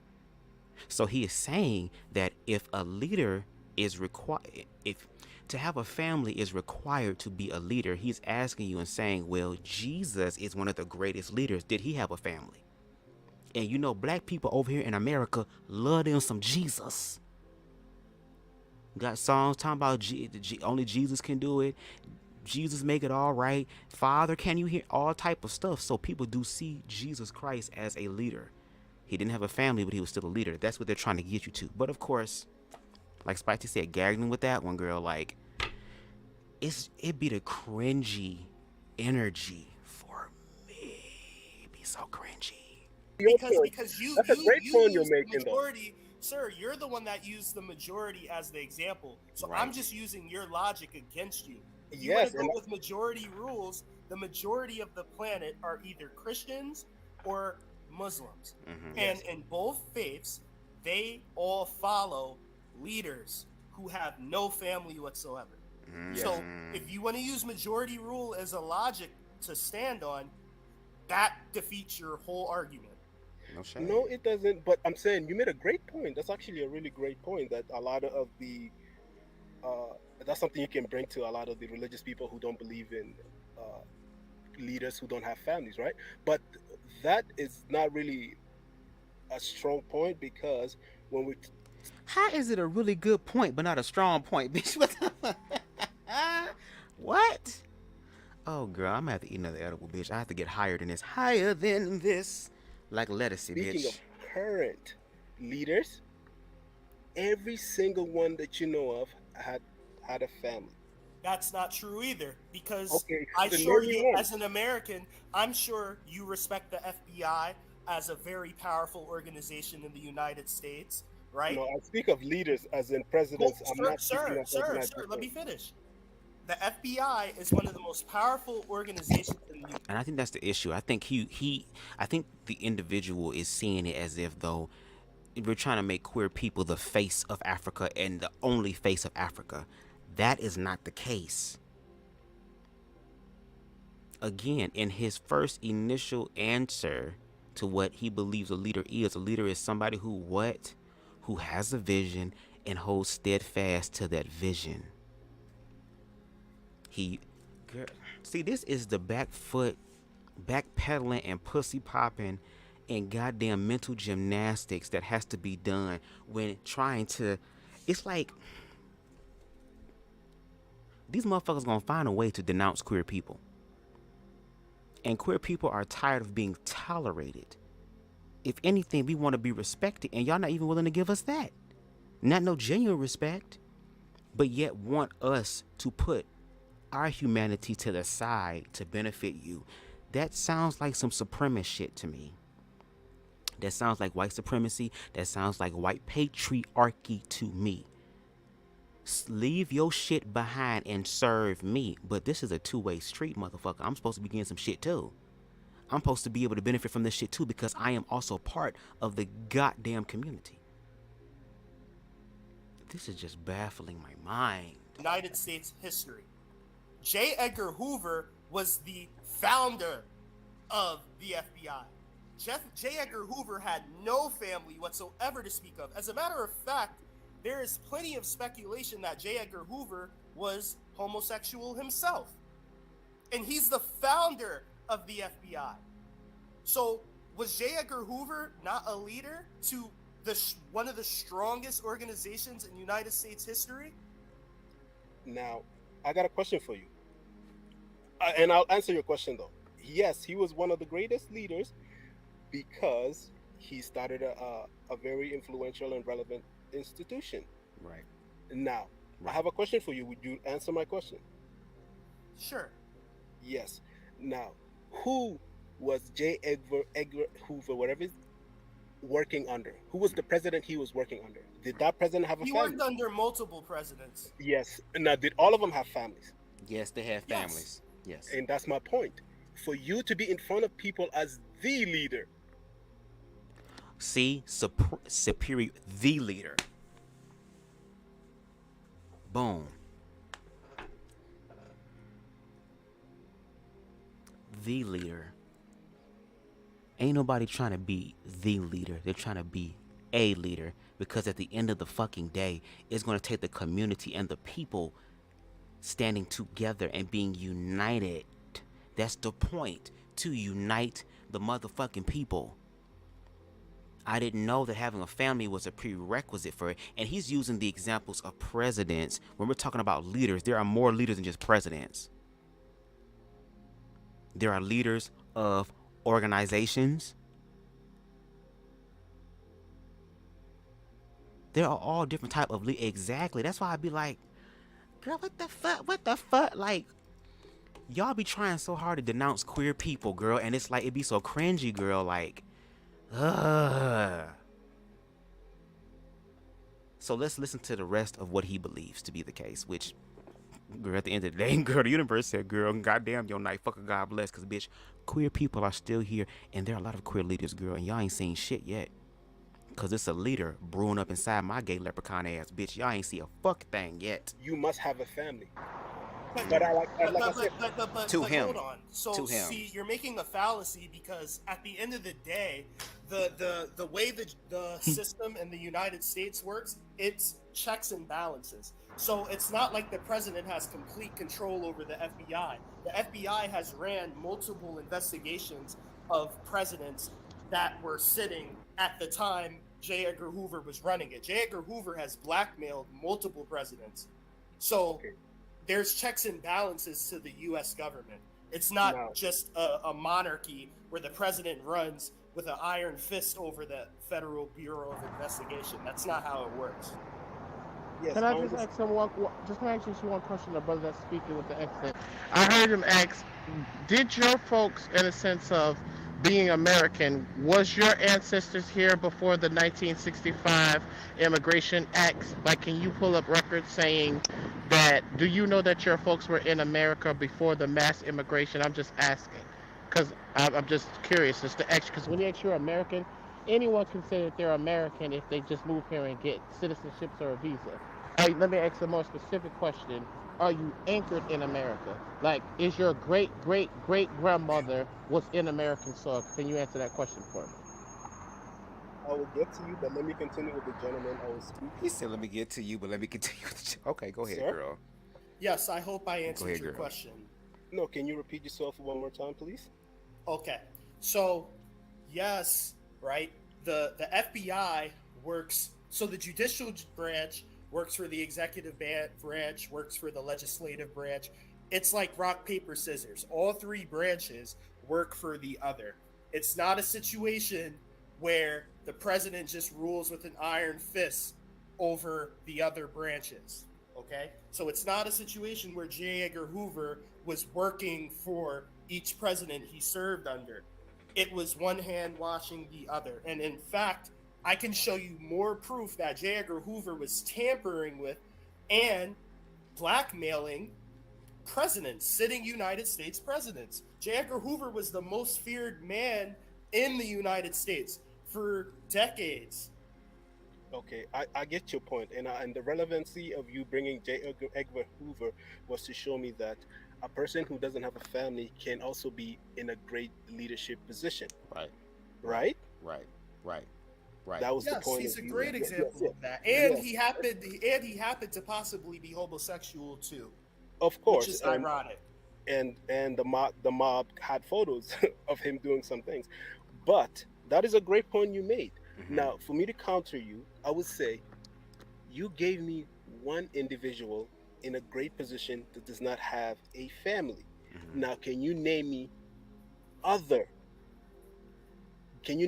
two more in great leadership position in the United States? And I'm aware of the check and balances. You have the executive, the legislation, or the judiciary. I know that there's 3 different branches that have their own power. All right, before you answer that, y'all, because I want to keep the conversation going because we got people waiting. Before you answer that, what's his name, Joe? I just want to say it doesn't matter if he can name 1 or 1,000,000. We're just trying to get you to see that what you believe is the qualifications and the standards a man must have to make a great leader is not true. Because he just gave you an example of a great leader who didn't have those qualifications that you feel they need. Do you kind of get where he's going? Yeah, it's like no matter what, queer people can be leaders regardless. Whether they have family or not, family is not really imperative for you to be a great leader, especially if you know how to motherfucking do what's going on, because there's a lot of motherfuckers who are leaders and have family, and look at where the fuck we at now. So once again, it's about the actual person being able to accomplish and address the plights of different type of people, hopefully everybody, if they was a good president or whatever, or leader, to be able to make sure that their community thrives. An actual community, which means you have to get to know people in your community. I'm pretty sure everybody that lives in my neighborhood is not straight. I'm pretty sure it's some gay niggas, it's probably some lesbians, it's probably some trans people. I don't know. I don't walk around my neighborhoods like I want to even see. So again, okay, good, let me shut up. Trying to school, it's like, I don't really want y'all to stay on this too long, but he gave you an example of 1. 1 is enough. We don't need 10 or 20. It debunks your whole theory of what qualifies a man to be a good leader. No, you did not understand where I was coming from. Can you hear me? I can hear you, but I want to move on. Like, I'm just real quick, y'all wrap it up because I want to get to Logic. I mean, Reckless. I'll let the other brothers speak. I'm done. But okay, good point, Truist. You always come with that, boy. I don't know why you don't debate, Truist. You start getting paid for it. I try to, but nobody ever wants to take me up on one. Can I make this you a beast, bro? Go ahead, Joe. Please wrap it up, and then I'm gonna let Reckless respond to you, and then I want to get the Relic and the IG because you keep dropping in and out. I don't know if you're having a bad signal, but I think Joe didn't want to answer your question, so we're just gonna hold on to that question that you asked him. Okay? I kind of figured though, because I'm not xenophobic growing up in New Orleans, but I can tell that the way that his perspective is, it's something that most people from the continent of Africa or Caribbean who dealt with their Spanish and French colonialism, they have a very much right-wing conservative way of seeing America, and that's because they don't share the same Black American experience. I mean, I could tell that. That's what I'm saying. When he answered that, I wasn't expecting him to answer it, but I knew the answer without him answering. You see what I'm saying as to why he has this right-wing conservative. See, contradiction detected. What you mean? American Elaborate. Versus people who are ancestors who are here before the 1965 Immigration Act. Okay, good point, brother. All right, go ahead, Joe. Wrap it up, and then I'm gonna throw it to Reckless. Okay. Now, my point I can here just was, tell, like, it is giving that, and that's why I kind of wanted him to. Ag, I don't know if you can hear me, but your internet is real bad, and I think you might be delayed by a couple of seconds. Yeah. So you might want to. Yeah, you might want to come back in and go out, but you delayed by a couple of seconds. Go ahead, Joe. Thank you. Now, my point here was not that men who are homosexual or females who are lesbian don't have abilities and are capable of leadership. That is not my point here. That's not what I'm arguing. What I'm arguing here is that to be a leader for the community, like the one everybody looks at, you have to reflect the community, majority of the community. The majority of the community are heterosexual. But shouldn't the majority be black? Isn't that the goal? Black. We're talking about blackness, right? Blackness before gayness. Blackness. Black. Okay. If a person is queer and they still contribute to the society, why are we still talking about this? If a queer person is able to get the job done, why is there a problem? Oh, because he don't have a family? Isn't the purpose of being a leader is to accomplish your goal and your vision? I didn't know that you need to have some pussy and some other shit on the side, girl, in order to achieve the vision. If anything, I'm a leprechaun, girl, and tall people love me. I didn't, girl. So do I have to be 6'5" to be able to talk to motherfuckers, girl, in order for them to realize it? No, girl, my ass is 5'2". I'm a leprechaun, girl. Magically delicious in this bitch. So my thing is, if that's the case, in his opinion, which I hate the word opinion because people get up here and talk their opinion, girl. Don't be backing it up, girl. You have to have more than just an opinion for it to be an educated response. Okay? I need us to dig deeper, girl. I need us to go deeper. We need to deep sea dive in this BI.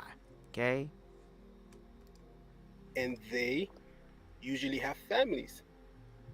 And they look at men, women, and child as the smallest unit of that community. So for them to have a leader, they usually prefer someone who has a family they can relate to. Now, gay men or gay women having capabilities of leadership, that's idiotic to say that they don't. Right?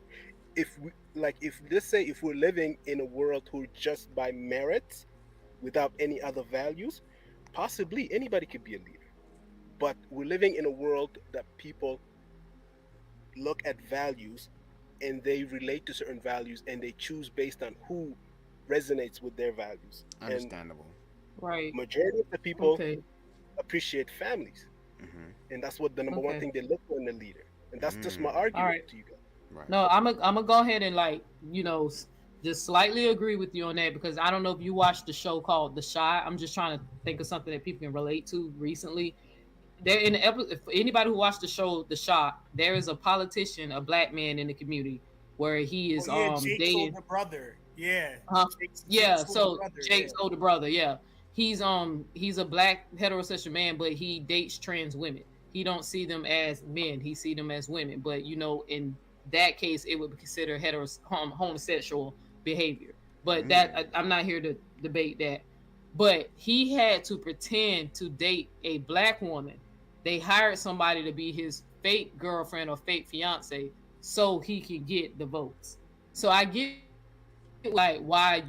what people are looking for in these leaders. But unfortunately, he was a great leader, but he had to hide his sexuality. And then, just not the spoiler alert, eventually he just said, fuck it. He's not going to lie to the people because he's not a liar. He wants to show the people exactly what they're getting. And again, look at the black queer people who have contributed to blackness and how, once again, they were told to put, just like the church. That's why they brought up the Abraham and fake and all that stuff, because even in the church, gay man, we will use you for your talents and your gifts and your time and your tithes. Come direct my choir. Come play the piano and the organ. Come sing the damn songs. Help usher in the atmosphere for the goddamn people. But as far as your humanity, the one thing that Christ really wants to tap into and really wants to love on, leave that outside. It's literally like the same thing. And I get it as far as this image of what a family is and all that type of stuff, the image of a family. But is this person who has the image of the family, can he get the job done, or is he pandering to people to try to, like the example they said, to get the votes? Because at this point, should you want somebody who can get the job done, look at where the fuck we at. At this point, I don't think we get to be beggars and choosers, bitch. Anybody that can step up to the plate, girl, and actually help accomplish what the fuck a lot of us are struggling to accomplish collectively as black people, put that motherfucker up front. As long as that motherfucker ain't hurting himself or other people. Just like Neo-x said in The Shot, whatever the name of that show was. He is a great leader, but people were not willing to access and honor his leadership ability because he was attracted to trans women. The dumbest shit I ever heard of in my fucking life. Does your family end up not being a family anymore when somebody who is a leader doesn't have a family, girl? Okay. All right. So, but go ahead, Reckless. Because girls Alrighty, players I too. wrote down a lot of things, so I'm just gonna go through them. I'm and sure you did. So the first thing, the thing that gets me with this whole leader conversation, like it gets me because I'm like, okay, leader. Okay, so where are we going? Where are we going? Where's the map? Where's the destination? Where's the GPS system? Where's the route? Where is the coordinates? Like that whole leader conversation really, is very funny to me because they always talk about lead. But a lot of times when you start to progress that conversation, there's no quote unquote effective plan put into place or an effective plan that's thought out that includes all shades and nuances of quote unquote blackness, which means there could be black woman, black man, black trans, black queer, all of those shades and nuances of blackness. Now you did say that you want people are looking for something that reflects the community, which I think is very interesting because it's like, okay, you want somebody to quote unquote to have a family and reflect the community, but I think that would be kind of asinine, or I do believe that I have to question, what do people really want to reflect? Because yes, we can name a lot of black leaders who do have families, but we can also name the exact same black leaders that cheated on their wives. We can name the exact same black leaders that beat their wives, that sexually assaulted their wives. So if that is the case, if the qualification is strictly having a wife, then I think a lot, and I mean a lot, of black leaders would not be on that list if we just start to go more in depth in that conversation. Now, you did say earlier that in order for you to be a leader, you must have a vision and stay true to the vision. Queer people do that all the time. Yes. Now let's get into this whole. Now I'm gonna say this in terms, because I'm just gonna be honest. The whole gay men not being able to lead and blah blah blah blah blah. Here's the thing. I'm just gonna be honest. I'm gonna call it for what it is. The reason why, whether you want to say it or not, the reason why you don't see gay men or quote unquote they can't lead. Now you can try to dress it up for them not having a family, but they can't lead because you view them as feminine. And this goes to one of the reasons why when queer people are insulted, they're very the name choices are very feminine bound. Like sissy, punk, the bitch, those words like that, because a man sleeping with a man does not make you a real man. And remember, y'all, earlier in the genesis of this conversation, I literally said and was talking about how male and man, when it comes down to heterosexual cisgender people, y'all pick and choose when y'all want to take it away and then when y'all want to acknowledge it. But I will say this. So yes, like when it comes down to the whole gay men thing about them being reason why you don't think they could lead, whether you want to say it or not, is because you view them as feminine, and femininity in a lot of people's minds is equated to weakness and also equated to docile, not strong enough. And the thing about it is that this also goes to the conversation why a lot of times men don't believe or have the strong stance of women not leading because you're weak, you're docile, you can't handle it. But the thing that's very insane to me is that anything feminine or female in the animal kingdom, since a lot of times when we talk about the hierarchical structures and the way that us as humans and also as animals and mammals operate in the animal kingdom, is that anything female in the animal kingdom is very aggressive as well. Lions within their prides, the prides of the lions are ran by the females, the lionesses. The lionesses make all the head decisions. There are a lot of animals that hunt for the food. That's the reason why even when it comes down to mama bears are way more aggressive than the male bears and stuff. So this whole notion thinking that femininity is just this weak, docile thing, we have to stop that, because that most definitely will screw our perception and the way that we view things. Now, I agree with that, baby. Come on now, and I'm pretty sure they're gonna say, well, again, human beings were above nature, but nature is a thing that's not pressed by man, right? That's not indoctrinated by man, right? So again, when we look at the context and nuance of nature, shout out to Reckless for that. That is true. Even with, like, for example, praying mantises, girl. After a male and female praying mantis get done fucking, baby, she eats the nigga, devours him whole, girl. So again, usually the females are bigger than the males. Let's talk about the queen bee. All the male drone bees protect the queen bee. Like, the context and nuance. See, what he just said was like a root issue dealing with toxic patriarchy. Okay? This ideology that women are weak or that the feminine aspect is weak, when the feminine aspect is really equal in this bitch, because again, it takes both the masculine and feminine energy that transcends all these labels and expressions that is important. So shout out to him using nature. Now let's see how the conversation is going to shift and shit since he brought in nature, which once again, nature is not influenced by man, right? Nature is nature, going to always be nature, correct? All right. Yes. This whole Africa thing, I will say this, that when it comes down to Africa, them being homosexual or engaging in homosexuality, pre-colonization, that is true. Homosexuality in Africa was well accepted because, for one, we were a very loving people. We loved each other. We were very accepting. We were very open to each other. And after colonization, homophobia, which is hate, was introduced to Africa. Right. To what now we're very divided amongst each other. And guess what? What's the colonizer's main goal? To conquer and divide. And how can you do that if you have people viewing each other as either less than or it's freaks of nature? Right. Now, in terms of this whole procreation thing, I'm gonna say this.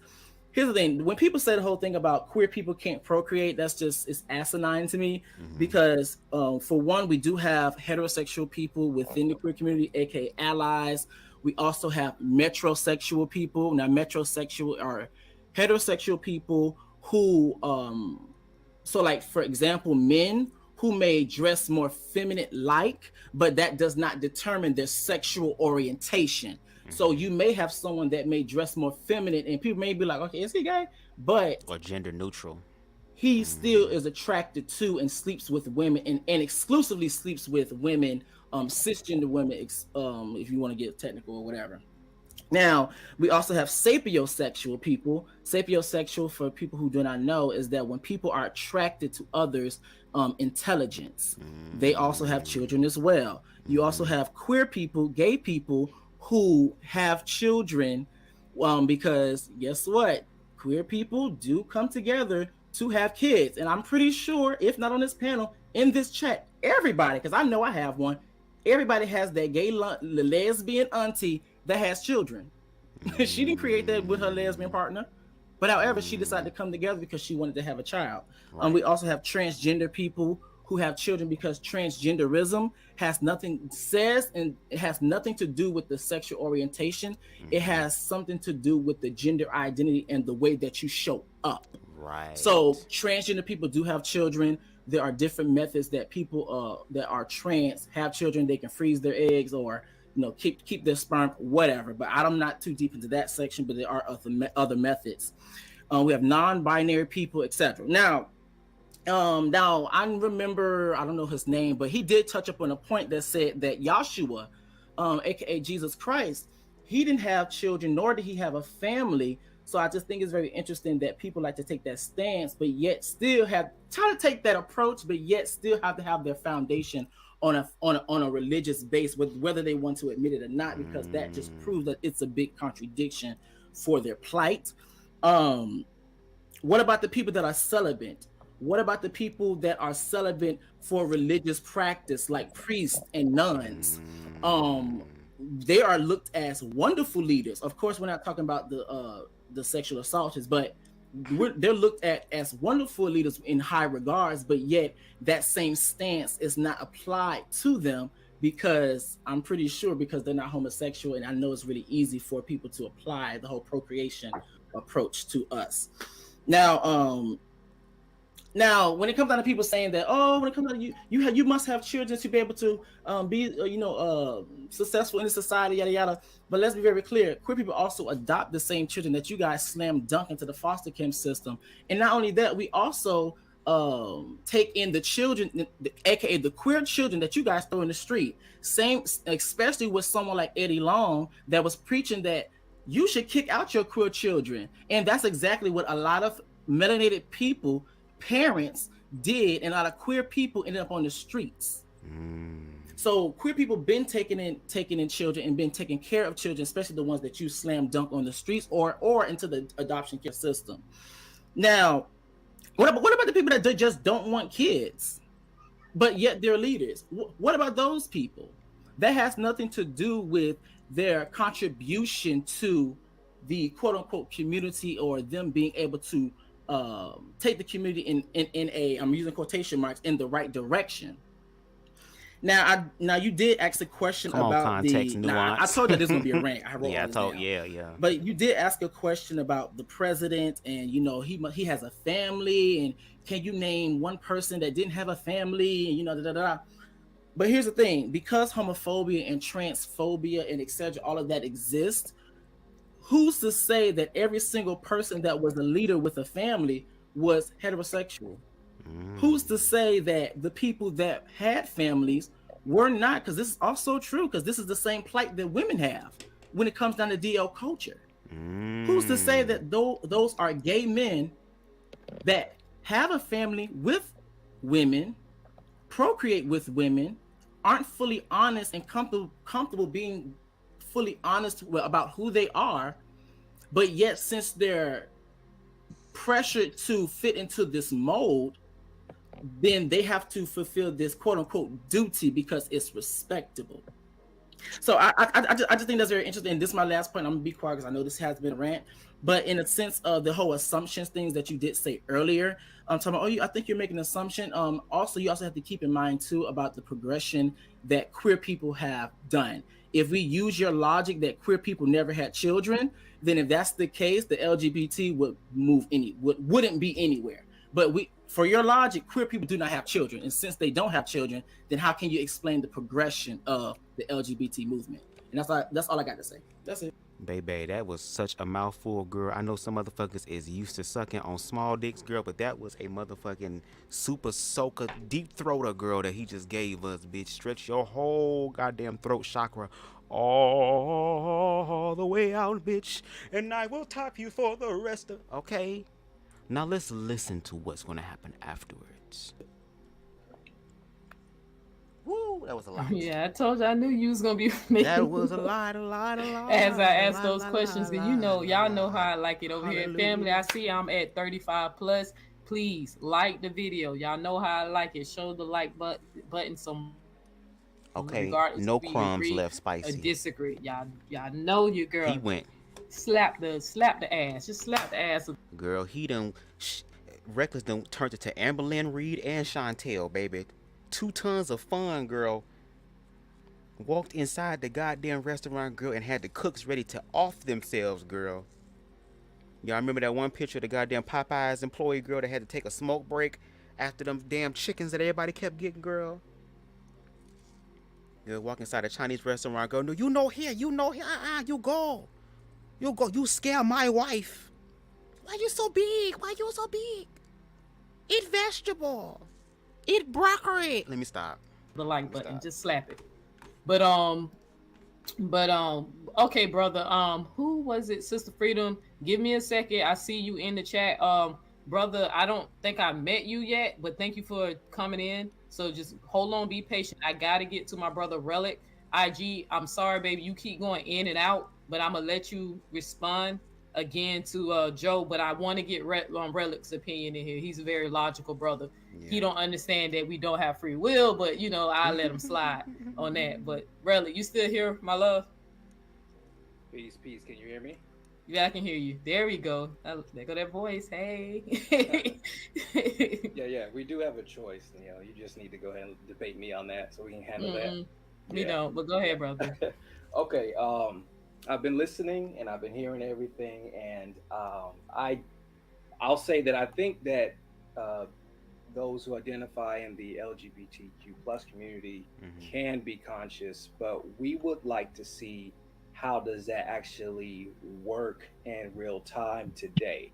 One of the major topics, hot topics, I guess we can say, and I would like to hear from a conscious person in the LGBTQ plus community.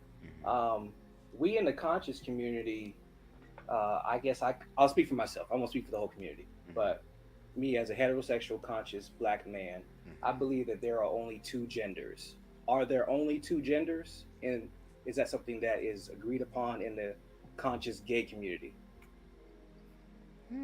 Are you asking me this right now, or are you going to continue? Yeah, on he your, said he said he. Do you want him to answer it now, Relic? Because I know you said you want somebody from the community that's conscious. So I would throw that to either Logic, Reckless Logic, or on IG. So yeah, you can answer that now. Great. Which one of y'all want to take it, Reckless or IG? Which one of y'all want to respond to that? I'll take it. Well, I'm gonna say my personal opinion. In my personal opinion, who's to say? Because once again, genders, and we're not talking about sex. There's a distinction between your gender and your sex. Your gender is the social construct. So whatever people come together and agree is quote unquote acceptable, and this is quote unquote go to said gender, then only God knows. But that's not really my forte, only because of the simple fact I'm not trans, nor am I non-binary. IG, you want to make a quick comment on that? Because I'm sure you got an interesting way to explain this. Let me give me like 2 minutes. I'm about to get to my spot. Unless y'all can hear me now. We can hear you. Can y'all hear me? Or? Yeah, go ahead. What he was saying, I'm sorry, I missed the question because y'all had came out. What now? What was the question again? Really, can you? Yeah, sure. Question real quick. Yes, I sure can. Are there only two genders? No, just because it depends on the perspective of which your national origin is. If you're dealing with Western European constructs under patriarchy, then no, there isn't. If you deal with American Indian, Western, indigenous cultures, yes. And South Asiatic cultures, yes. There's more than one expression of masculine, feminine, regardless of your sexes and your anatomy. So it's a perspective. It depends on which perspective nationally where you're at, if such thing is recognized. It's not a one size fits all. Oh, okay. Yeah, I'm sorry. I was. Yeah, sure. Go ahead. Go ahead. Thank you. I appreciate it. I'm gonna both answer your question and respond to the comment Black Lion made because it's the same thing. Black Lion. Wait a minute. Is that the same Black Lion girl that was on Lance Skur's show back in 2017, bitch? I just realized is it that Black Lion? Oh shit! I hope he hit the comment. Hit the link. He said biology 101 completely disagrees with you. Well, I was. That's exactly what I was going to say. I was going to say I'm speaking more from a biological standpoint. I'm gonna address that, and cool. I'm just like yourself. I'm a heterosexual male that would consider himself a part of the conscious community too. As someone that is currently in school and studies science, by the biological explanation of what we are, that refers to our sex. As the first brother that spoke cleared it out, gender and sex are two different things. Gender, that is a social construct. That is something that is subjective depending on the culture and community you are a part of. Right. It's defined in different ways. Right. It is a part of an overall psychological and social construct. Your sex is what biology studies. Gender is not scientific at all. And I will be willing to debate anyone on that. Gender is not scientific. Sex is scientific. The personality traits that we psychologically attribute to genders, such as man and woman, that cannot be explained by science. Sex is what's explained by science via biology. And we have a gender non-binary person on the panel right now, but before I let Yeah, you, I just saw your comment in the back. But hold on, IG. I just saw your comment on the Retro Dutch. Please be patient. I definitely want to get to you. I saw your comment in the private chat. But IG, go ahead and wrap it up because I just want to get real quick to Sister Freedom and then. Yeah, but totally agree with that because, and I've said this over and over again, the way that we infantilize women and socialize females, it goes against biology. There's nothing in nature to where females and males are depending on each other outside of procreation. You're not the ideal of woman needing a man to take care of her. That isn't a male. Of a male taking care of a female. That's not biology. That is social construct. So when you even if you take trans out the situation, the way that we socialize males and females and man and woman goes against biology. It goes against nature, because females and males are codependent and independent on each other. Carnivores are not waiting for carnivores are not waiting for female carnivores in certain traits to do the work for them, and vice versa. So that's one thing I just wanted to say. Yes, the way that we socialize gender is against biology. But go ahead. Yeah, I understand that there's we may use different terminologies, and I want it to be on the same type of what do you say, thought process in this. So I'll change from gender to sex just for the point of a conversation. Yeah, I do disagree though. I think gender and sex has some mutual connectivity. There's some continuity there, but I will for the sake of the conversation adhere to the idea of the sex. So are there only two sex then? Interesting question. At that point, it'll be, I guess, for the sex, sorry, male and female. Yeah. What was that? Can you repeat yourself?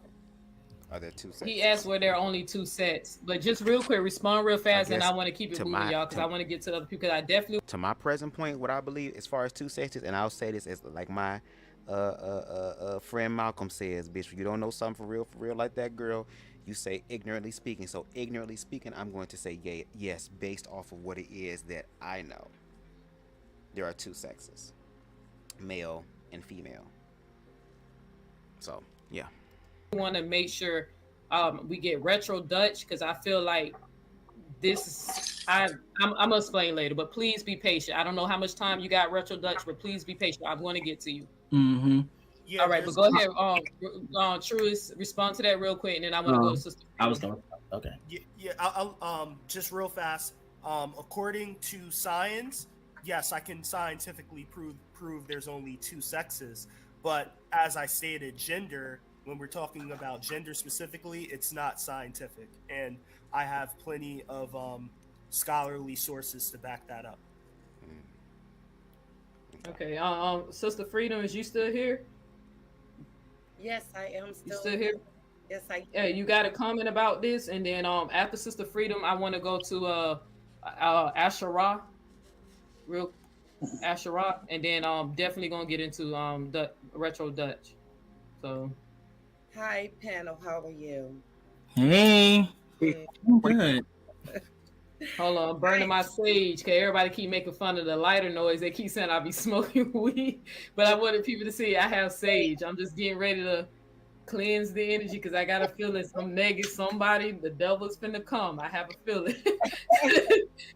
Not you, Sister Freedom, not you, babe, but you know.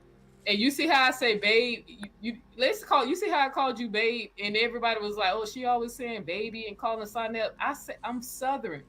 I call everybody babe and boo and love. It's just a term of endearment. Like, it's not that serious. But I just want babe and love to everyone. So I want to say this. I know that it may appear that it's two sexes. It may appear that way. But I think that really, there's more men that claim to be heterosexual, okay? Because you're walking around here with pants on that act more like women than men that claim to be homosexual, okay? They have a lot of estrogen and they make claims like they just hate women. Okay, so the thing that I'm trying to say is, do you really think that a man that comes on this earth wants to be a woman? I don't think that. So I think that if someone has those traits and is going that way, that's just who they are. I think that scientifically in the womb, you start off as women, and something happens and you are just, you become a man. So actually you probably just a messed up woman. You just a girl, you just a messed up girl. Okay, and you just don't, you have nipples and you don't, and you can't use them for nothing, and so it causes you to be a stronger female.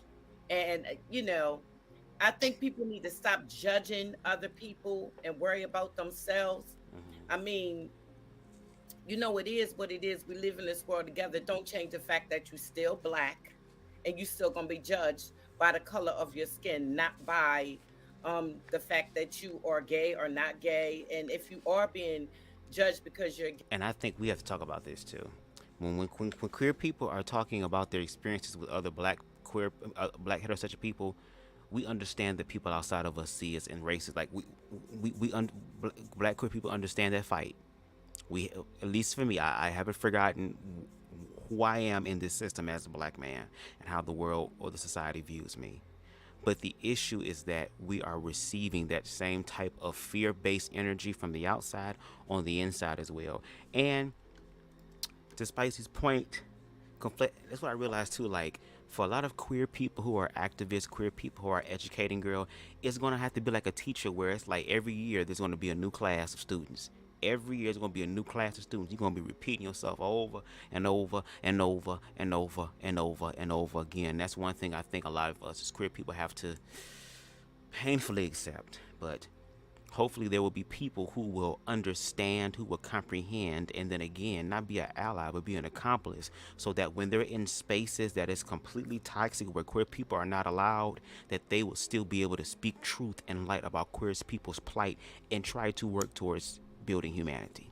So, girl. Hey, then shame on you. Or I don't even really want to use that word. I don't even know what to say about it anymore because I'm a mother and a grandmother. It's hard for me to be, you know, I'm ignorant and say what I don't want, and you know what I mean? But it just is what it is. We have to learn today how to stick together and love each other. Right. You know what I mean? Right. This about, you can prove that it's two sexes. I mean, really, if you want to get down to the get down, we can look at it scientifically and find that you just a messed up woman. And you just have a deep voice because it just happened to be that in the womb. How was it, Neo? That it was an XX. And yeah. When I was messing with the men, when I was talking about the nipples, I said everybody starts. Science says, and it is, and they can look it up. Science says that all mammals start off technically female. It's X chromosome, and then the X mutates or drops the legs and then turn into a Y, and that's. I mean, the mammal. You look at Dr. Delbert Blair. And he gives a good synopsis on it. You just look it up. I'm just saying, of course, we all need to stop being prejudiced because a great friend of mine, and you know, may the higher powers and the ancestors rest his soul, very close to him. You know what I mean? And I would take up for him if anybody did anything to him. I was glad that I had the opportunity to, you know, interview him, and he was very conscious, and he was homosexual, you know, and I wish I could hold him today. You know, I have family members that are homosexual, and I wish somebody would do something to them. So, you know, and you know that in your own families, you know, you have members that may be homosexual. I mean, just think about what you would do if somebody did something to one of your children or a family member of yours that was homosexual. I mean, really, we need to think about that. And just think about, you know, your ways yourself that may be feminine, or what somebody has said to you that you might got feminine ways. It's because you're probably really somewhere inside you a girl, not being smart. But, you know, there's some people that that's like really, really manly, and there's some people that just argue and act like, you know, that's just the way it is. And there's some women yeah, like assholes. and and there's women like me, of course. And people say that I have masculine ways. You know, it just is what it is. Now I walk around with 6-inch heels on, lashes, all of that, but I still have the ways where people say that because I'm a Taurus, that I get straight to the point and I might be masculine. Like so aggressive, yeah. Like those are only judging each other. And like aggression is the only thing. Like though, again, we classify these characteristics only to a certain group of people, as opposed to allowing human beings to just be fucking human beings. Like, come on. You know, just start loving each other. That's it. Yeah, that's true. I just want to make a light joke about it because it's funny how when people do look at your energy and your persona. And you know how it is for me over there in Sarnetta. What's the number one thing they say is acting masculine? Neo is a man, or Neo's really a boy. They like calling me a boy over there for some reason. And this the funny thing, a true story. And if anybody in the chat who actually knows me personal, say that I'm lying if I'm lying. I dress like a boy, tomboy or whatever, but I act like a whole female. Like if y'all can see my nails, my personality when I date, you know, and it's nothing wrong with what you embrace. You are what you are. You are who you are. But it's so funny because when they see me, they be like, "Oh, she act like a nigga, or she act like a boy." But the people who don't dated me and my family, I'm very like I don't act like a man at all. Yeah. My emotions, the way I term it, is very consider what they call feminine, normal feminine behavior. I would let a man pump my gas. If he wants to take out the trash, I let him do it. You know what I'm saying? If something heavy, I do not try to compete with the. Hey, this is heavy. Can you help me out? Can you get this for me? Like it's so funny because they say I look like a boy, but I don't act like one. And like for is what they call the behavior, how a feminine woman, how a man would act. I barely watch sports. I'm only watching the Super Bowl because I like the halftime show. But neither one of my teams is there. My favorite sports is boxing. I don't know nothing about basketball. Like the closest thing that I think if you must label me as that, is I'm into hip hop music. That's like the closest. Like I'm being honest. When they try to talk to me about sports, I just scratch my head, but like, well, my favorite sport is actually boxing and MMA fighting. Mine too. You know. So, but it's so weird. But I'm gonna go ahead and go. Who would think? Ask a question. I just wanted to share that with y'all so y'all can kind of get an idea how dumb it is to judge someone by the outside of how they look. So, but all right. So, did he leave? I think he dropped off. I knew I was taking too long to get to him. Neil, can I see this? Looks are so deceiving. Would anybody think that I had a daughter that would be 42 years old this year? No. So looks are deceiving. You know. Can I ask a question? Sure. Hey, look, Neil just admit she just wasn't her. She just, I guess they were trying to say she just want her booty rub. They said wasn't, but want her booty rub just like any other woman. And I like to be held, and I like to. Nah, I love rubbing booty, bitch.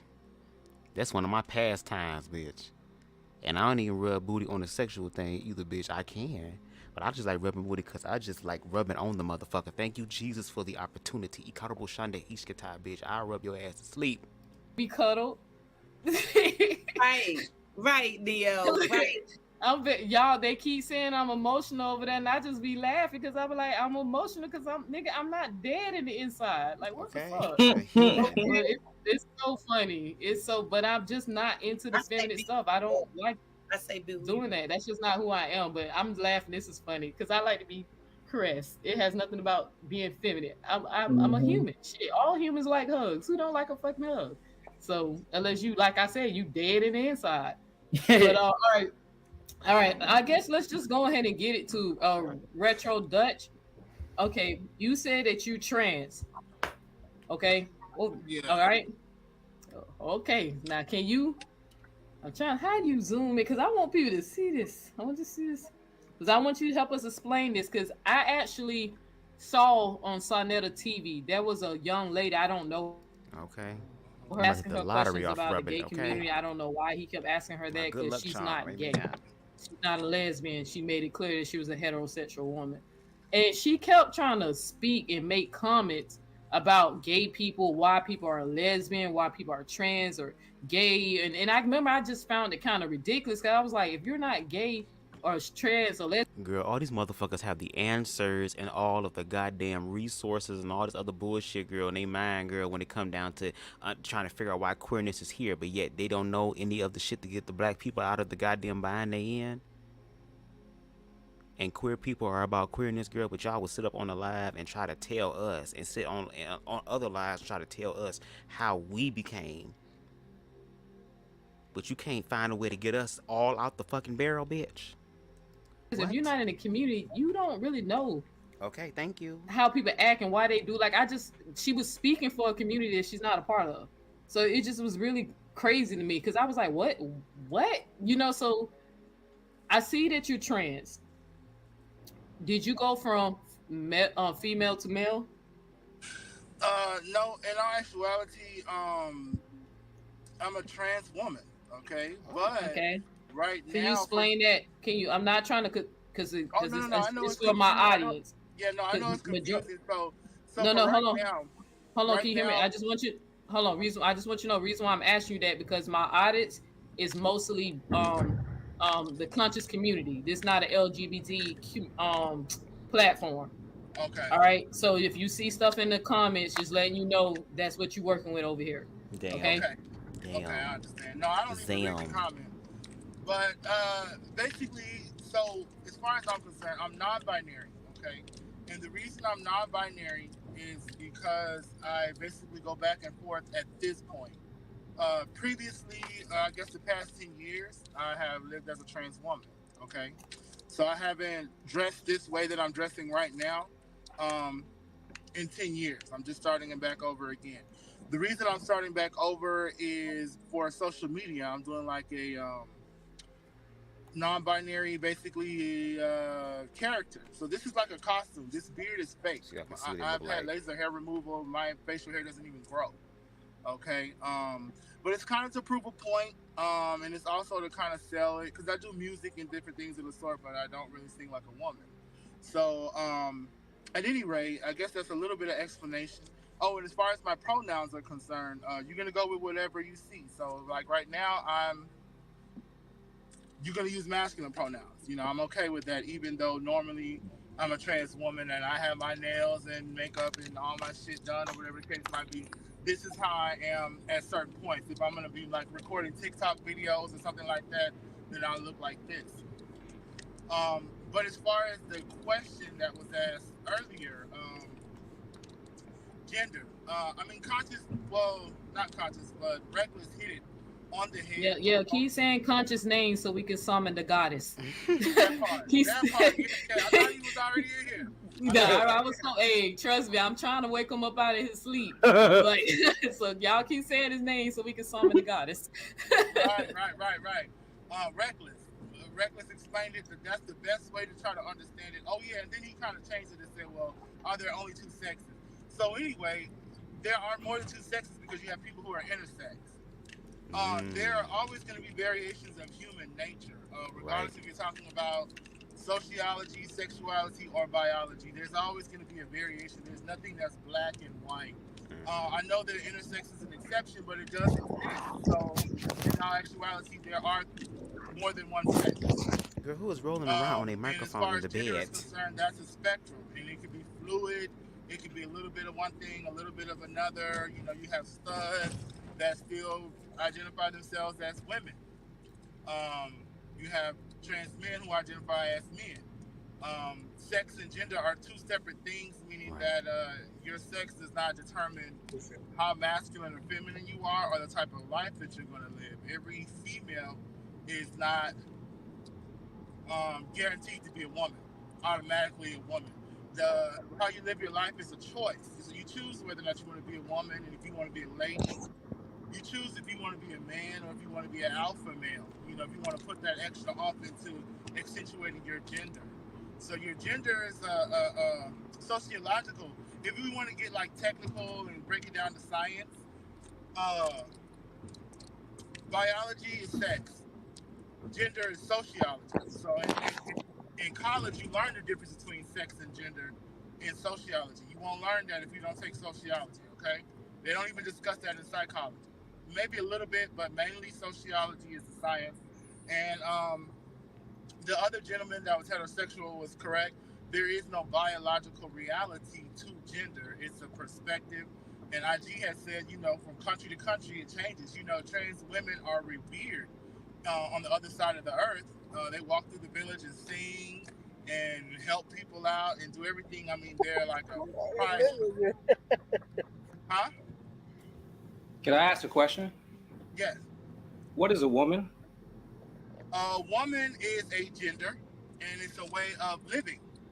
It's a set of standards that you live by. It's a way of conducting yourself. It's a set of mannerisms, and these are determined by the Western social constructs. That's what it means to be a woman.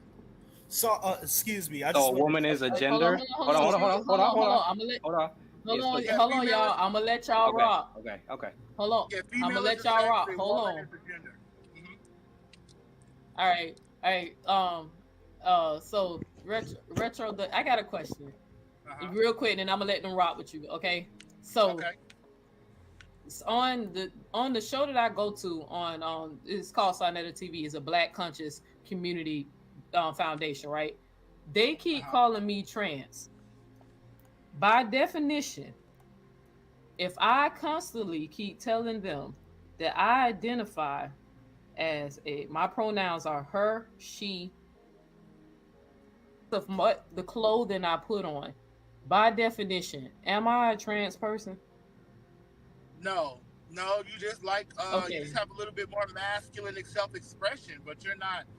Even a stud is not trans. A trans man is trans, but a stud may cross-dress and wear men's clothes. That doesn't make them a man. That, like I said, that's a decision that you make on how you're gonna live your life. Yeah. Can you explain to them why I am not a trans person just because I wear men clothes?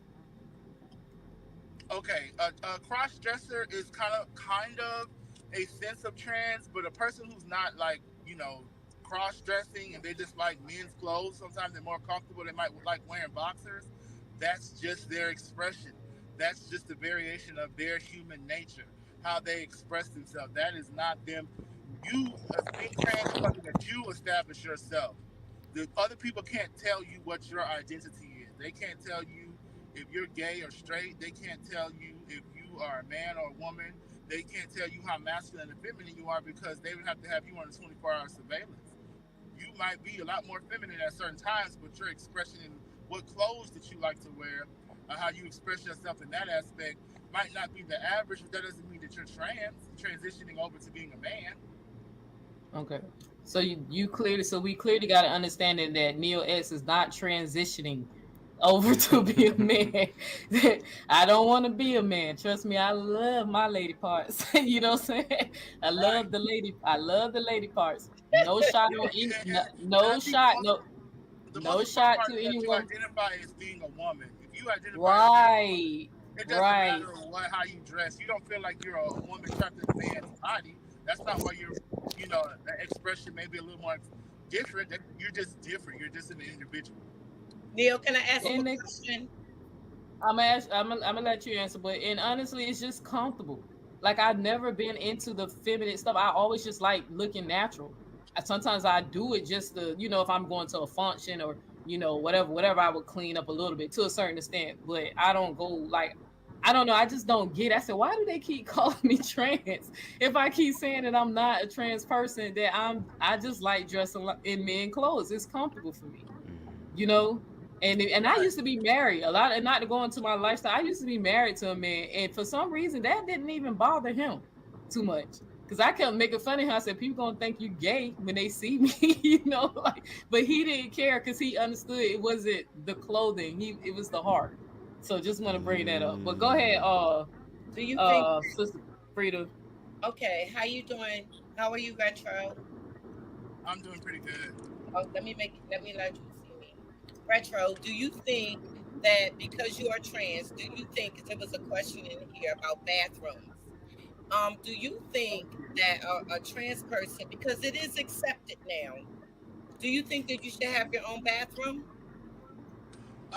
No. With the bathrooms, now I am on the fence with people who are non-binary. Now me, I'm black. I'm black. I'm Southern fried black. You know what I'm saying? I'm a project baby, so I get where all my straight counterparts and stuff are coming from. I wouldn't try to use no women's bathroom, even though I may live my life as a trans woman at other times. When I know when I'm dressed as presenting as a man or more masculine, or in between where you can't tell, then I would use the men's restroom, or I would, want them to have a bathroom for people who are non-binary. But a bathroom for trans women would be very dangerous. That will put trans women in danger because as they're entering and coming out of that bathroom, people are going to notice them, and people are going to be, the fact that people know that they're trans, sometimes religious zealots and all kinds of different transphobic and homophobic people will attack them or do different things, bully them, misgender them. You never know what they might have to endure once people realize that they're trans, who might not have before. They might have gotten past. They might have been passable, but maybe not stealth, where you can't tell, but they might be able to get past and not calling any attention to themselves. But if they go in that trans women's bathroom, that's opening up a can of worms. So I definitely don't think that trans people should have their own bathroom. Maybe there should be a family bathroom for people who don't identify with either of the genders, but that's optional, I don't think it should be a separation there. No, ma'am. Can I say this? Let me say this. I want to finish this. Okay, so now you know that people have been sensitive to people that are homosexual, but at the same time, you do also gotta understand that people that are not, like people that are like me, I'm a woman and I'm an older woman, and I don't know if I want to be in the bathroom next to a man that's peeing. Or something going on, and a man's in the bathroom with me, and you know what I'm saying? Yes, ma'am. Yes, ma'am. It's uncomfortable. It could be uncomfortable, Yes. I understand. So I'm just using this as a example and a question. You but asked I also understand what you're saying too. I do understand what you're saying as well. Yes, ma'am. And I like the family thing that you're saying as well. Yes, ma'am. So here's the thing. I totally understand and I respect your concerns. Unlike some people in the trans and LGBT community, they may take offense or they may whatever, but I love black women. I respect y'all to the utmost. Here's the thing. Again, your concerns are definitely reasonable and they're understandable. But here's the thing. We can't have someone who has to use the bathroom not be able to use the bathroom simply because you may not be comfortable with who they are. And so we have to unfortunately kind of override. We have to kind of deal. We just got to deal. You stay in your style, she stays in her style. And I don't know about y'all, bitch. When I don't even like using the public bathroom, bitch. My gaydar comes really in handy, girl, because I don't like dirty ass, nasty ass, public ass surfaces. So I don't know about y'all, and I'm pretty sure other people can explain too. I'm not trying to hang out in the bathroom, bitch. I ain't trying to have a power on the bathroom. I'm going to the bathroom, take a piss. On a few occasions, girl, do number 2. And if I do, girl, I'm not doing it in no damn stall with everybody, girl. I'm going to go find a handicapped bathroom with one toilet on the far side where ain't nobody going by there, girl, where they be tricking and prostituting that, girl, so ain't no motherfucking traffic. Go over there. But it's like, come on, y'all. Come on. It's this fear of, like, men are waiting in the bathroom, like, some creepy ass motherfucking golem ass man who got stringy hair who's saying they're a trans woman is just waiting in the bathroom, girl, with this goddamn trench coat on with nothing underneath it, and they're waiting to flash and motherfucking assault a woman in the bathroom. Where is this happening on a larger scale? If this is such a concern, please send me the information. DM me, BubzDaGawd on Instagram. DM me and send me all of the evidence to support that women should be afraid of trans women in the bathroom. Where? And then on top of that, let's be all the way real, girl. At gay motherfucking bars, there are gay men that go inside of the bathroom with women and they ain't trying to fuck. If anything, a lot of cis hetero women feel safe around gay men and LGBT people.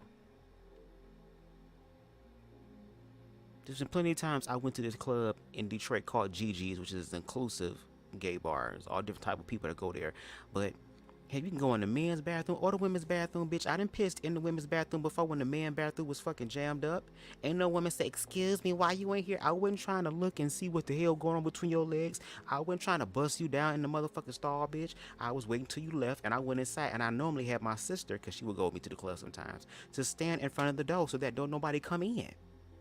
Because I be getting attacked by studs and everybody, girl. Everybody want a piece of the leprechaun, bitch. But how would you know what's going on with someone's genitalia unless you stick your head under the stall in between their legs and inspect their genitalia? They aren't required to disclose it. Exactly, and it's a bathroom becoming a piss. Where are the people hiding? Now, yes, in some cases, you might have some bathrooms where it might be used as a space to motherfucking pick up motherfuckers, but that's usually in the men's bathroom, unfortunately.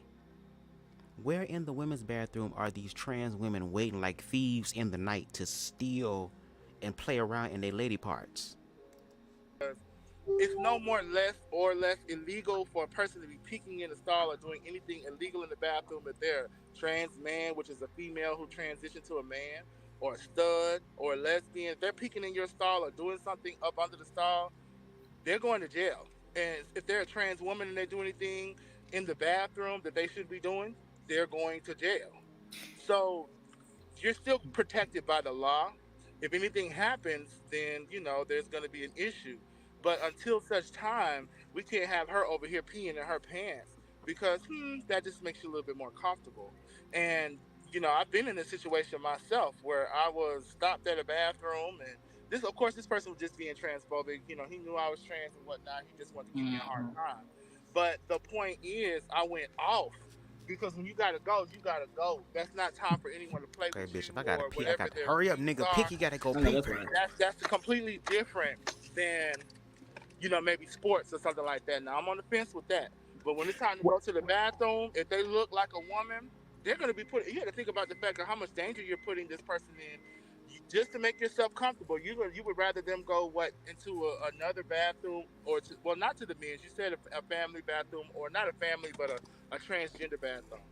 Yeah, but really quick. Just because a person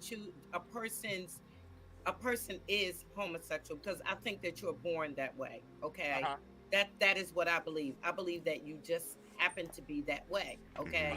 I don't think it's something that you choose. I think that it's something that you are. Okay. So what I'm saying is, why is it necessary that you have to dress like a woman or a man? Why can't you? Because I think it's private. It's something that is in you. People just sexual. Yeah, something sexual you do in the bedroom. So I get that question. That's a very good question. I'm glad you asked that. Necessary that you have to dress like a woman or you have to dress like a man, because I think that what you do sexually is your personal business. But do you see how, again, it's not just sexual only? That's what Queer-phobia trying to get y'all to understand. It's not just sexual only. The fact that, again, Neo uses her example about her dressing more masculine, that people are saying, oh, she's trans, or oh, she a lesbian, or oh, she trying to be a boy, or she trying to be a nigga, and she literally explained what her experience was. It's the fact that people start looking at these things and they automatically equate it to sex. And if a person is a trans woman or a trans man, they're going to show up in that social construct. A trans woman is going to show up as a woman, the way that this society says a woman should show up, or their ideology or viewpoint of what it looks like traditionally, and vice versa for a trans man. So once again, and I have to understand, like, I'm not upset at her because I feel like she is asking to understand and to comprehend. I can deal with that.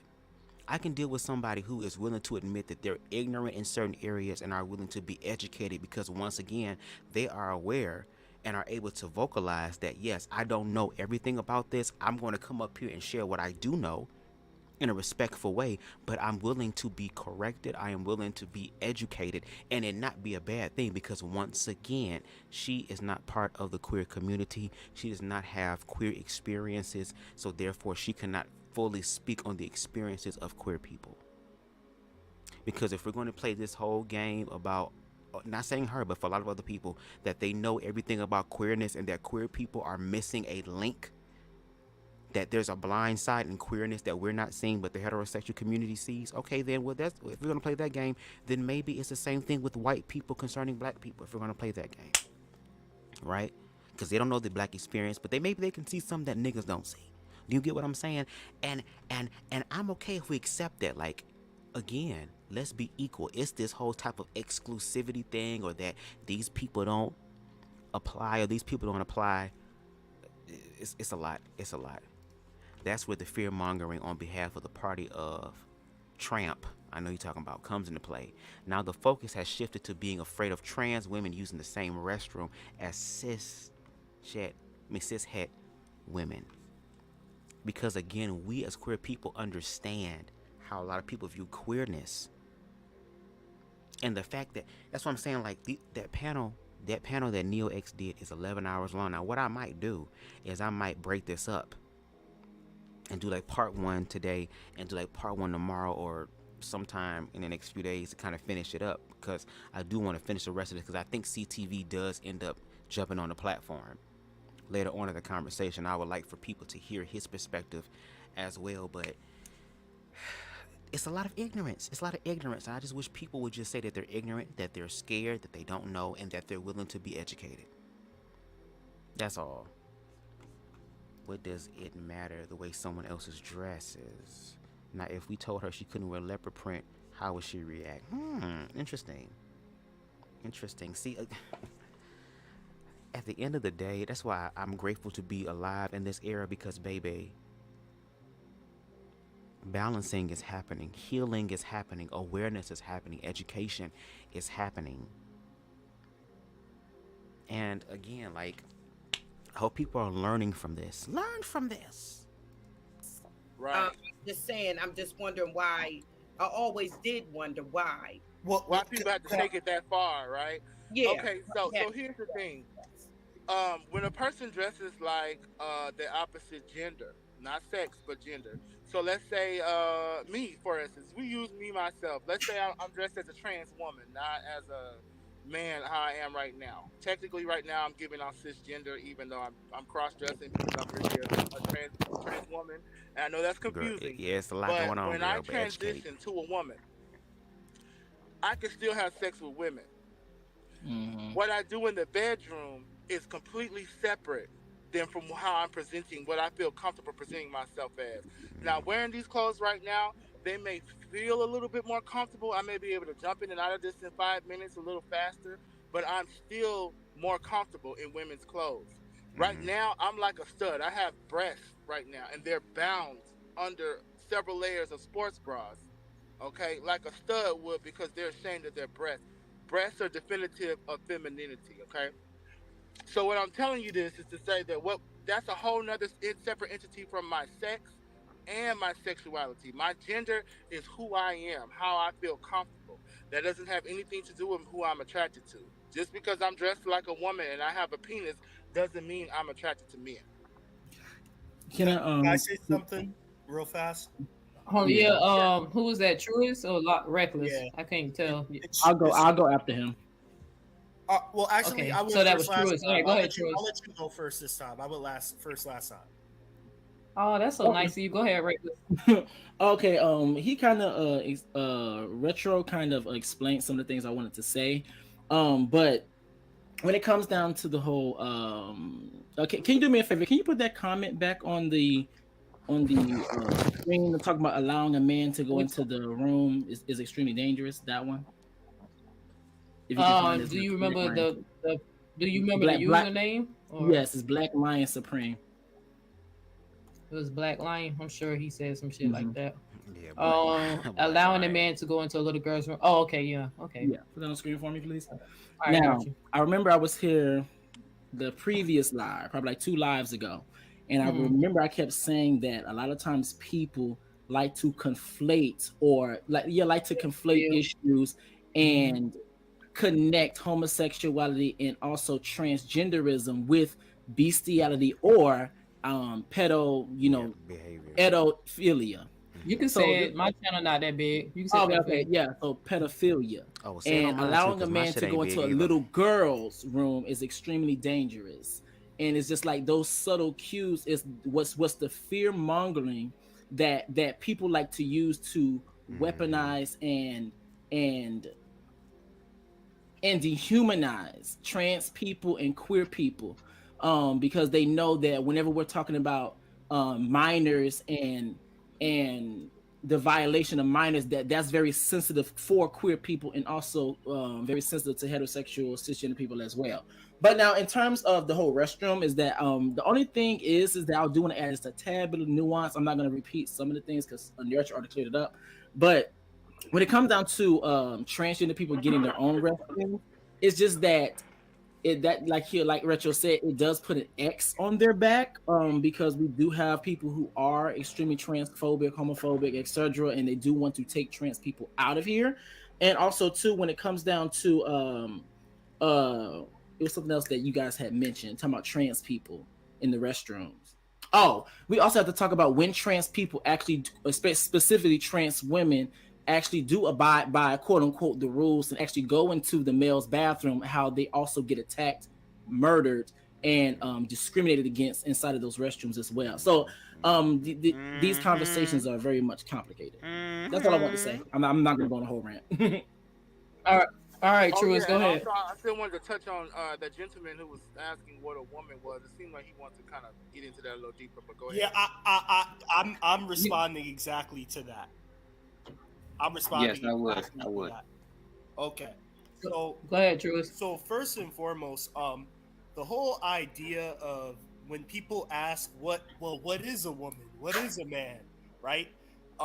That is a trick. It's a trick, and I'm gonna explain why, and I'm gonna back up what I'm saying. So, women and men, they are genders. Male and female, I can define that for you with science. I can verify that. That's something that can be verified through biology. Man and woman, they're social constructs, and even when Sister Freedom was bringing up so we repeat what we just said. why do Okay. certain people All right, no feel like they have problem. to wear women clothing or men clothing, that is a social construct in itself too. There is no such, in reality, there is no such thing as certain clothes being for men or certain clothes being for women, or certain colors only girls could wear, or certain colors only men could wear, or certain activities only men could do, or certain activities only women could do. Like, all of those things are what we call gender roles. Because in reality, True is now, you know, the Bible says a man should not wear anything pertaining to a woman, and a woman should not cross dress. Now you know that's in the Word of God, so it's true. So you need to go ahead and cut it out. You know that's in the Bible, okay? Yeah. So because it's in the Bible, it's true, okay? Yeah, All right. the Bible also tells you not to pierce your skin and put holes in your skin, but I see a bunch of these so-called Hebrews with earrings in their ear. But that's another conversation. That's what I'm saying, baby. So, that's what I'm saying. We equal in this bitch. We equal in this bitch. Whether you want to or not, girl, we equal in this bitch. Sometimes, I'll let him say it, girl. I'll let him say it. Sometimes you reach a point where you just have to attack a bitch. I'm just saying, girl. Jesus. Yeah, when it comes to when it comes to gender, right? Can I share my screen really fast, please? Go ahead. Do your thing. Do your thing. All right. Hey, don't be singling me out, Neo. I just wanted to show them my big brother. I just want to show them my big brother in here. All right. Can you see my screen? All right. Yeah, I got you. So you can see All right, perfect. So right here in Merriam-Webster, social construct, an idea that has been created and accepted by people in a society. Right over here, again, what is a social construct? It says a social construct is a concept that exists not in objective reality, but as a result of human interaction. So what does that say to you? It is not an objective thing. So when you ask me what a man or what a woman is, right, it's not objective.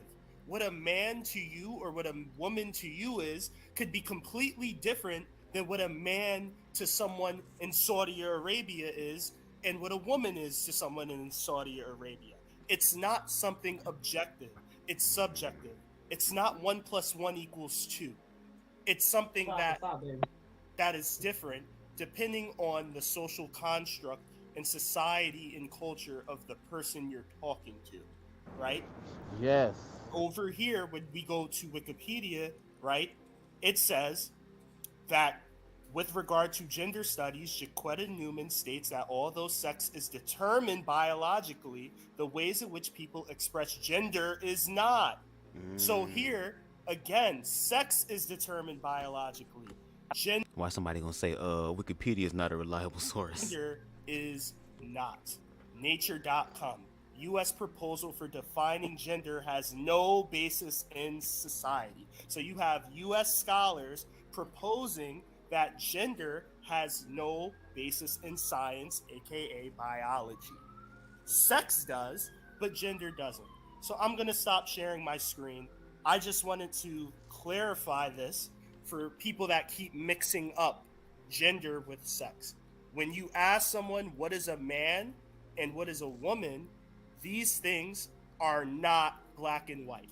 It's going to vary depending on the culture and upbringing of the person you're talking to. It is not something that is objective like sex is. And I land my plane. All right. Absolutely agree. Yes. All right. So I disagree.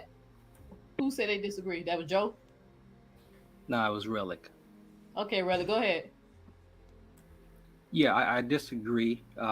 Like I said in the beginning, I changed the gender to sex because it was a terminology that wasn't, wanted to be used, and I did it just for the sake of the conversation. But I think there is some continuity between gender and sex. And there are some aspects that identify what a particular gender can do, cannot do, what a particular sex can do and cannot do. So while we can have the discussion, and I hope I'm not being offensive to anybody, that's not my goal here. I just want to understand more. While we can have the conversation of what these things are and how we choose to identify, the reality of who we are and what we were shaped to be in the wombs of our mothers have a lot of genetic markers that would express in what we would identify as a male or female or man or woman. Can I respond to that? Who was that? That was Retro. That's me. All right, Retro, go ahead. Then I want DMG to say something. Thank you for coming in, brother. Okay. So I think I kind of agree with what you're saying. The only thing about it is that I think that some of the human race has been left out in that. So we've gotten used to the fact that, females are generally feminine, men are more masculine, stronger, and things of the sort. However, there's a small percentage of the population that was left out in that. So this accounts for the people who are trans and non-binary, and I believe that even transness is something that exists in the womb with the variations of. There's a thing called Klinefelter syndrome, where a person will have a variation in their chromosomes. They'll be taller, they'll be male, but they'll develop breasts. They'll be there are a lot of different factors that, again, are variations of human nature. There's a lot of different, just like there aren't just two sexes, there's intersex. So if you can see how someone can fall in between having a penis and a vagina, maybe a very, something that looks like a penis but not quite, something else was going on inside the mother's womb. But I get what you're saying. I would say for about 90% of people, they are cisgender, regardless of if they're gay or straight. They're still a man or a woman if they're male or female. As far as the capabilities, gender is not going to have anything to do with that, but I think sex attributes to which end of the reproductive system you fall into, being having the egg or having the sperm. And so that's a capability that's assigned to one sex or another. But as far as gender is concerned, they coincide in most cases. So I agree with you partially. But when we have this point, whatever percent of the population that is transgender, that is literally the personification of the difference between sex and gender. Okay, thank you. Because Yeah, I'm sorry. I wasn't trying to interrupt you. I'm glad you agree, and I hear what you're saying too. I'm not trying to exclude that aspect of that population at all. So in my questioning and everything. One more thing I want to add to it is that if we look at medicine is prescribed. A lot of times the doctor has to consider sexuality / gender, or however you want to word it. No, they're considering sex. They're not considering gender. Okay. They're Okay. All right. I'll change the term. It's okay. They're considering the sex of a person. So if you identify different from your sex, your doctor is going to treat you by your biological sex, not by how you necessarily identify. Now, do you feel that is an encroachment upon your identity, or would you like a doctor to treat you in the best way to give you the proper health care according to your biological makeup? Well, I get where you're going with this, but then, I mean, as a trans woman, they blocked my testosterone and my body was operating off of estrogen. So they would have to treat me the same way that they would treat a female or anyone else's body who is operating off of estrogen. So they wouldn't be encroaching or contradicting how I identify because I physically changed that. That's what's the difference between a transsexual and just a transgender person.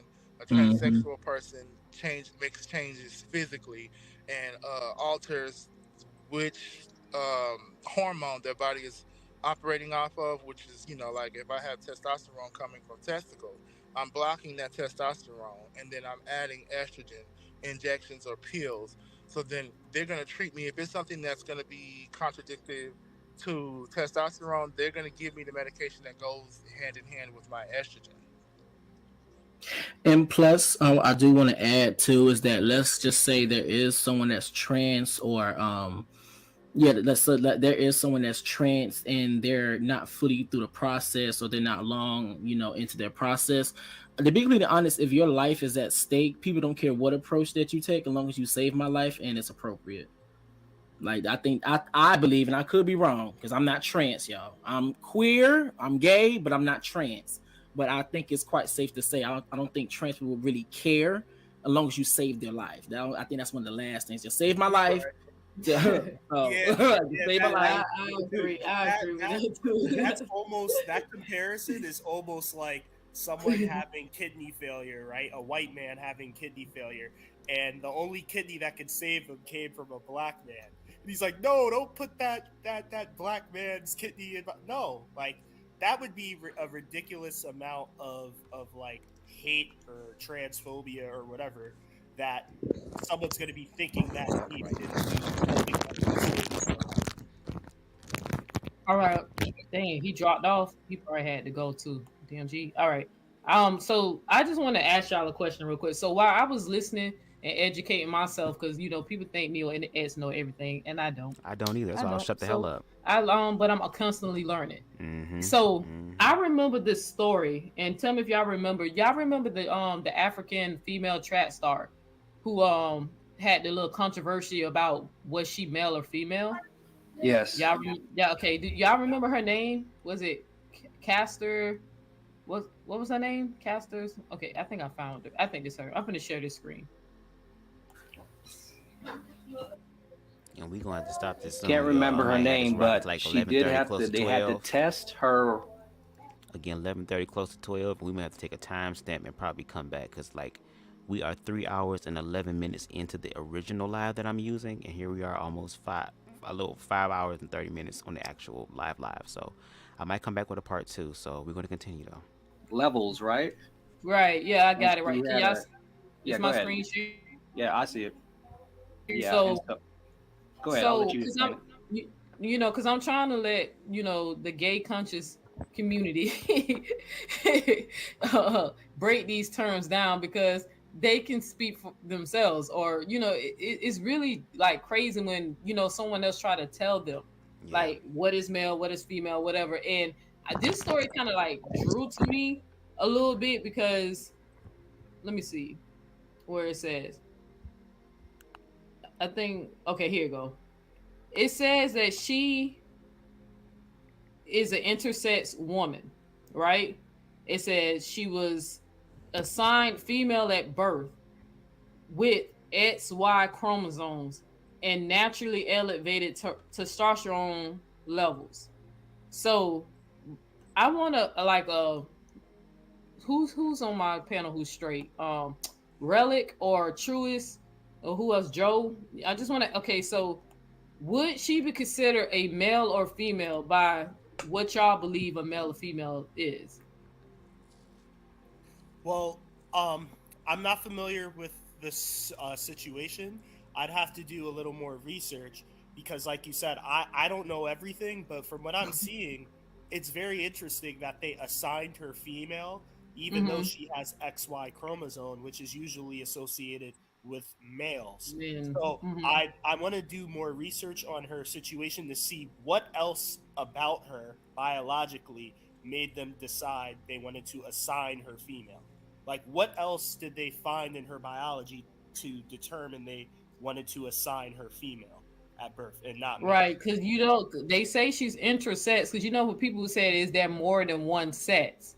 You know, like I know they keep saying gender, and I know y'all keep distinguishing between what's gender in sex. But I'm trying to use the proper terms because sometimes I make that mistake myself, y'all, because that's how it was taught to us that gender and sex is the same thing. But I do understand that there are a difference between them. So I guess they assign her sex as female, right? But they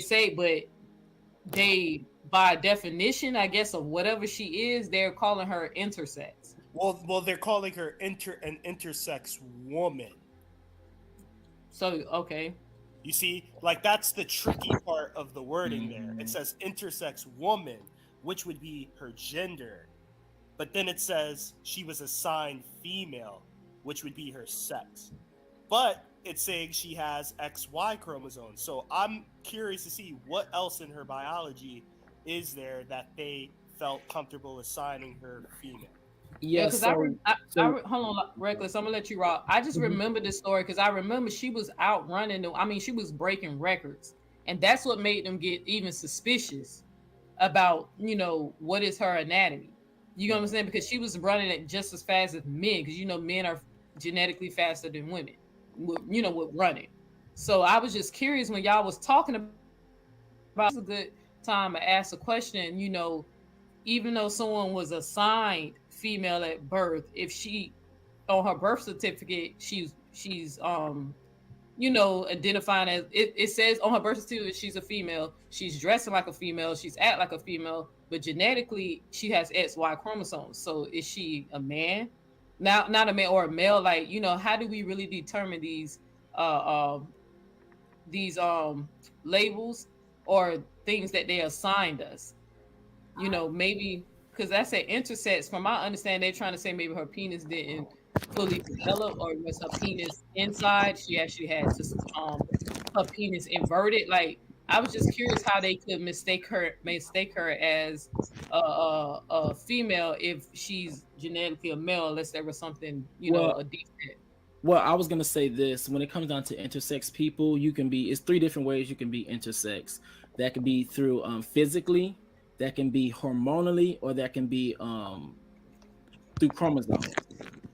So it could be something. Now, keep in mind, I do have an intersex supporter, and I wish she was able to come up on here, but to really answer, because I don't want to feel like I'm answering for them. But however, from my understanding, there are 3 different ways that you can become intersex. So if it's not physical, then probably something else. Through medical records, they probably found out, or something along the lines. Probably. All right. Anybody else want to make a comment? Yeah, I think we can't rule it out. It's a definitely point of contention when you're looking at how we view the sex or even gender of a particular person. You can't rule out genetics. I think genetics is a definite marker or a huge factor when it comes to defining biological terms. Either way, her testosterone levels were too high. So that means she was not she would have an advantage over other women, which is the type of competition she was running with, is a woman's competition. Same thing when you see like in the arena fighting, what's it called? MMA, all types of full contact sports. It is a great disadvantage for a man or a person with high testosterone levels to compete against a female, because it just would be at a disadvantage one way or the other. Same would go for if there was some competition that would eliminate somebody from having too much, steroids. You know, they try to make it balanced and fair across the board. Oh, I finished that shit last night. I finished that shit last night. I was a little bit upset because we knew the government was gonna get away with it, girl. I was hoping the government was gonna be held accountable, girl, but I guess not. But yes, I did. They acted the hell out of that damn show. Snowfall, 10 out of 10. That shit was amazing. Okay, I think we might go to 11 because which I had to really eat me something. I had ate me some crackers, girl. I had to really cook me something. I think what we'll do is, do it for 20 more minutes to get to the 6-hour mark, and then we'll like put a pin in that, and then we'll come back. I have to write down the actual timestamp. But yeah, let's continue. Girl, 20 more minutes and we done. So we have to definitely take that into consideration when it comes to this particular situation.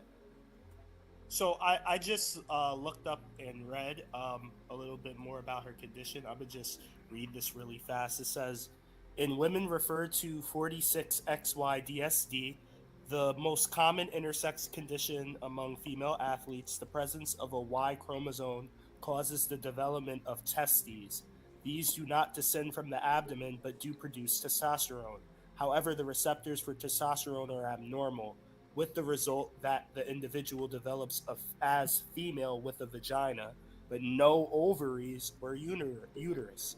Circulating testosterone may have no biological effect in the case of complete androgen insensitivity syndrome or some effect in partial AIS. So, based off of that, I'm going to go ahead and assume they labeled her female simply because she has a vagina. That's interesting. Yeah, I actually don't know anybody intersex person.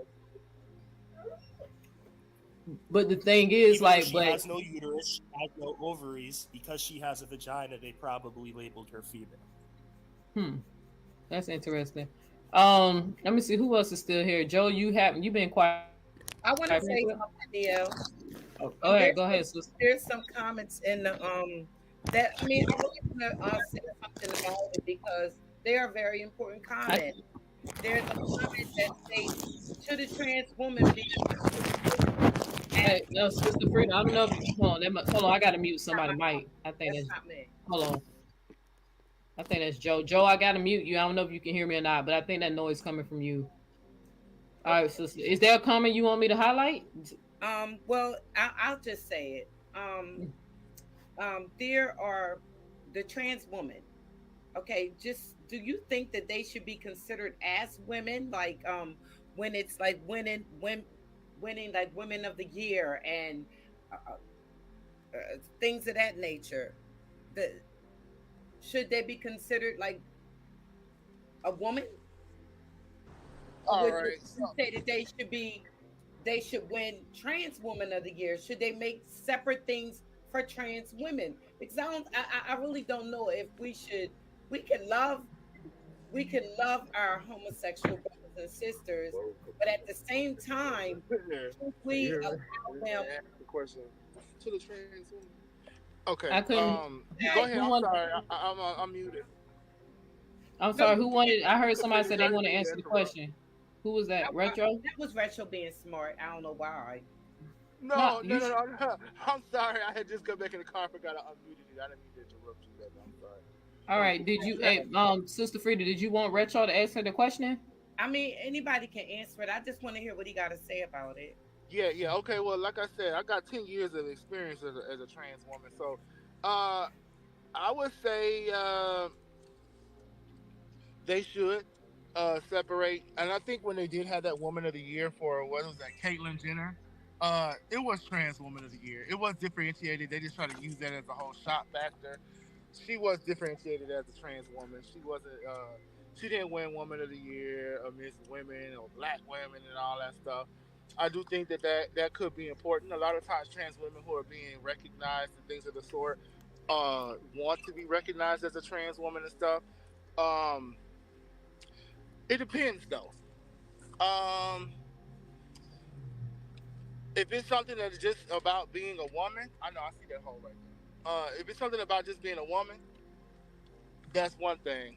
Being a female, that's another. I mean, a trans woman could be a mother. A trans woman can raise kids even though she didn't have them. So when it comes to being a woman, it just depends. But I am on the fence on that one a little bit. I am with you. But I don't think that they should be ruled out from being considered. And if they do win, depending on what the category or what it is that they're being considered for, I think that a trans woman could win an award for something like that. Because they're women. Okay. Trans women are women. They're not female, but they are women. Retro, I got a comment. So, and I'm gonna be honest with you about this. Do you remember that fight? I know I said I like MMA, but I don't really keep up with the women like I probably should. But you remember the fight that the trans person fought the biological female? You remember that fight? Mm-hmm. Okay. Yeah. Okay, so I'm gonna be honest. Alana McLaughlin. That's right. I'm gonna be honest with you. After that fight, I don't remember their names because I don't follow neither one of them. Not like fans of theirs, but I remember watching the fight on YouTube. After that fight, when I seen the look of the woman, the biological woman's face, like you can tell she's gonna have to go get surgery. You get what I'm saying? They reconstruct her face. You can see bone was broken, her jaw was leaned in. When I seen her face, I ain't gonna lie, I got upset because I was like, I really felt like, even though that person identified as a woman, I really felt like a man went in that ring and beat the shit out of her. And they was trying to say that this person was on low testosterone and on hormone pills and the estrogen levels. But I'm gonna be honest with you, even though I respect that this person identified as a female, I really felt like they was at they had an advantage and they went in there and brutally beat this woman. I felt like I was watching a woman getting battered. So how do you feel about that? Okay, so when it comes to the sports, I've had many discussions about this in the past, and I'm definitely on the fence when it comes to sports. I really do feel like I'm only okay with it when this person is transitioned before they hit puberty.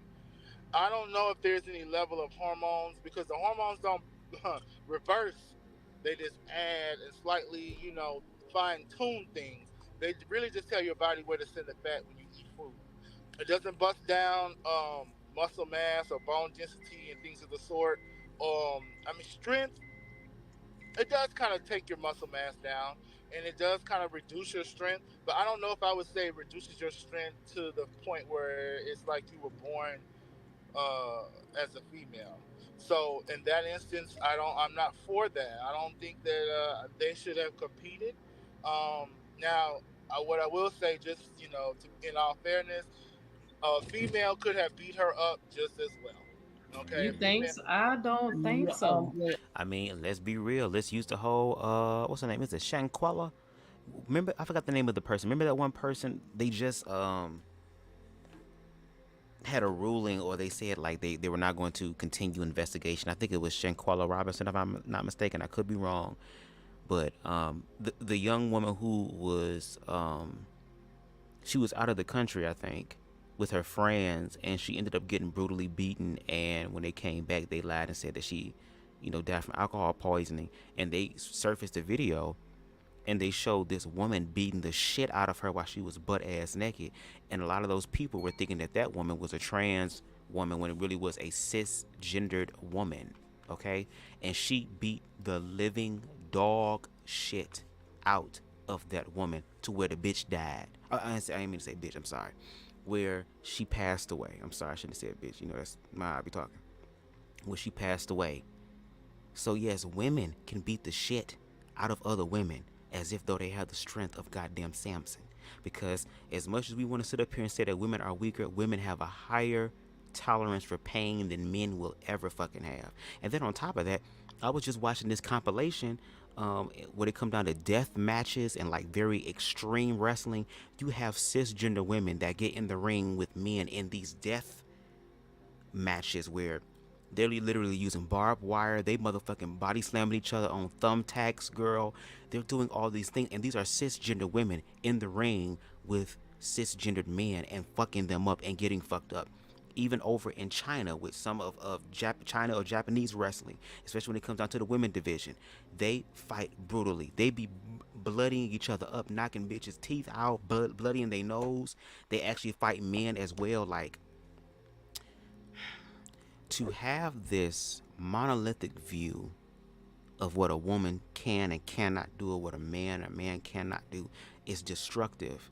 There are going to be individuals who just don't fit what you consider to be the fucking norm. So there again is context and nuance. There are women that like getting in the ring and fighting with men because they feel that they can be on par with men, and they do show up in that way. So it's just a lot. It's just a lot. It's a lot of context, nuance there. That's why my ass is quiet, because I'm still ignorant when it comes to trans, and especially ignorant when it comes to non-binary, non-gender conforming, or intersex. So I'm still learning and listening along with everybody else that's on the panel and in this live. So yeah. I mean, I've seen them. I've seen the MMA fighters and whatnot, and you know, if you're not fighting that good, or the fighter that you know is tagging you is just way more trained or skillful, and they're more better at executing the blows, then you can look pretty beat up and swollen and bloody and whatnot. But there, I would say that there was an advantage there. I do feel like that, because I don't know how long they've been on hormones, how long have they been transitioned. Those are the type of things I would get into, those technicalities and specifications. When it comes to trans women competing with females, and to me, it's a really fine line. It's very rare that I find that a trans woman is in a stage where she can compete with females, because how are you gonna reduce that stuff that's happened before they transition? And this is from, you know, someone who, I'm completely supportive of trans, but fair is fair. You know, if you're stronger, you're stronger, and I don't even know what gratification you would get out of beating someone you know is weaker than you. But I also want to say this too, and I'm just I'm kind of getting tired.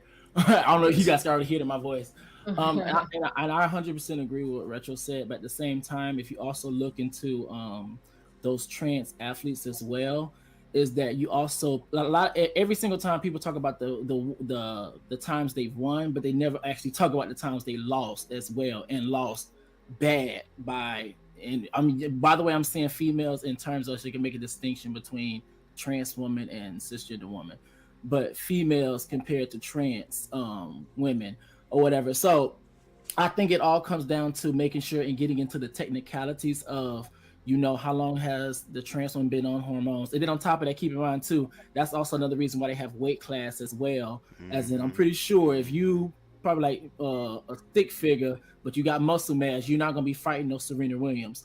But I think they do need to get into the technicalities of things to be able to iron out and really get into like the nooks and crevices, because yes, people talked about the trans people winning, but however, they've lost as well, and they lost bad. But people don't talk about it because we understand it's going to be polarizing. We're going to have conversations about it. So, but I understand. Okay, I think I'm about to hop off because I am tired. But Neo, thank you so very much. IG. That we know my brother. Our trans and homosexual brothers and sisters. One second, Sister Freedom. 1 second. Thank you, Reckless, for coming through, babe. I really appreciate the support. And if you are able to summon the goddess, please tell him to come in and please pour out his blessings upon me. Okay, I need a touch from the anointed one. You need a touch from the anointed? Yes. So can you, man, you see it. Y'all see it. Y'all playing, but y'all see Reckless is, Conscious is another being, bro. I'm telling y'all. I'm telling you, like, and I really wanted him to come in, and if you He's my friend and my TV. mentor. Well, Reckless was able to come in. I wish he would have showed this beautiful mug, but he didn't. But Reckless, ConsciouzTv, I definitely wanted him to come in because I really wanted him to drag Christina Nick when I played those clips, you know. But and let him read right through her and call it how it is. But Yeah, if you talk to him, tell him I'm still alive. But if he can't make it, I definitely gonna do a part 2 because I definitely want to hear his feedback because I'm sure he can break this shit down. So tell the goddess, call him out and stuff. But when it comes down to tell him I've been praying and summoning him. It's just the homophobia, transphobia. It's the lens that she looks through the world of a patriarchy, as in women can't be like this. That's why she always want to call you trans, but not realizing that women actually do show up masculine way, actually express themselves in a masculine way. We're all spiritual beings. We're all full of energy. We both possess masculine and feminine energy. Exactly. Masculinity has to do with action. Femininity has to do with the internal. So masculinity has to do with the action. Femininity has to do with the self-actualization.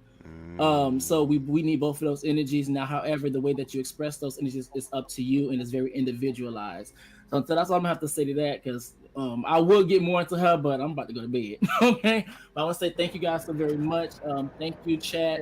Thank you. Thank you for the love and support. I want to finish saying what I'm also about to hop off too because I gotta get ready to start my second plantation. So all right, you good? Because I know y'all. Yeah, I know y'all good. I know y'all had told me y'all had time. Just so y'all know, they're not getting off the pot topic because I went to the video and scrolled down some more, like 6 hours into the live.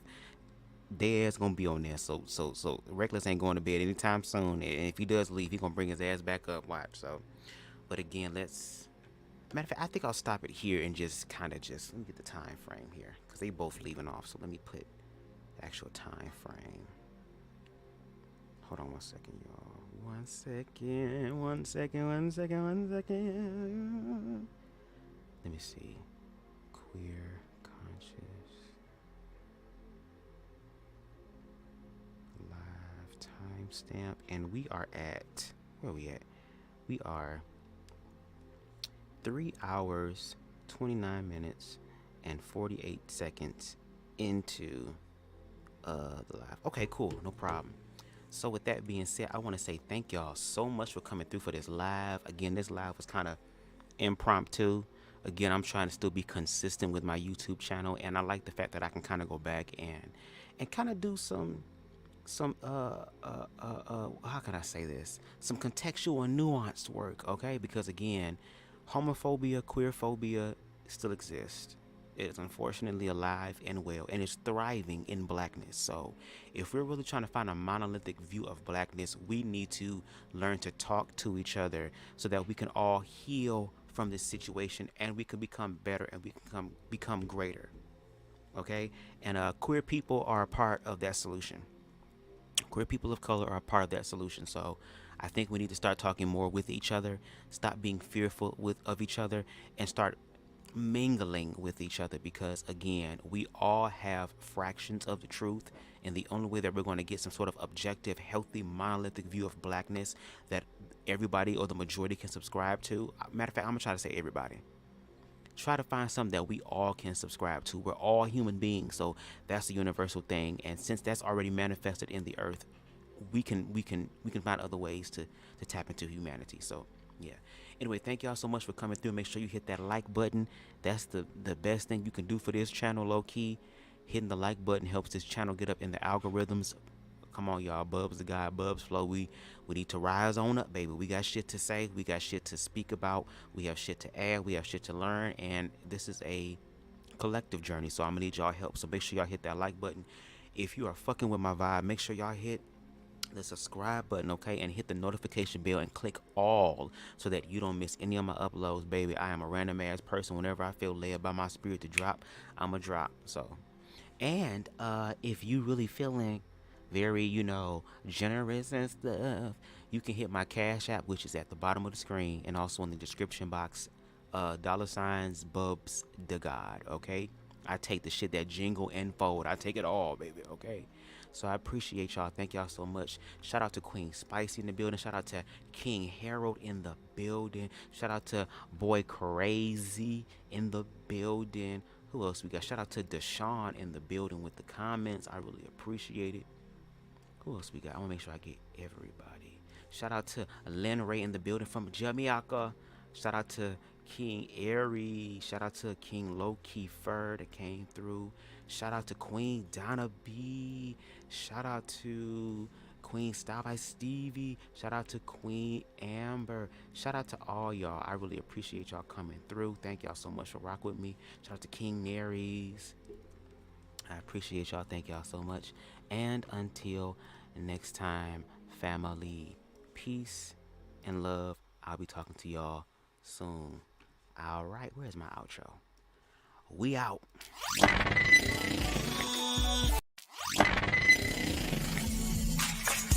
Love never dies, just choose to be born again.